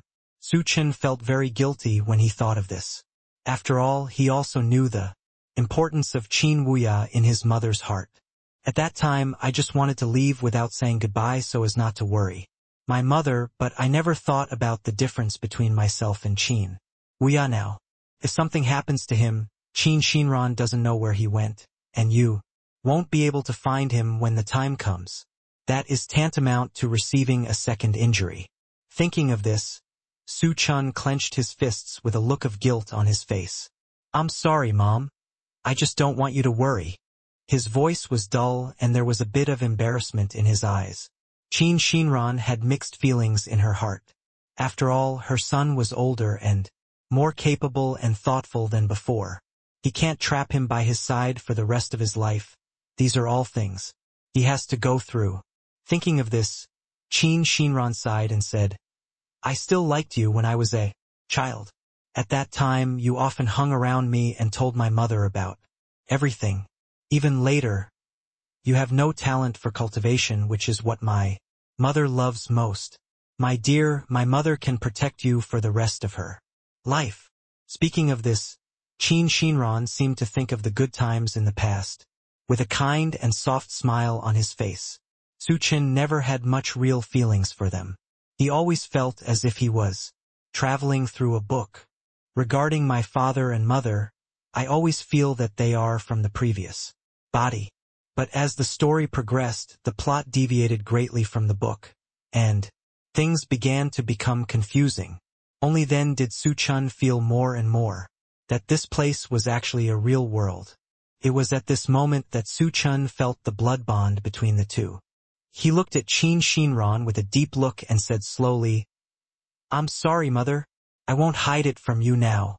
They and I planned to go to a place that was very dangerous. I was always worried about you, so I didn't tell you. After saying this, Su Chen closed his eyes as if he were dead. No matter what Qin Shinran said, he would not give up his idea. The worst that can happen is to get scolded a few times. But who knew? Qin Shinran seemed to have expected it after hearing this. It's okay, Su Chen. I know that you are definitely not a creature in the pool. Now, a free planet will naturally soar in the sky. Qin Shinran couldn't help but took 2 steps forward and held Su Chen's hand. Her hands were soft, maybe because she was emotionally unstable, maybe because she was afraid of unknown things. Her hands were trembling slightly. But those hands held Su Chen very hard, as if they could transfer their strength to Su Chen in this way. Su Chen raised his eyes and looked at Qin Shinran seriously. Mom, I will definitely come back safely. Su Chen already had thousands of words in his heart at this moment, but he didn't know how to put them into words. In the end, everything was reduced to a short sentence. Okay, your father and I will wait for you to come back. Qin Shinran nodded seriously. I have already experienced your uncle's disappearance, and now I only have you as my only blood relative. You must come back safely. Su Chen nodded with relief, his eyes very firm. After bidding farewell to Qin Shinran, the group of people embarked on a journey to search for the ancient tomb. Su Chen held a sheepskin scroll in his hand.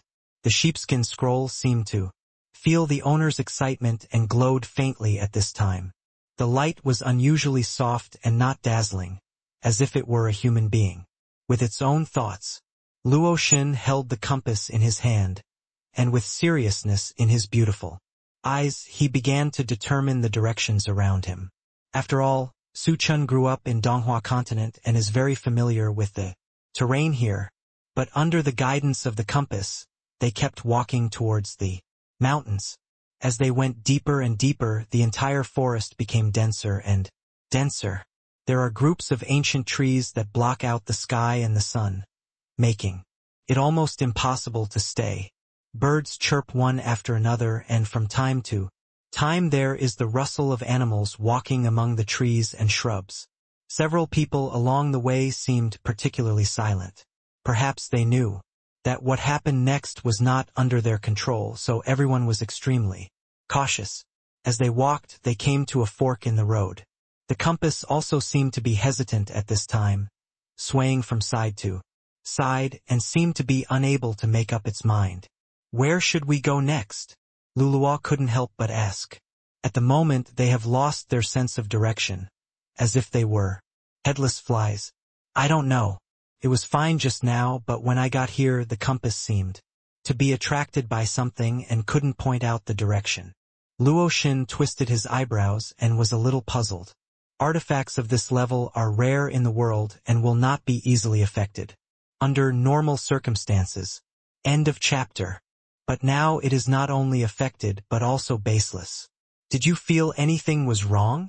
Su Chun turned his attention to the most astute Fairy Ziwei and asked. Fairy Ziwei twisted her eyebrows and was also a little confused. This place looked no different from the previous place, but why was the compass affected? Even if several people are in the same dividing line, if the compass is moved back a little, the compass returns to normal. But as long as a few people take a few steps forward, the compass instantly seems to have taken stimulants, swinging left and right. Let's see if there's anything around that could affect it. If it's swaying like this, it might be a conspiracy set up by someone with ulterior motives. Ijuwe said, her eyes already began to look around. Yes, this place is extremely dangerous. If you are not careful, you will be doomed. Queen Yuji also agreed. Although only some people know about the ancient tomb at present, it is still unknown whether anyone has discovered it before. If someone who is interested finds it but is unable to crack it, but does not want others to know, it is possible to set up a lot of ambush. Thinking of this, several people immediately started to act separately. But after searching for a long time, I found nothing. The trees here still blocked the sky and the sun. Under such thick shade it was difficult for even sunlight to penetrate.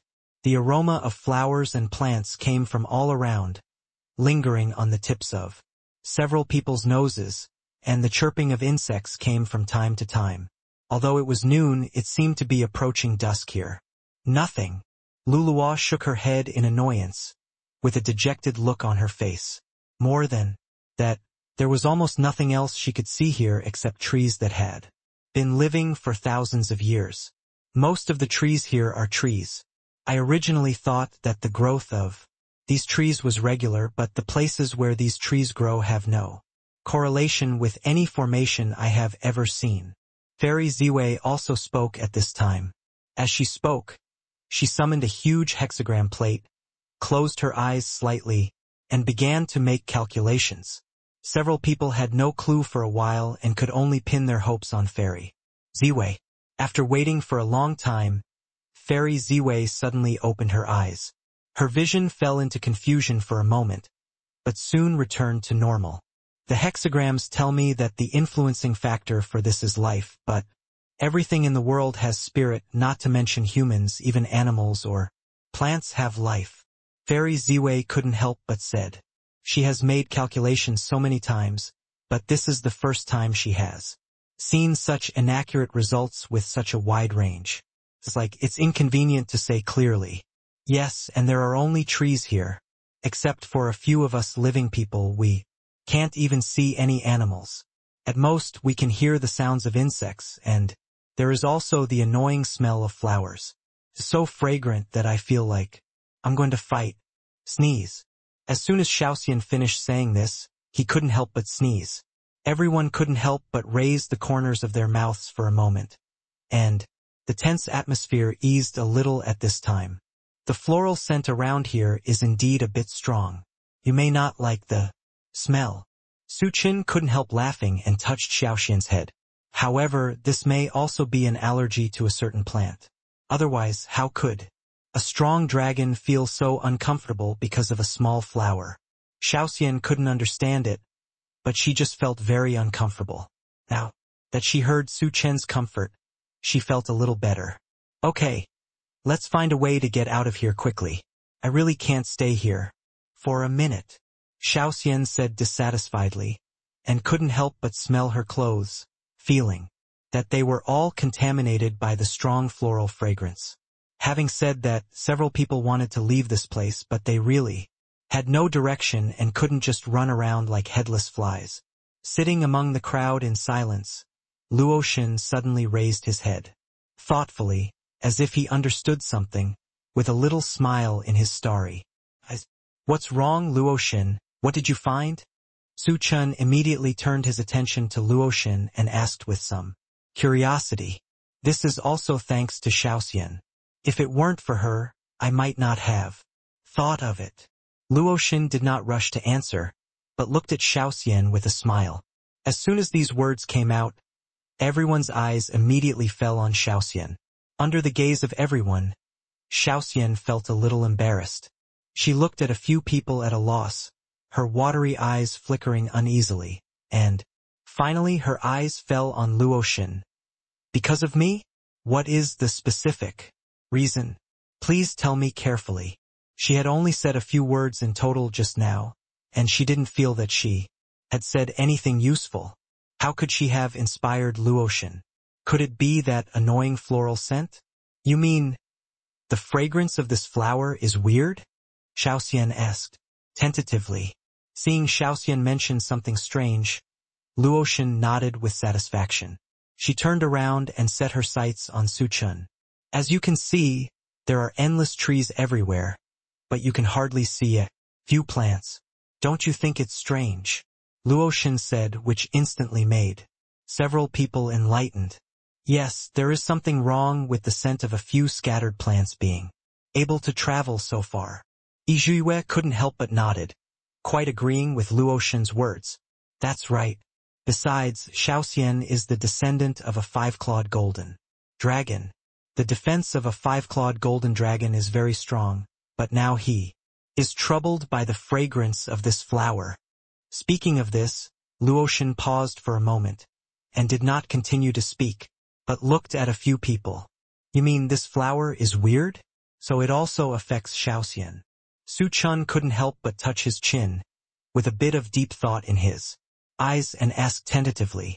That's right. Luoxin smiled and nodded. But why are we not abnormal? Only I feel something is wrong. Xiaoxian watched their conversation and felt that his brain was unable to turn around, so he could only pick out the questions he had. The sense of smell of the beast tribe is naturally more acute than that of ordinary humans, so there are many smells that you can smell, but we can't. Fairy Ziwei also ran out at this time to answer Xiaoxian's questions. So that's how it is.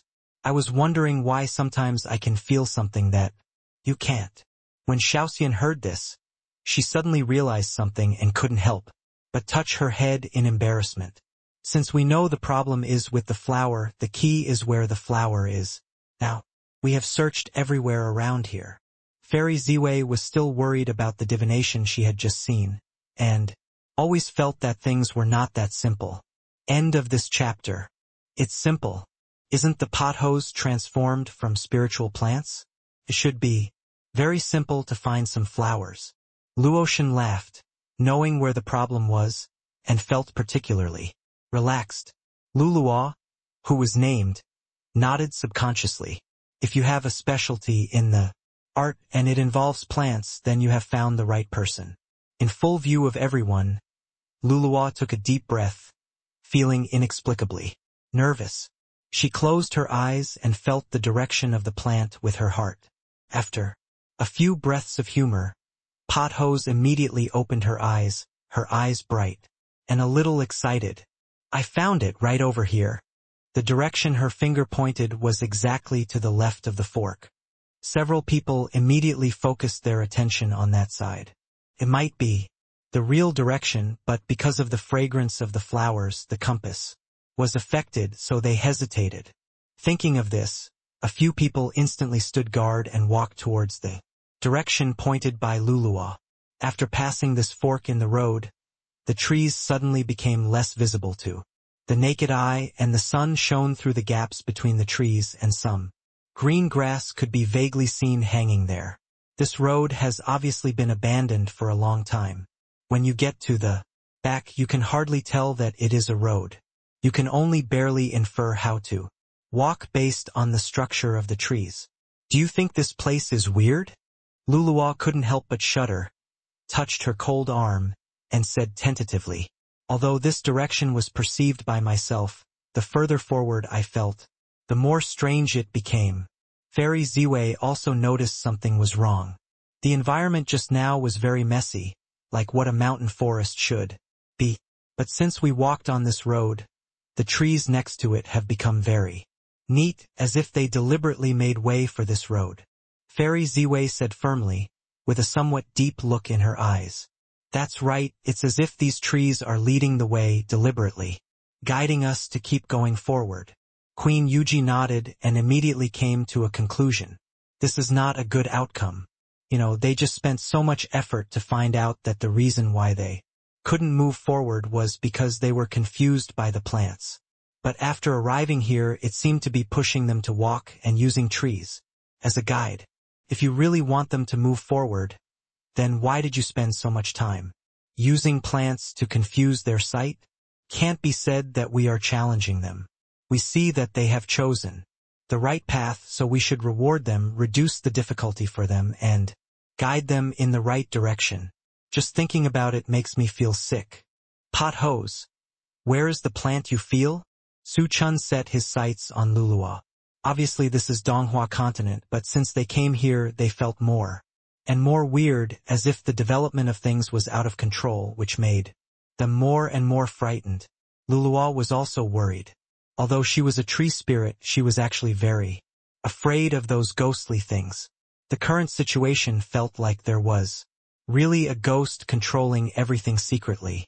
Fortunately, the distance is not far from what I perceive. It's over there. Luluo pointed in the direction not far away and said, just a few meters away. Several people walked over immediately. But as soon as I walked over, I noticed something was wrong, because there is another fork in the road in front of us. And the plant they had been looking for a long time was in the center of the fork in the road, as if waiting for everyone, and even shook its leaves. The strong fragrance of flowers instantly spread in the air. At this time, not only Xiaoxian but other people also felt this strong fragrance. It was so strong that it almost condensed into substance. There were light mist-like small particles in the air. Several people stood there in unison, feeling terrified. What should we do now? Luluo looked at the few people at a loss, and subconsciously moved closer to Su Chen. Su Chen's mind is also in a mess now, and he doesn't know what to do. The flower looked very beautiful. The four-petaled flower looked like a peony in bud, with a bright gemstone in the center. But if you look closely, it was not that. It was just the texture of a plant. Looking at the shape and texture of the petals, they are not those of normal peonies. Its stems and leaves are dark purple, while the petals are emerald green, which look particularly crystal clear under the sunlight, shining like crystals. Normal plants have green stems and leaves, and the petals bloom in various colors, but now this flower seems to be the other way around. Even though Luo Xin was well informed, he didn't know what this flower was. For a while, for a moment, no one acted rashly. Luo Xin took out the compass. It could be seen with the naked eye that the compass was spinning very fast, as if it had completely lost its direction. This is the place that affects the compass. Luo Xin came to a conclusion, so they found the source of their frustration, but at this moment no one dared to act rashly. No matter what, it's just a flower anyway. This rich floral fragrance is really annoying me to death. Seeing that the situation was deadlocked, Xiaoxian had completely lost her patience. The fragrance of flowers here was extremely strong. Even if she deliberately held her breath, The fragrance of flowers seemed to have its own ideas and kept entering her nostrils. Thinking of this, Xiaoxian made a quick decision and sprayed dragon flames towards the flowers. Don't! Luo Xin subconsciously wanted to stop Xiaoxian. After all, this kind of special flower might cause big trouble if not careful. But before he finished speaking, it was obviously too late. The fairy directly ignited the flowers, and the bright gem-like flowers turned into ashes in the blink of an eye. What's wrong? After everything was done, Xiaoxian felt a little better and looked at Luo Xin in a good mood. But looking at everyone's eyes, Xiaoxian realized something was wrong. Did I get into trouble? She asked cautiously, looking like a child who had done something wrong, with his neck curled up like a little quail, his eyes watery and big, and a bit naughty. Even if a few people were angry, most of them were gone at this moment. It's okay. We're just worried that you might be threatened if you act rashly. It seems like it's okay now. Luo Xin smiled helplessly and said, although Xiaoxian looks like a big girl on the outside, she was born not long ago. She has a mind like a child and does not consider many things. It is actually normal to do such impulsive things. Then, Xiaoxian was instantly happy. Before he finished speaking, the ground suddenly made a loud sound. End of chapter. A huge roar was heard, and then everyone heard a deafening sound. Not good. The faces of several people changed drastically, and they quickly retreated. They saw a giant beast running towards them from the direction where the sound came from. The giant beast was snow-white, with a bunch of sharp horns on its forehead, 2 sharp fangs exposed outside its mouth, and a fierce aura all over its body, looking very fierce. Moreover, when the giant beast ran, the ground was shaking, which showed how fast it was. This big guy. The aura on his body is so strong. Xiaoxian was scared when she saw this scene. This monster was huge, with pure white fur all over its body. At this time, it was staring at a pair of copper bell-sized eyes and rushed towards everyone. Angrily, the aura on its body was even more powerful and terrifying. Not good, retreat quickly. Seeing this sudden strange phenomenon, Luo Xin's face suddenly became ugly. She judged from the aura of the giant beast that this was not as simple as an ordinary giant beast. Moreover, the giant beast seemed to be guarding this unusual flower. Seeing that everyone touched its flower, it was completely enraged. Beasts generally have a very strong sense of territory. Facing foreign invaders, the giant beasts usually drive them away and kill them. Roar. The giant beast roared, took a few steps, and came close. The speed of the giant beast was too fast, and Luo Xin and others did not dare to neglect it. They all urged the spiritual power in their bodies to increase their speed to the limit, trying to resist the attack of the giant beast. Swish. Xiaoxian showed herself at the first time. A huge golden dragon lay in front of the giant beast. She was the one who started the matter, and she didn't want to be a turtle. The dragon clan belongs to the category of spiritual beasts, and they are the existence standing at the top of spiritual beasts. Their own physical strength is extremely powerful. At this time, only her physical strength can compete with this white giant beast. Ow! A dragon roar came. Rumble. Then Xiaoxian and the white beast collided fiercely, and a violent collision. Sound was heard between the world. The sound was earth-shaking. The earth began to tremble. Bang! Cough, cough, cough. When the dust cleared, everyone looked and saw Xiaoxian falling in the distance, coughing up blood from his mouth. Hiss! Everyone took a breath of cold air. This white beast actually seriously injured Xiaoxian, who was at the peak of the quasi-emperor realm, with one move. It was still a contest of physical strength.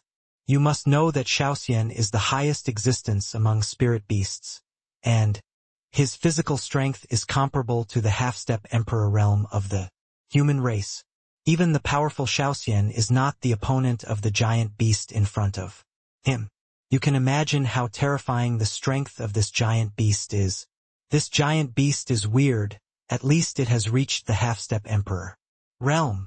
Seeing Xiaoxian constantly vomiting blood, Luoxin frowned and said solemnly, "This Donghuazhou has always been one of the 5 ordinary continents in Tianxian continent. Unexpectedly, there is such a terrifying beast hidden here. If there is no unknown and shocking secret, no one would believe it." The smart Luoxin seemed to smell the conspiracy in the air. "How are you?" Seeing Xiaoxian injured, Su Chen flew to Xiaoxian's side at the first time, helped Xiaoxian, who had turned into a human form, and asked with concern, "I am fine." Hearing this, Xiaoxian shook her head, wiped the blood from the corner of her mouth and said palely, "This beast is very powerful. I am not its opponent." At this moment, she still felt very guilty. Everything was because she moved the strange flower out of curiosity, which led to the beast and led everyone into a crisis. "Xiaoxian, take a good rest and don't talk." Seeing Xiaoxian's somewhat self-blaming expression, Su Chen felt distressed and helpless. As Xiaoxian's master and man, he was obliged to deal with everything Xiaoxian did. Although this giant beast that suddenly appeared was powerful, it further proved that there must be other natural treasures here or some shocking secrets were hidden here. He gently picked up Xiaoxian, and his eyes kept scanning the surrounding situation. After injuring Xiaoxian, the white giant beast did not continue to attack others, but walked to the strange flower and sniffed it with its huge nose. It seemed to be checking its treasure. Suddenly, the giant beast opened its huge mouth and swallowed the strange flower in one gulp. "Ah!" Then the white giant beast roared to the sky, and the whole earth was shaking, as if it was about to collapse at any time. "Oh no! The momentum of the giant beast is constantly rising." Luoxin, who had been observing the situation on the giant beast's side, suddenly changed his face and exclaimed, "If the giant beast at the half-step Emperor realm is further strengthened, it will reach the legendary Emperor realm. In the Tianxian continent, there has been no great emperor in the past 1,000,000 years. If this giant beast really reached the great Emperor realm at this time, Luoxin dared not imagine that it would be an absolute disaster for the entire human race, because a giant beast at the great Emperor realm would be invincible in the entire Tianxian continent. This was the result she was most reluctant to see. "Run!" Seeing this horrifying scene, Su Chen also reacted. If he didn't leave now, when would he leave? "I was really unlucky today. I actually met such a big pervert. Since I am not the opponent, then the best strategy is to run away." Roar! The white beast widened its eyes, as if it saw the intention of everyone to escape, raised its proud head, and roared to the sky. Then its 2 front legs slammed heavily on the ground. Rumble! The earth trembled. Giant cracks like spider webs extended in all directions. In an instant it spread to thousands of meters and the thousands of meters. Range was all covered by the powerful shock wave emitted by the beast. At this moment, the earth seemed to open its bloody mouth, ready to swallow everything in the world. The sky and the earth changed color. Puff! Everyone was affected by the powerful shock wave of the white beast, and they all spit out blood.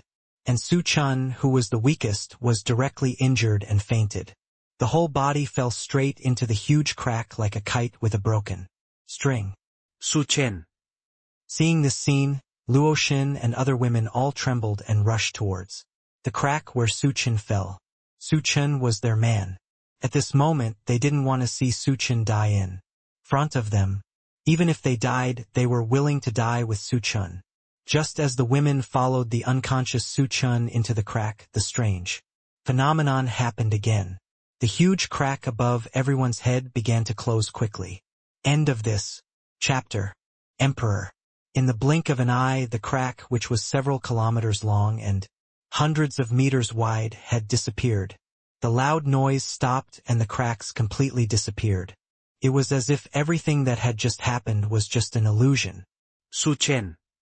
After Luoxin and other girls fell into the crack, they found Su Chen lying quietly on the ground, unconscious, and all of them felt heartbroken. Luotian rushed forward desperately and hugged Su Chen into his arms. Su Chen, Su Chen. Luotian kept shouting, his eyes were red. Among the girls, she had the least relationship with Su Chen, but she also had the most spiritual communication with Su Chen. In terms of understanding Su Chen, no one understands Su Chen better than her. At this time, seeing the little man who only bullied their sisters in the past pass out like this, Luotian's heart was cut like a knife. She hugged Su Chen tightly, tears pouring out uncontrollably. Su Chen, wake up, okay? I won't allow you to leave us. Luotian's tears slid down her cheeks and onto Su Chen's face, making Su Chen's face wet. Is it raining? At this moment, Su Chen suddenly slowly opened his eyes. Seeing Su Chen wake up, Luotian's tears stopped instantly. Are you awake? Luotian burst into laughter, looked at Su Chen, and said excitedly, I thought you would never wake up again. Fool! How could this young master die? Don't forget, I am the Dragon Emperor, who even the Lord of Hell dare not subjugate easily. Besides, how could I, the young master, be willing to leave all your delicate beauties and leave alone? Su Chen squinted his eyes and became confused again. Bad embryo. Hearing this, Luotian blushed and said angrily, You are just a bad person, who only makes us sisters cry. Hey. Hearing this, Su Chen just touched his forehead awkwardly and began to look at the surrounding situation. At this time it was dark all around them, and they didn't know where they were. Where is this? Su Chen frowned and asked. If they weren't cultivators and their vision was much better than ordinary people, they might not be able to see even here. This is beneath the cracks. Seeing that Su Chen didn't know what happened after he passed out, Luotian explained patiently. Fuck. After hearing Luotian's explanation, Su Chen couldn't help but cursed. It turns out that white giant beast is so powerful that it can even create things like earth cracks. At this moment, he had realized something. Under his nose, there was such a ferocious beast dormant for no apparent reason. If this comes later, it is estimated that after this guy reaches the realm of the great emperor, the Su family will be the first to be destroyed. He was a little scared inside. I feel like I've fallen into the plot of someone in the dark. However, at this time, he first had to solve the dilemma at hand. How to escape from this crack in the ground. After that, he took out the compass from his arms and wanted to see if it was still useful underground. Still useful. Looking at the pointer on the compass in his hand, which continued to rotate, and finally pointed in one direction, Su Chen finally breathed a sigh of relief. The current situation was not as bad as he imagined.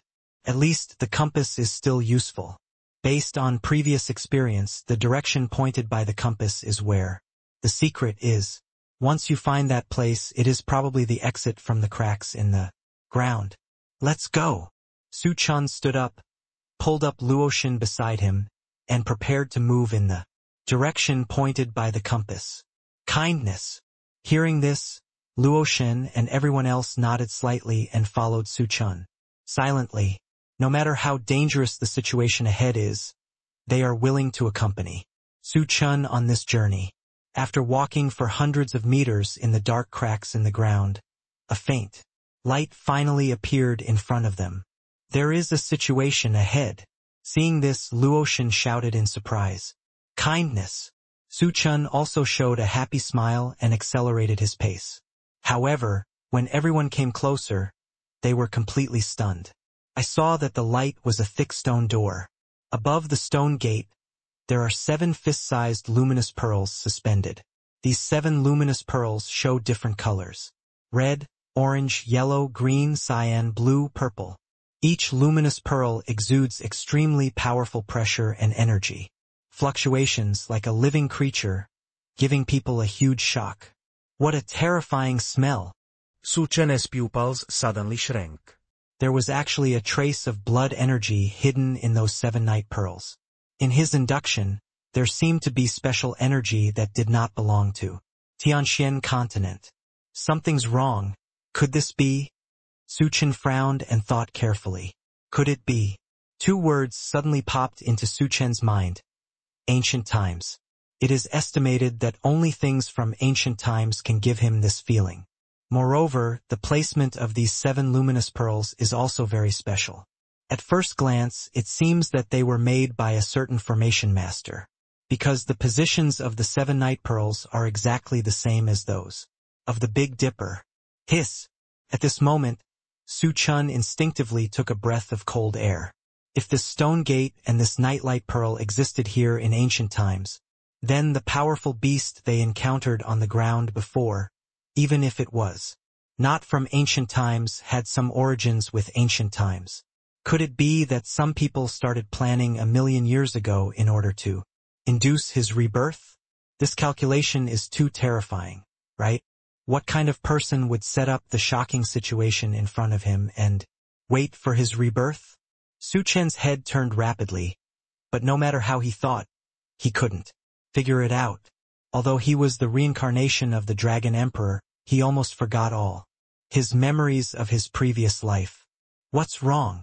Seeing Su Chen's face constantly changing, Luo Shan on the side stared at him with beautiful eyes and asked in confusion, "This stone door is most likely the secret we have been looking for." After coming back to his senses, Su Chen calmed down, narrowed his eyes, stared at the stone door in front of him and said solemnly, "Moreover, I have a strong feeling that this place is specially prepared for me." "Prepared for you?"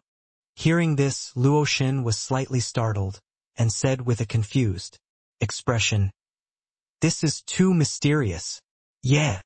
Su Chen clenched his fists and said firmly, "To be precise, it is aimed at the reincarnation of my Dragon Emperor." "Ah?"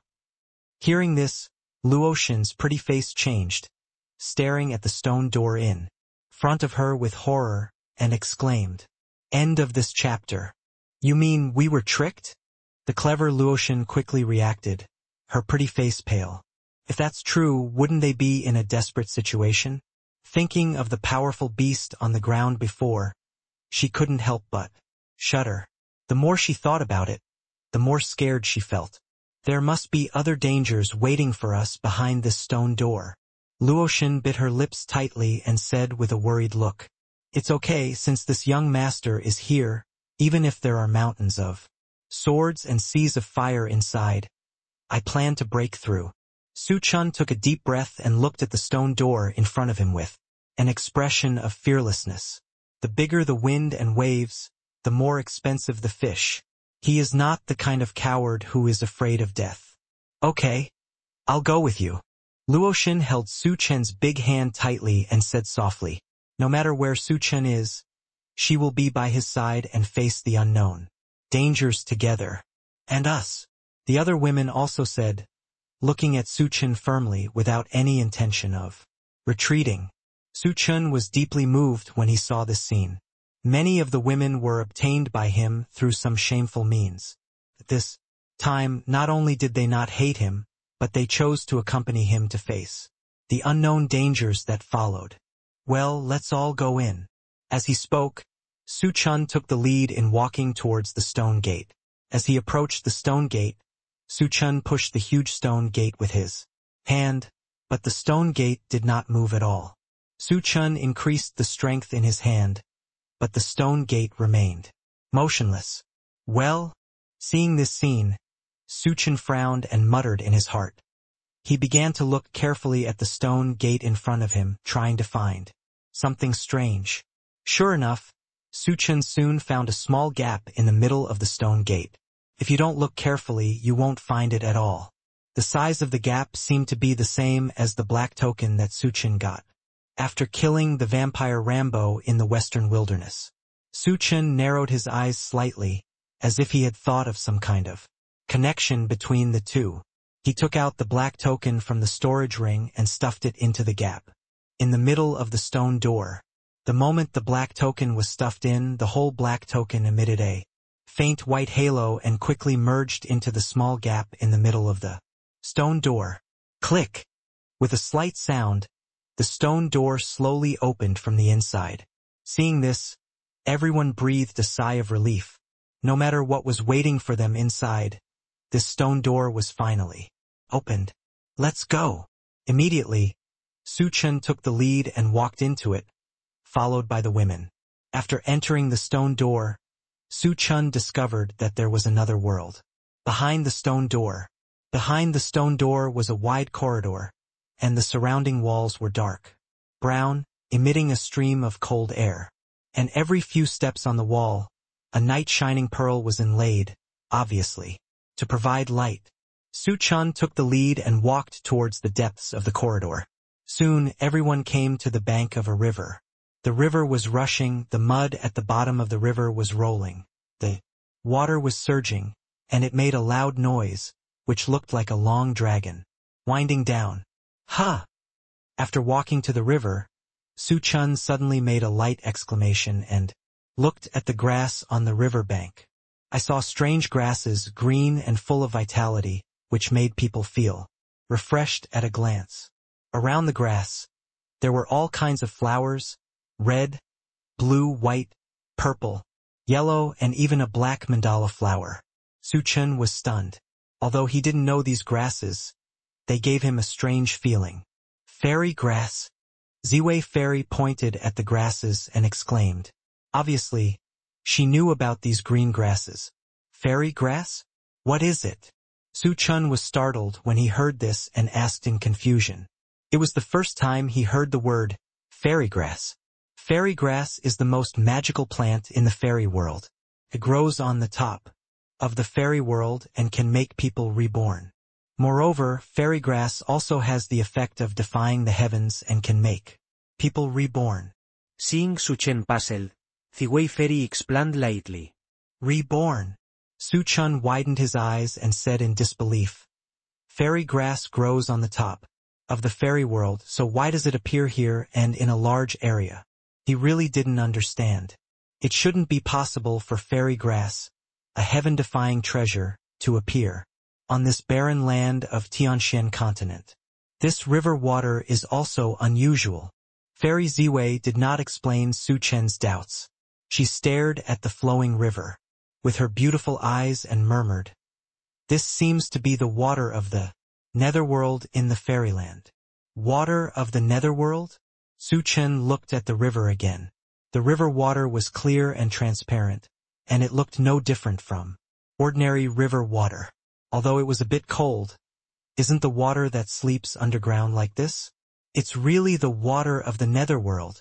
Yuji looked at the river with shock in her eyes and said, I didn't expect the water of the netherworld from hell to appear here. I remember the last time I saw this water of the netherworld was hundreds of thousands of years ago. It's really unpredictable. The words of the two made Chen even more puzzled. Obviously, one thing that only exists in the fairyland and the other in hell. Why did they appear in the underground of Donghuazhou in Tianshan continent? And they live together peacefully. How terrifying is the power of the powerful who made these two things appear here? At this moment, Chen was a little panicked. He knew what kind of existence would be waiting for him to fall into the trap, deep in this tunnel. However, he did not feel scared. He thought about taking one step at a time. With this in mind, he prepared to fly over the nether water and reach the other side. Don't. Seeing this, Yuji stretched out her jade hand, grabbed Chen's sleeve, and stopped his action. What's wrong? Chen looked at Yuji in confusion and asked, If you pass over the nether water like this, you will die. Yuji shook her head and smiled bitterly. This nether water is an extremely strange thing. Once you are contaminated, you will never be able to wash it off unless you are a person who has practiced special skills. Most people would stay away from the nether water. It was the first time that Yuji saw someone like Chen who wanted to fly directly over the nether water. I don't know if he was brave or if he didn't care about his life or death. Hundreds of thousands of years ago, when she was in the fairyland and saw the nether water in hell, she didn't dare to despise it. She only dared to watch from a distance. Oh, then how can we pass over the nether water? Chen didn't agree, just raised his eyebrows. End of this chapter. I don't know either. Hearing this, Yuji shook her head and said, You know, the water of the Netherworld can swallow all living things, including the life essence of the human race. If you directly leap over, you will most likely be sucked into it immediately, and you will end up with no bones left. Even if you don't think about yourself, you have to think about our sisters and the children in their bellies. After saying that, Yuji didn't say anything more. She just stood aside and looked at Su Chen quietly. Hearing Yuji's words, Su Chen fell into silence for a while. Finally, he slowly raised his head and said firmly, "This young master will definitely pass through this netherworld water. Since the other party has arranged it for so long, I guess they are waiting for me to come over. This netherworld water is probably just placed here to stop some young people. It is probably useless to this young master." Although Su Chen was very determined about this, no one could guarantee the final result. After all, no one can tell what the big man who put this netherworld water here was thinking. In short, Su Chen is gambling. You are gambling with your own life, and the other party you are betting on is coming for you. You're gambling. Hearing this, Yuji's beautiful eyes flashed with worry. "Don't worry, I'll be fine." Su Chen patted Yuji on the shoulder, comforted her and said, "If I really encounter danger, I will run away immediately and will not wait to die." After saying that, before everyone could react, Su Chen took a step forward and leaped towards the netherworld water. Seeing this scene, Yuji's heart was a little complicated. Why does Su Chen love gambling so much and risk his own life?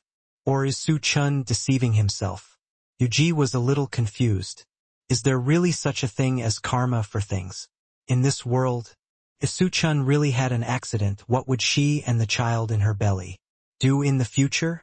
Fuck! While Yuji was stunned, Su Chen's yelling came from the front. Bang! Su Chen, who was above the netherworld water, was suddenly pulled down by a mysterious force and fell into the netherworld water. Ah! Seeing this scene, the faces of the girls showed fear. They all now know the benefits and dangers of netherworld water. Now that Su Chen has really fallen into the water of the netherworld, how can they not be worried? What the hell? You actually dragged me down? The girls did not hear Su Chen's screams, but instead heard Su Chen's head emerging from the netherworld water and cursing there. Seeing that Su Chen was fine in the netherworld water, the girls all breathed a sigh of relief. It seems that Su Chen made the right bet. To others, this netherworld water can be said to be a despicable existence, but in front of people like Su Chen, it is no different from ordinary river water. It seems that this has something to do with Su Chen's Shenlong Wuhuan, and the other party was indeed coming for Su Chen. At this moment, an old man in black robe appeared opposite Su Chen. The old man looked at Su Chen with an intriguing look in his eyes, and said, indifferently, "Little guy, I didn't expect you to have such ability. Old man, did you put this netherworld water here on purpose?" Su Chen narrowed his eyes slightly, stared at the old man in black robe in front of him with an unkind expression, and scolded him directly. In his eyes, he didn't even take the old man in black robes seriously. Since the other party dragged him into the water and made his clothes wet, he would not give the other party a good look. "You guess." The old man in black robe did not answer, but snorted coldly. Obviously, he was extremely dissatisfied with Su Chen's attitude. He had been guarding this place for who knows how many years, and this young man actually talked to him like this. "Old man, you don't have to act pretentious in front of my young master. Won't accept your trick." Su Chen's eyes narrowed, a cold light radiating from them. To deal with such a pretentious person, you must be more fierce than him. Otherwise, the only ones who suffer are those who are active and may even allow the other party's conspiracy to succeed. "Ha ha ha, you can't say I can understand my strength, but I won't argue with a junior like you." The old man in black robe laughed loudly, then calmed down the expression on his face and said coldly, "I have been waiting for you for many years, Dragon Emperor. How do you know the identity of this young master?" Hearing the words of the old man in black robe, Su Chen frowned slightly and felt a chill in his heart. How could the other party know his identity? I haven't said a word about my past life until now. The old man in black robe could tell his identity at a glance. This surprised him. What is the origin of this old man in black robe? Hee. The old man in black robe shook his head and said, Emperor Shenlong you are, a famous figure in our world, so naturally I have heard about it. I can still remember the time when you and your brothers turned the fairy world upside down. The old man in black robe said it calmly. But everyone present couldn't help but feel their hearts beating, and a sense of fear rose in their hearts. It turned out that the old man in black robe had been waiting for Su Chen. Here. No wonder he looks confident. Ha, old guy, who are you? Su Chen snorted coldly, narrowed his eyes slightly, and a trace of murderous intent emerged. Who is this old man?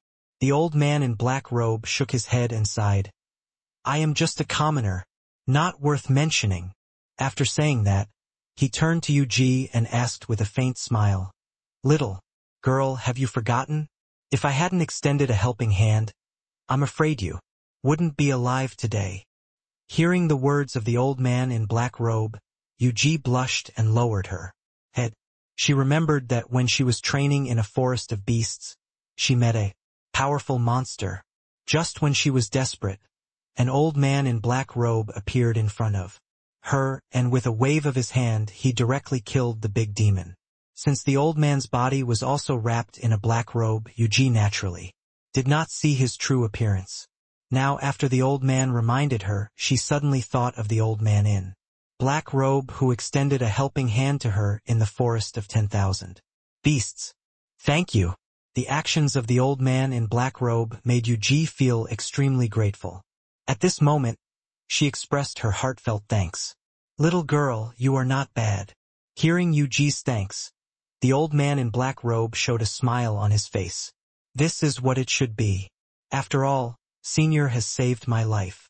Yuji bit her teeth and said softly, You are a good girl. But this guy is a jerk. The old man in black robe seemed to admire Yuji very much, and his tone of voice was full of kindness, but he had a very bad impression of Su Chen. Hearing that the old man in black robe had a bad opinion of Su Chen, a look of worry flashed across Yuji's face. End of chapter. However, she did not speak, because he knew the nature of the old man in black robe. It would not be a good thing for Su Chen if he spoke at this time. He just hoped that the old man in black robe would not embarrass Su Chen too much. Little girl, don't worry. I will only teach this bastard a lesson and will not kill him. The old man in black robe seemed to see the worried expression on Yuji's face, touched his beard, and said with a smile, Thank you, Senior. Hearing this, Yuji finally breathed a sigh of relief and nodded. Yuji, don't be polite to this old man. He is just pretending here. Seeing this, Su Chen narrowed his eyes slightly, stared at the old man in front of him, and said jokingly, Old thing, if you have the ability you can do it. Boy, don't be arrogant. Seeing Su Chen provoking him, the old man in black robe shouted angrily and gently raised his dry right hand. Boom! The void exploded, the space shook, and a terrifying pressure descended. This pressure made everyone almost unable to breathe. Fuck, old man. You have no martial ethics. Seeing that the old man in black robe really attacked him, Su Chen's face changed suddenly. I still underestimated the strength of the old man in black robe. His head was directly pressed into the water of the netherworld by the old man, and he began to struggle instinctively. Unfortunately, the old man in black robe had a much higher cultivation level than Su Chen, and Su Chen had no way to resist. Gulyalu, old man. I'm not done with you, Gulyalu. Su Chen kept making sounds and slapping the water of the netherworld. But no matter how Su Chen used all his means, it was useless. Ha ha ha. The old man in black robe laughed and said, Bastard, do you think that you can do whatever you want in front of me just because you are the reincarnation of the Dragon Emperor? Let me tell you, my method can not only imprison your cultivation but also your soul. How does this netherworld water taste?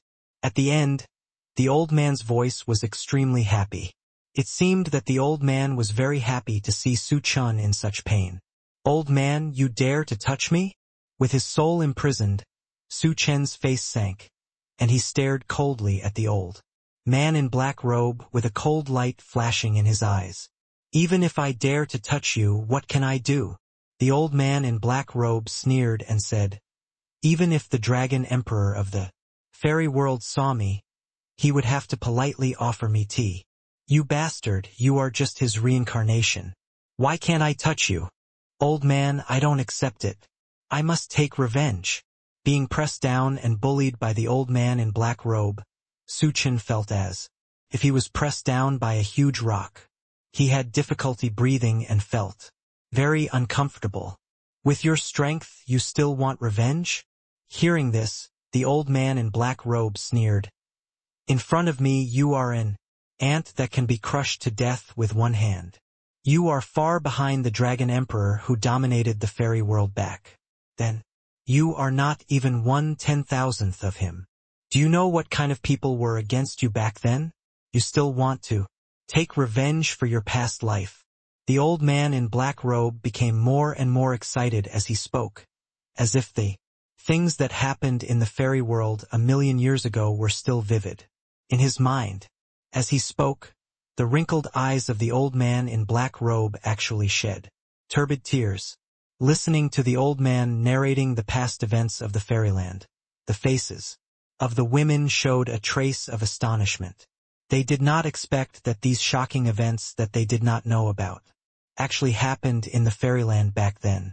Although they did not understand why the old man in black robe shed tears, they thought it should be related to the Dragon Emperor. But they did not ask, but just stood aside quietly as a quiet listener, silently listening to the old man in black robe.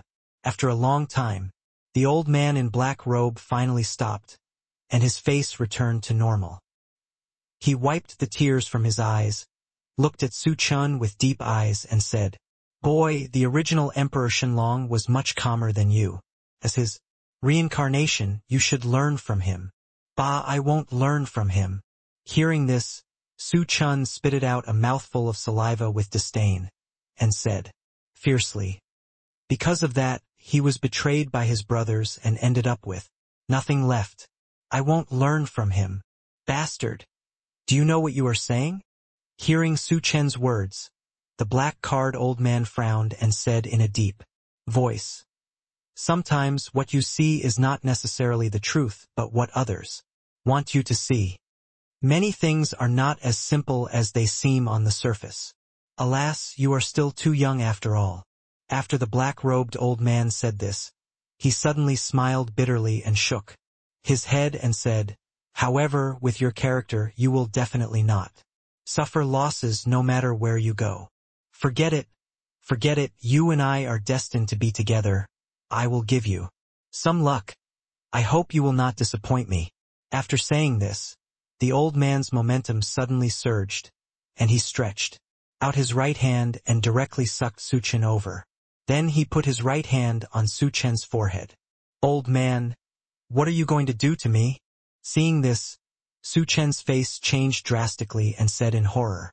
Facing the powerful old man, Su Chen was like a lamb to be slaughtered, and he could not resist at all.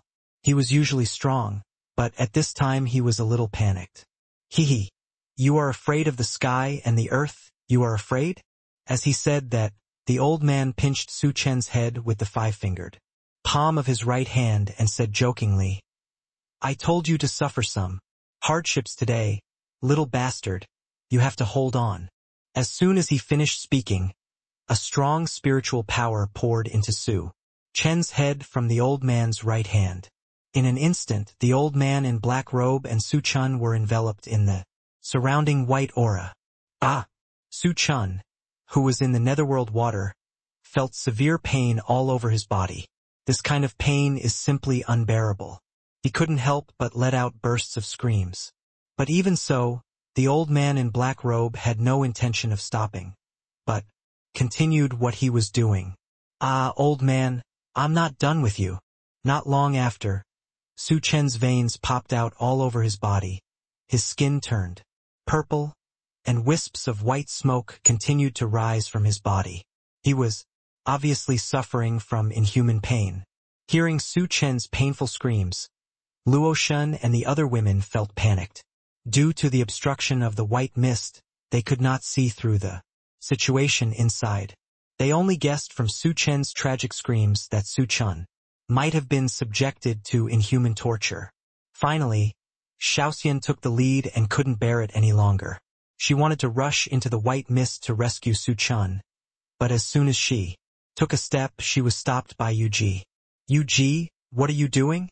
Seeing this, Xiaoxian's beautiful eyes turned cold and she said coldly. She knew that Yu Ji was very strong and her realm was suppressed to the half-step emperor realm, so she was no match for her. But she didn't want to see Su Chun continue to suffer at the hands of the old man in black robe. Now that Yu Ji is standing in front of her, she is her enemy. Xiaoxian, don't be impulsive. The old man in black robe is not a bad person. He will not do anything to Su Chun, Yu Ji said softly, her tone full of comfort. As for the old man in black robe, she was the only one among the girls present who had contact with him, and she had some understanding of his character. Since the other party just wanted to give Su Chun some suffering, he would definitely not harm Su Chen's life. And from the old man in black robe, she keenly captured an extremely important piece of information, that is, the old man in black robe cares very much about the Shenlong Emperor. There is even some connection between the two. Although Emperor Shenlong is no longer here, Su Chun is the reincarnation of Emperor Shenlong. Just looking at this point alone, the old man in black robe would definitely not do anything to harm Su Chen's life.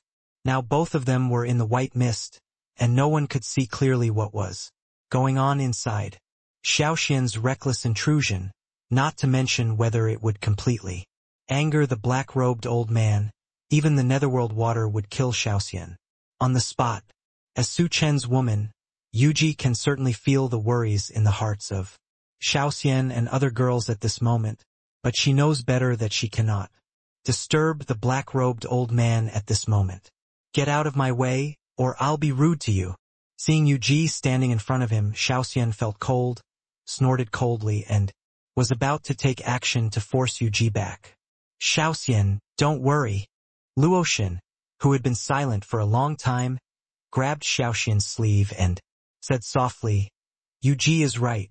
If this old man in black robe wants to kill my husband, we people can't stop him at all, and the other party wants to kill me. Take action, why wait until now? Like Yu Ji said, we just need to wait for a while. Hearing this, Xiaoxian was still a little anxious and said, but seeing my husband's suffering, my heart is like a knife. Don't worry too much. As long as we are here, your husband will not have any problems. Luo Shen smiled, and then cast his gaze into the white mist ahead. Only the vague figures of two people could be seen in the white mist. Although Su Chen's miserable screams could be heard from time to time, no spiritual energy fluctuations from the fight were seen. This scene made everyone breathe a sigh of relief, but also made Xiaoxian feel a little doubtful. According to the strength of the old man in black robe, what exactly was he doing to Su Chun, which made Su Chun let out pitiful howls? While the girls waited uneasily, Su Chen's miserable howl disappeared, and soon the white mist also disappeared. The girls looked intently and saw that Su Chun had passed out at some point. The old man in black robe was holding him with one hand. There was a faint layer of red light lingering on Su Chen's body, which looked quite strange. Little girl, take good care of him. After that, the old man in black robe handed the unconscious Su Chun into Yu Ji's hands and warned him in a tired tone. Senior, this is my husband? Looking at the unconscious Su Chun in her arms, Yu Ji looked a little hesitant and pursed her lips, but she still asked her doubts. Hearing this, the other girls all turned their gazes to the old man in black robes, all waiting for his answer. Don't worry, little girl. I just used the initiation method on this bastard. As he said that, the old man in black robe looked at Su Chun, who was unconscious in Yu Ji's arms, and said calmly, This bastard is too weak. If he goes to the fairy world like this, he will probably be easily crushed to death by those guys. I don't want to wait so long and have the last glimmer of hope disappear. Stop talking. I'm tired and it's time to leave. As soon as he finished speaking, the body of the old man in black robe slowly became transparent. Senior, where are you going? How can I find you? Seeing the old man in black robe gradually turning into nothingness, Yuji's expression changed and she quickly asked. The old man was obviously kind to Su Chen. The method of enlightenment will greatly damage the caster, and the beneficiary is Su Chen. The black-robed old man did this to help Su Chen. But at the same time, she became more curious about the identity of the black-robed old man. Of course, I will go to where I should go. When that bastard wakes up, you tell him to remember what I said before. Be modest and calm. The road is long, and we will meet again if we are destined. The black-robed old man smiled slightly, and his body finally turned into a breeze and disappeared completely in the air. The senior is gone. Looking at the place where the black-robed old man disappeared, Yuji murmured to herself. When Su Chen woke up, it was already 3 days later. Su Chen stretched his body and felt that his body was full of spiritual power, and then he slowly opened his eyes. What came into view was a familiar face. Husband, you finally woke up. A pleasant voice came into his ears.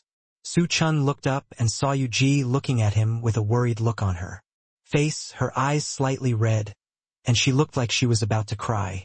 Did I sleep too long? Su Chen scratched his head and asked in confusion. 3 days. Yuji replied leisurely. These 3 days have worried us sisters to death. Where is that old thing? Su Chen immediately thought of the old man in black robes, and looked around, but it was empty everywhere, with no trace of the old man at all. The senior left a long time ago. Yuji looked at Su Chen with resentment and said, before the senior left, he left a message saying that he wanted my husband to remember what he said before, and if there is a chance, you can meet again. The old and the young, one is not big and the other is not young. They clearly knew that they had no ill will towards each other, but when they met, they were like enemies destroying each other. Humph! That old Deng runs fast. Hearing this, Su Chen said disapprovingly, if it weren't for the fact that he gave me the initiation, I would have given him a hard time, although he knew that the black-robed old man was waiting here to give him a great opportunity. After all, when the old man gave him the initiation, he didn't care whether he could bear it at all, and tried his best to infuse those spiritual powers into his body. If he was not the reincarnation of the Dragon Emperor, born with the dragon martial spirit, he would have been blown up by that old Deng.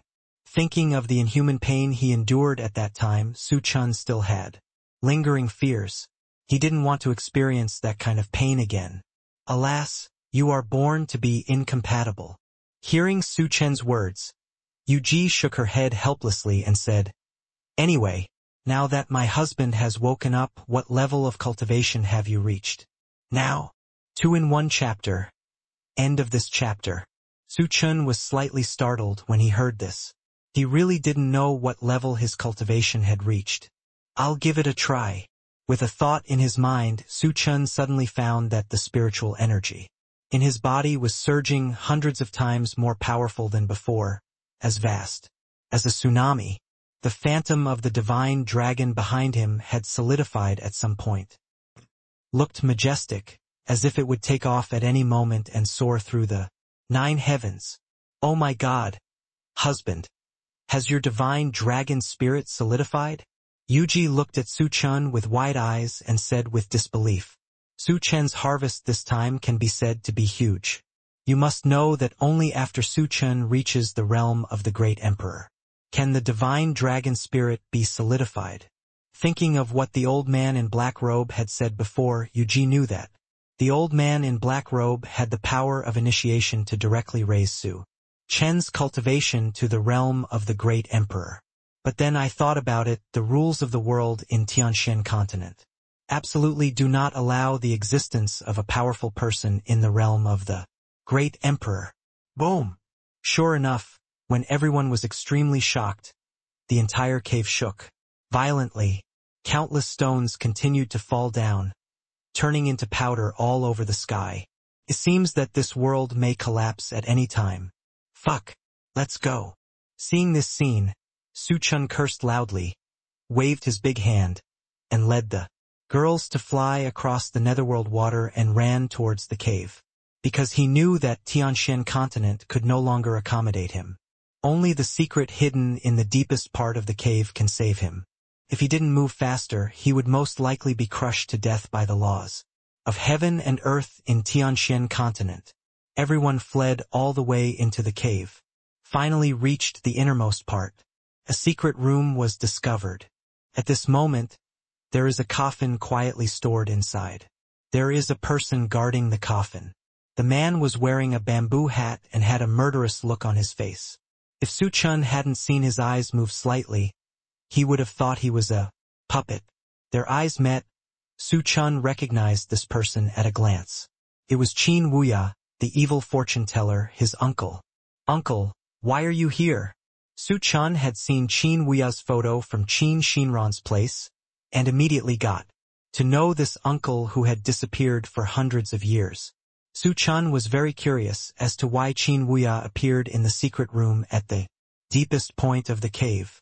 Could it be that my uncle, whom I have not seen for hundreds of years, has always been guarding this coffin in this cave? What is Qin Wuya's identity?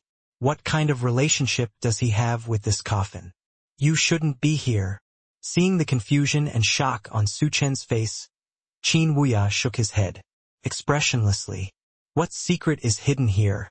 Su Chen asked, pointing to the coffin. I don't know either, but I know that this is not a good thing for you. You shouldn't have to bear this kind of cause and effect. Qin Wuya shook his head and smiled bitterly. He had already figured out that Su Chen was the reincarnation of the dragon emperor, so he secretly protected Su Chen from the beginning. When Su Chen was in danger, he took action many times. He knew that Su Chen would definitely step into this secret room one day to fulfill his unfinished obsession from his previous life. But Su Chen is his nephew after all, and this kind of cause and effect is extremely risky for Su Chen. This is what he least wants to see as an uncle. His biological sister Qin Xinran only had a son like Su Chen. If Su Chen had any shortcomings, his sister would be the saddest person. Therefore, he has been guarding outside the coffin in order to persuade Su Chen to stay when he comes. Although the fairy world is good, it is also a dangerous place for Su Chen. Wouldn't it be nice for him to be a wealthy young man in Tianxian continent and have a family full of descendants? Qin Wuya, who had already seen through life, wanted to help Su Chen change his destiny, change the opportunities he had, and thus change the outcome of his fate. Uncle, is there a door to the fairy world inside this coffin? Regarding Qin Wuya's persuasion, Su Chen didn't say much, but pointed at the coffin and asked eagerly. He was enlightened by the black-robed old man and forcibly raised his cultivation level to the realm of the great emperor. The laws of heaven and earth in Tianxian continent simply could not tolerate him. Although the fairy world is full of dangers for him, there is still the old, treacherous Emperor Tiandao waiting for him. But only the immortal world can accommodate his body as a great emperor. This is indeed the door to the fairyland. Hearing this, Qin Wuya had no intention of hiding anything. Very good. After receiving Qin Wuya's affirmative answer, Su Chen looked happy. I finally don't have to die. In the fairy world, there is also the great emperor of heaven, this young master is here. As soon as he thought of this, Su Chen was about to open the coffin and prepare to immediately go to the unknown fairyland. Unfortunately, no matter how hard he tried, the lid on the coffin did not move at all. Fuck! What's going on? Su Chen's face twisted when he saw that his great emperor had opened the coffin. This result is not a good thing for him. Boom tilde. Because he used his spiritual power, the emperor's cultivation was once again captured by the heavenly emperor's law. The stones on the walls of the stone chamber, like the stones in the previous cave, began to slowly weather, turning into countless powders and dissipating in the air. Damn it! How did you reach the level of the great emperor? Seeing the powerful emperor aura on Su Chen's body, Qin Wuya's face froze. He knew that everything he had paid for was in vain. If he wanted to keep Su Chen alive, he had to let him go to the fairyland. Otherwise, it would not take long for Su Chen to be crushed into meat paste by the laws of heaven and earth in Tianxian continent. With this thought in mind, he took out a flying knife from his arms and cut his palm directly. Blood immediately dripped from his palm onto the coffin. A strange scene happened. Qin Wuya's blood was quickly absorbed by the coffin. This strange scene made Su Chen gasp. His uncle seemed to be not simple. Could he also be a hidden master? Click! Qin Wuya waved his hand and lightly lifted the cover of the coffin. Suddenly, dazzling golden light appeared, shining in the stone chamber. The golden light was startled. So comfortable. Everyone covered by the golden light couldn't help but sigh. Why are you standing there in a daze? Hurry up and leave. Seeing everyone in a daze, Qin Wuya glared and shouted, "Let's go!" Su Chen was the first to react to the shout. He pulled Yu Ji into the coffin. The other women also jumped into the coffin. My good nephew, I hope you can live well in the fairy world. Looking at the secret room where only he was left, Qin Wuya muttered to himself. He had also divined Su Chen's future, but the secret did not give a clear indication but a chaos. In this regard, he could only smile bitterly and shook his head. He had done what he should do. As for Su Chen's future destiny, it was not something he could control. Fortunately, he knew that there were still many women of Su Chen in the Su family of Donghuazhou, all of whom were pregnant with Su Chen's children. I think his sister would be happy too. He will be an uncle soon. Old friend, I'm leaving. Qin Wuya gently closed the coffin, and the golden light disappeared instantly. The secret room also returned to normal, as if nothing had happened here before, and Qin Wuya slowly walked out of the secret room. Su Chen and the girls felt dizzy, and then they felt that their bodies were floating in endless darkness. After a long time, when they opened their eyes, they found themselves in a huge palace. All around the palace, the walls were engraved with various mysterious patterns, all vivid, as if they could walk out of the painting at any time. And around them there stood 5 guards in armor. These people were burly and strong, with cold faces, and exuded a cold murdru aura. They were the guards guarding the entire palace, and each of them had reached the peak of human immortals, and the leader of them even reached the early stage of earth immortals. Su Chen and others looked at the guards in front of them, a little confused. It was obviously the first time for him to come here and the first time for him to meet them, so why did they look at him and others with murderous intent? Brother, what exactly is this place? Su Chen looked at the group of ferocious guards in front of him and asked at the beginning, "Are you cultivators from Tianxian continent?" The leading captain did not answer Su Chen's question, but asked in a deep voice, "Yes, we are from Tianxian continent." Hearing this, Su Chen nodded and said. He did not notice that after hearing his answer, the other party's eyes flashed with excitement. Hee, that's right. The captain narrowed his eyes slightly and said with a smile, "Boy, we have been waiting for you for more than 1 million years. Today, all of you can't run away." As soon as the captain finished speaking, the 4 people beside him rushed towards Su Chen and others with their swords. Judging from the posture, they were going to take down Su Chen and others, looking for death. At this time, Yu Ji's beautiful eyes turned cold, and she gently raised her jade hand and waved it, and several cold lights shot out. These cold lights instantly pierced the surrounding space and turned it into nothingness. The captains who wanted to capture Su Chen and others were instantly pierced through the heart by the cold light and died on the spot with screams. Yu Ji took a step forward and took a black iron sign from the captain's waist. She looked carefully and said with cold eyes, "It's Tianxian Palace. I didn't expect that the Emperor of Tiandao had already arranged people to wait here. Let's go." Since these people were arranged by the Emperor of Tiandao, I think the Emperor of Tiandao will soon know the news that Su Chen and others have come to the fairyland. Although Shi Yi Zhuiwei and Ziwei Fairy were no longer suppressed by the laws of heaven and earth after returning to the fairyland, the three of them had no power to fight back against the Emperor of Tiandao, who was one of the top few in the fairyland. The best way for them at this moment is to take Su Chen away from this place as soon as possible. The farther the better. As soon as she finished speaking, Yu Ji took Su Chen's hand and flew away. Hearing this, Yi Zhuiwei and Fairy Ziwei also realized the seriousness of the problem. At the first moment they took Shaoxian and Luoxian and quickly followed Yu Ji and the others. An hour later, a middle-aged man in a golden Taoist robe appeared in Tianxian Hall with a group of powerful people. Looking at the 5 dead guards, a gloomy look appeared on his face. They are all a bunch of trash. And they actually let that kid Xinlong escape. He arranged these people to deal with the monks from Tianxian continent who ascended to the immortal world. Just now he smelled the unique scent of his good brother Xinlong in the air. Unexpectedly, the reincarnated dragon ascended to the fairy world again. "Master, what should we do next?" An old man with a cane stood up behind Emperor Tiandao. He glanced at the corpse on the ground and asked. Hearing this, Emperor Tiandao narrowed his eyes slightly, gently raised his right hand and pointed in the direction where Su Chen and others had fled, and said in a cold voice, "Send someone to chase him.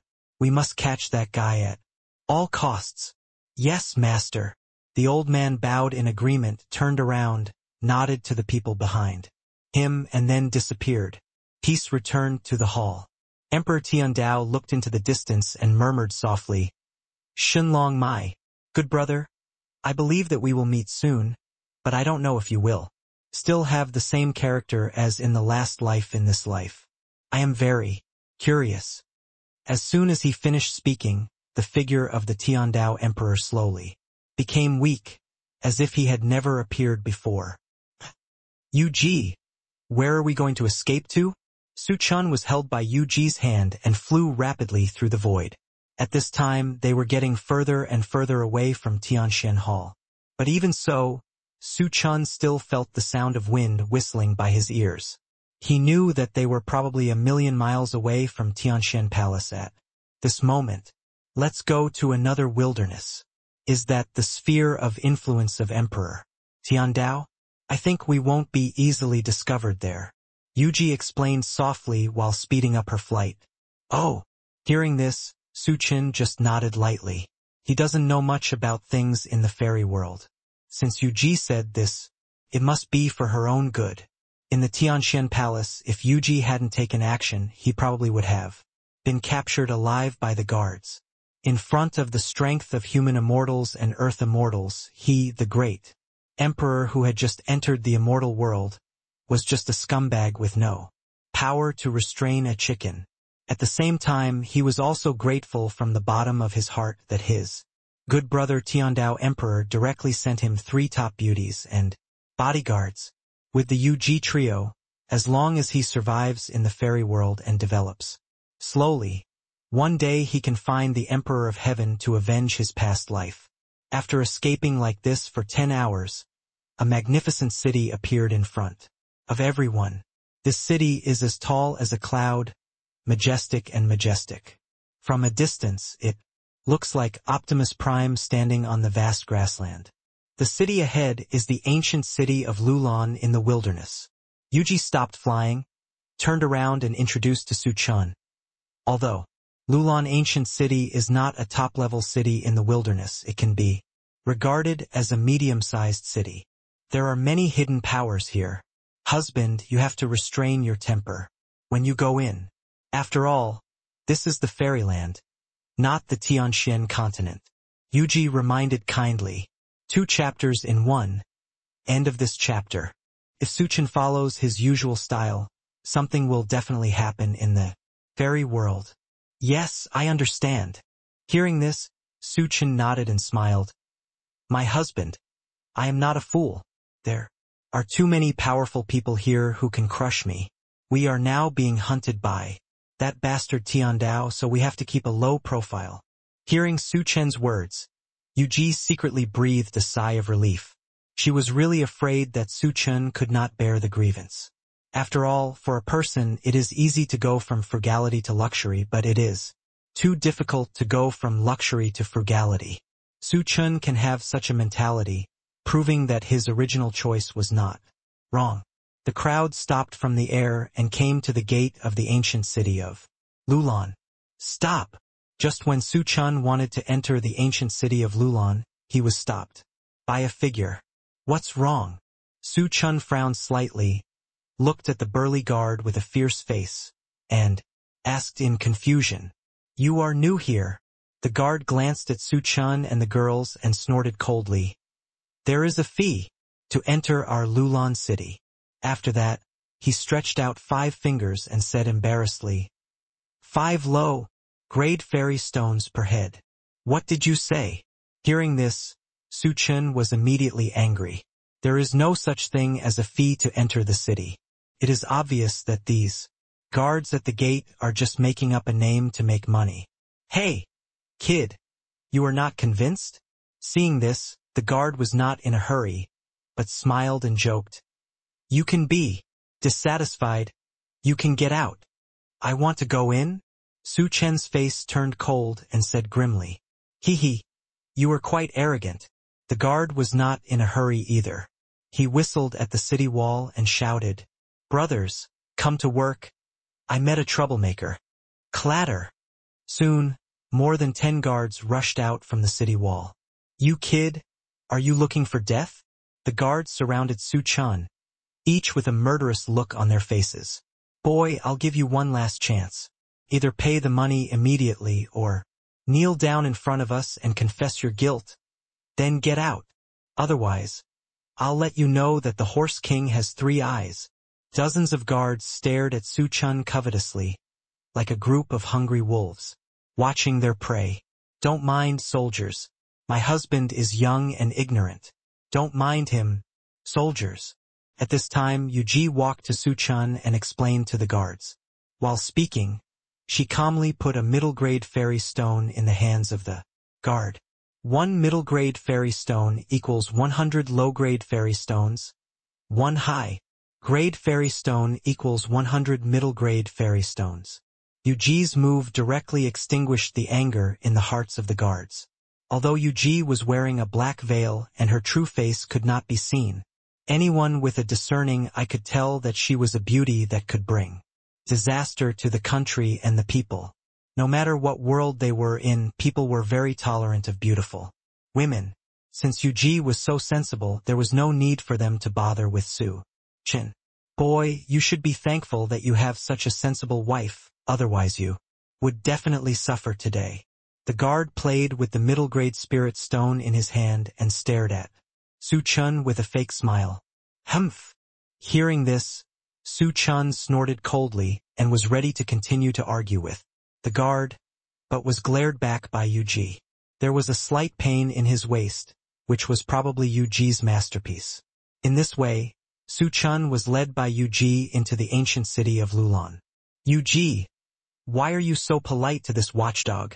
After seeing the guards disappear from his sight, Su Chen turned his head and asked Yuji, with your strength you can kill those watchdogs with 1 hand. Husband, didn't we agree before not to cause trouble easily? Hearing this, Yuji rolled her eyes at Su Chen and said angrily, This is a wasteland. Although I can kill those guards, this move will definitely attract the attention of those hidden powers. You know, we are still being hunted by the Emperor Tiandao. Once our identities are exposed, there will be endless troubles. So, it's better to be low-key and subtle. Hearing Yuji's words, Su Chen nodded and said, You are right. It was my husband who was impulsive. Damn, today I will just treat it as a dog bite. If a dog bites you, do you want to bite it back? Soon, Ziwei Fairy and others joined Su Chen. Su Chen, a grown man, followed by 5 beautiful women, immediately became a beautiful scenery on the streets of Lulan ancient city. Many passers-by looked sideways, secretly wondering whose son this was so ostentatious. One man took 5 beautiful women shopping. However, Su Chen and others did not care about this. As long as the man was not blind, he would not take the initiative to come to the door and provoke Su Chen and others.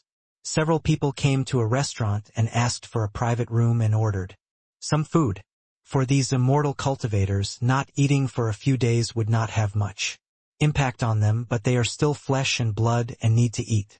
Since they came to this fairyland from the crack in the ground, they have not had a drop of water for a few days. Now they finally came to the ancient city of Lulan and settled down, so they naturally need to replenish. Looking at the table full of various delicious dishes, Su Chen, who had eaten all the delicacies in the world, also drooled. Without him, he was really hungry. My stomach had already made a sound of protest. If there weren't a few girls around, he would have put on a show and feasted on it. Everyone, use your chopsticks. Seeing all the girls looking at him, Su Chen took the lead in picking up the dish and began to enjoy the delicious food on the table. Seeing Su Chen eating with gusto, Fairy Ziwei, Yuji and others also started to use their chopsticks. Their eating looks are extremely elegant, every movement seems to have been carefully crafted, and every piece of food is just right, making people appetite. Delicious, so delicious. Su Chen devoured it so hard that his tongue stuck out. Eat slowly. No one will compete with you. Luoshin couldn't help laughing and wiped the oil stains from Su Chen's mouth with a handkerchief. This was the first time she saw Su Chen looking like a starving ghost. Reincarnated. Because the black-robed old man used the Dago enlightenment method to forcibly upgrade his cultivation to the realm of the great emperor, which consumed a lot of money on his body. At this time, he just wanted to replenish the energy in his body with food. Hey! These food and drinks in the fairy world are really delicious. Su Chen licked his tongue without blinking. Kick kick. On the side, several women looked at Su Chen and couldn't help but smile. Among the women present, Yuji was the most reserved. Although she was so hungry that Su Chen looked a little funny at the moment, she didn't laugh and she still looked indifferent. Seeing the girls looking at him with smiles on their faces, Su Chen touched the bridge of his nose awkwardly and smiled coquettishly. Then he picked up a piece of braised lion head, stuffed it into his mouth and chewed it. Delicious. Su Chen sighed while eating. He even burped. After eating, everyone returned to their rooms to rest. After the fatigue of the past few days, coupled with the need to avoid the pursuit of Emperor Tiandao today, Yuji and the other girls were a little tired.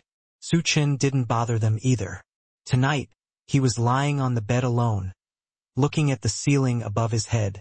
In a daze, he began to think about his life. Since time traveling, he has always regarded himself as a supervillain, and, of course, he does what a villain should do. But after arriving in the fairy world, he felt his own insignificance. In this fairy world where the great emperor is an ant, he simply cannot behave like the Tianshan continent and starts to behave with his tail between his legs. But it also made him feel frustrated. Now that I think back to what the old man in black robe said, it seems to make sense. In the fairy world, he is like an outsider at this time. If he accidentally exposes his identity, what awaits him will be the ruthless pursuit of the Emperor of Heaven. Shenlong, what kind of person were you in your last life? Su Chen looked at the ceiling and murmured to himself. In this life you became your reincarnation for me. There is also a terrifying existence like the old man in black robe. He seems to be afraid of something. What is the truth in this world? Where should I go from here? Dong dong dong. At this moment, there was a slight knock on the door. Who? Su Chen frowned slightly and became alert. I am my husband. Yuji's voice came from the door, and Su Chen breathed a sigh of relief. Then he stood up and opened the door, and Yuji came in. Yuji, do you miss your husband? After Su Chen closed the door, he hugged Yuji and said with a wicked smile, "Husband, don't make trouble. I have business to discuss with you." Yuji struggled twice but failed to break away from Su Chen's arms. She lowered her head with a blushing face and whispered, "Oh." Su Chen raised his eyebrows and asked, "What's the matter?" "Let me tell you." "Husband, that's it." Yuji bit her cherry lips, lowered her head and said, "We are now being hunted by the Emperor of Heaven. After all, our endless escape is not the only way. I discussed it with our sister stores and thought we should hide in a medium-sized sect and practice with peace of mind. While improving my own strength, I also pay attention to the news from the outside world. When our strength reaches a certain level, we can face the Emperor of Heaven directly." After listening to Yuji's words, Su Chen remained silent, not knowing what he was thinking in his heart. "Husband." Seeing that Su Chen didn't answer for a long time, Yuji called him again. "Yuji, you are right." After a long time, Su Chen suddenly raised his head and said, "Based on our current situation, it is the safest way to find a medium-sized sect to hibernate. You are living in the fairy world. Do you have any good suggestions?" After Yuji pondered for a moment, she slowly said, "I suggest going to Netherworld Valley. As a medium-sized sect, Netherworld Valley is very inconspicuous and will not attract the attention of Emperor Tiandao. Moreover, the deep location of Netherworld Valley is outside the influence of Emperor Tiandao, which is more beneficial to us. Then let's go to Netherworld Valley." After listening to Yuji's introduction, Su Chen thought for a while and nodded in agreement. 10 years later, the strength of Su Chen and the girls reached the peak of immortality. Su Chen even became the leader of Netherworld Valley. There are countless disciples here. In one fell swoop, the Netherworld Valley, a middle-class sect that was relatively insignificant in the past, developed into a super-large sect, attracting countless strong men to seek refuge. This day, he led the women and countless powerful men to fight all the way to the lair of the Emperor of Heaven. Looking at the Emperor Tiandao who was sitting on the top, Su Chen walked to him step by step and said coldly with a frosty face, "Old thief Tiandao, you have come to this day." Hearing this, the Emperor Tiandao on the seat just glanced at Su Chen lightly and smiled lightly. "Shenlong, my good brother, you are here after all. Isn't it what you want me to come?" Su Chen narrowed his eyes and sneered, "Aren't you always chasing me?" "Hee hee." The Emperor Tiandao just smiled bitterly and shook his head and said, "You shouldn't be here." "What do you mean?" Hearing this, Su Chen seemed to smell the meaning behind the words of the Emperor Tiandao. "Alas, without my arrangement, could you have gotten Fairy Ziwei, Yuji, and others?" As he spoke, Emperor Tiandao pointed at the 3 women below, then showed a bleak smile on his face and said, "Don't you really think that it was my intention to attack you at the beginning? There is also the Jidao realm above us, and those big guys want to attack you." While speaking, Tiandao glanced at the top of his head. It seemed to remind Su Chen to be careful of the Jidao realm above. As the name suggests, the Jidao realm is a plane 1 level higher than the immortals. The people there are much stronger than the immortals. "Are you telling the truth?" After hearing the explanation of Emperor Tiandao, Su Chen began to waver in his heart. He remembered the words of the black-robed old man in Tianxian Continent 10 years ago. What you see with your eyes is just what others want you to see, not necessarily the truth. Moreover, the strength of the black-robed old man is obviously much stronger than his current strength. I think it should be someone from the Jidao realm, and the black-robed old man seems to be afraid of someone. Combined with what Emperor Tiandao said now, Su Chen found that there was another reason for his death. He was like a fish caught in a big net, allowing the other party to easily catch him. At this moment he felt a chill and panic. His real enemy was actually in the extreme realm, and he didn't even know who the other party was or what he looked like. This was in trouble. "Shenlong, this is all I can say. As a good brother, I can only help you so far. After saying that, Emperor Tiandao directly drew out his sword and committed suicide. He knew that there would always be such a day when he attacked his brother. Therefore, he had already prepared to die. Rather than die at the hands of his good brother, it is better to commit suicide to save a little dignity as the Emperor of Heavenly Immortal. Alas! Seeing this good brother in the previous life committing suicide in front of him, Su Chun sighed heavily. His face was very solemn, and it was hard to tell whether he was happy or sad. He slowly stretched out his right hand, stroked the open eyes of Emperor Tiandao and closed them. Husband, what should we do next? Yuji walked forward, glanced at the dead Emperor Tiandao, and asked calmly, Go to Jidao realm. Su Chun raised his head, narrowed his eyes, and said coldly, End of the book. End of this chapter.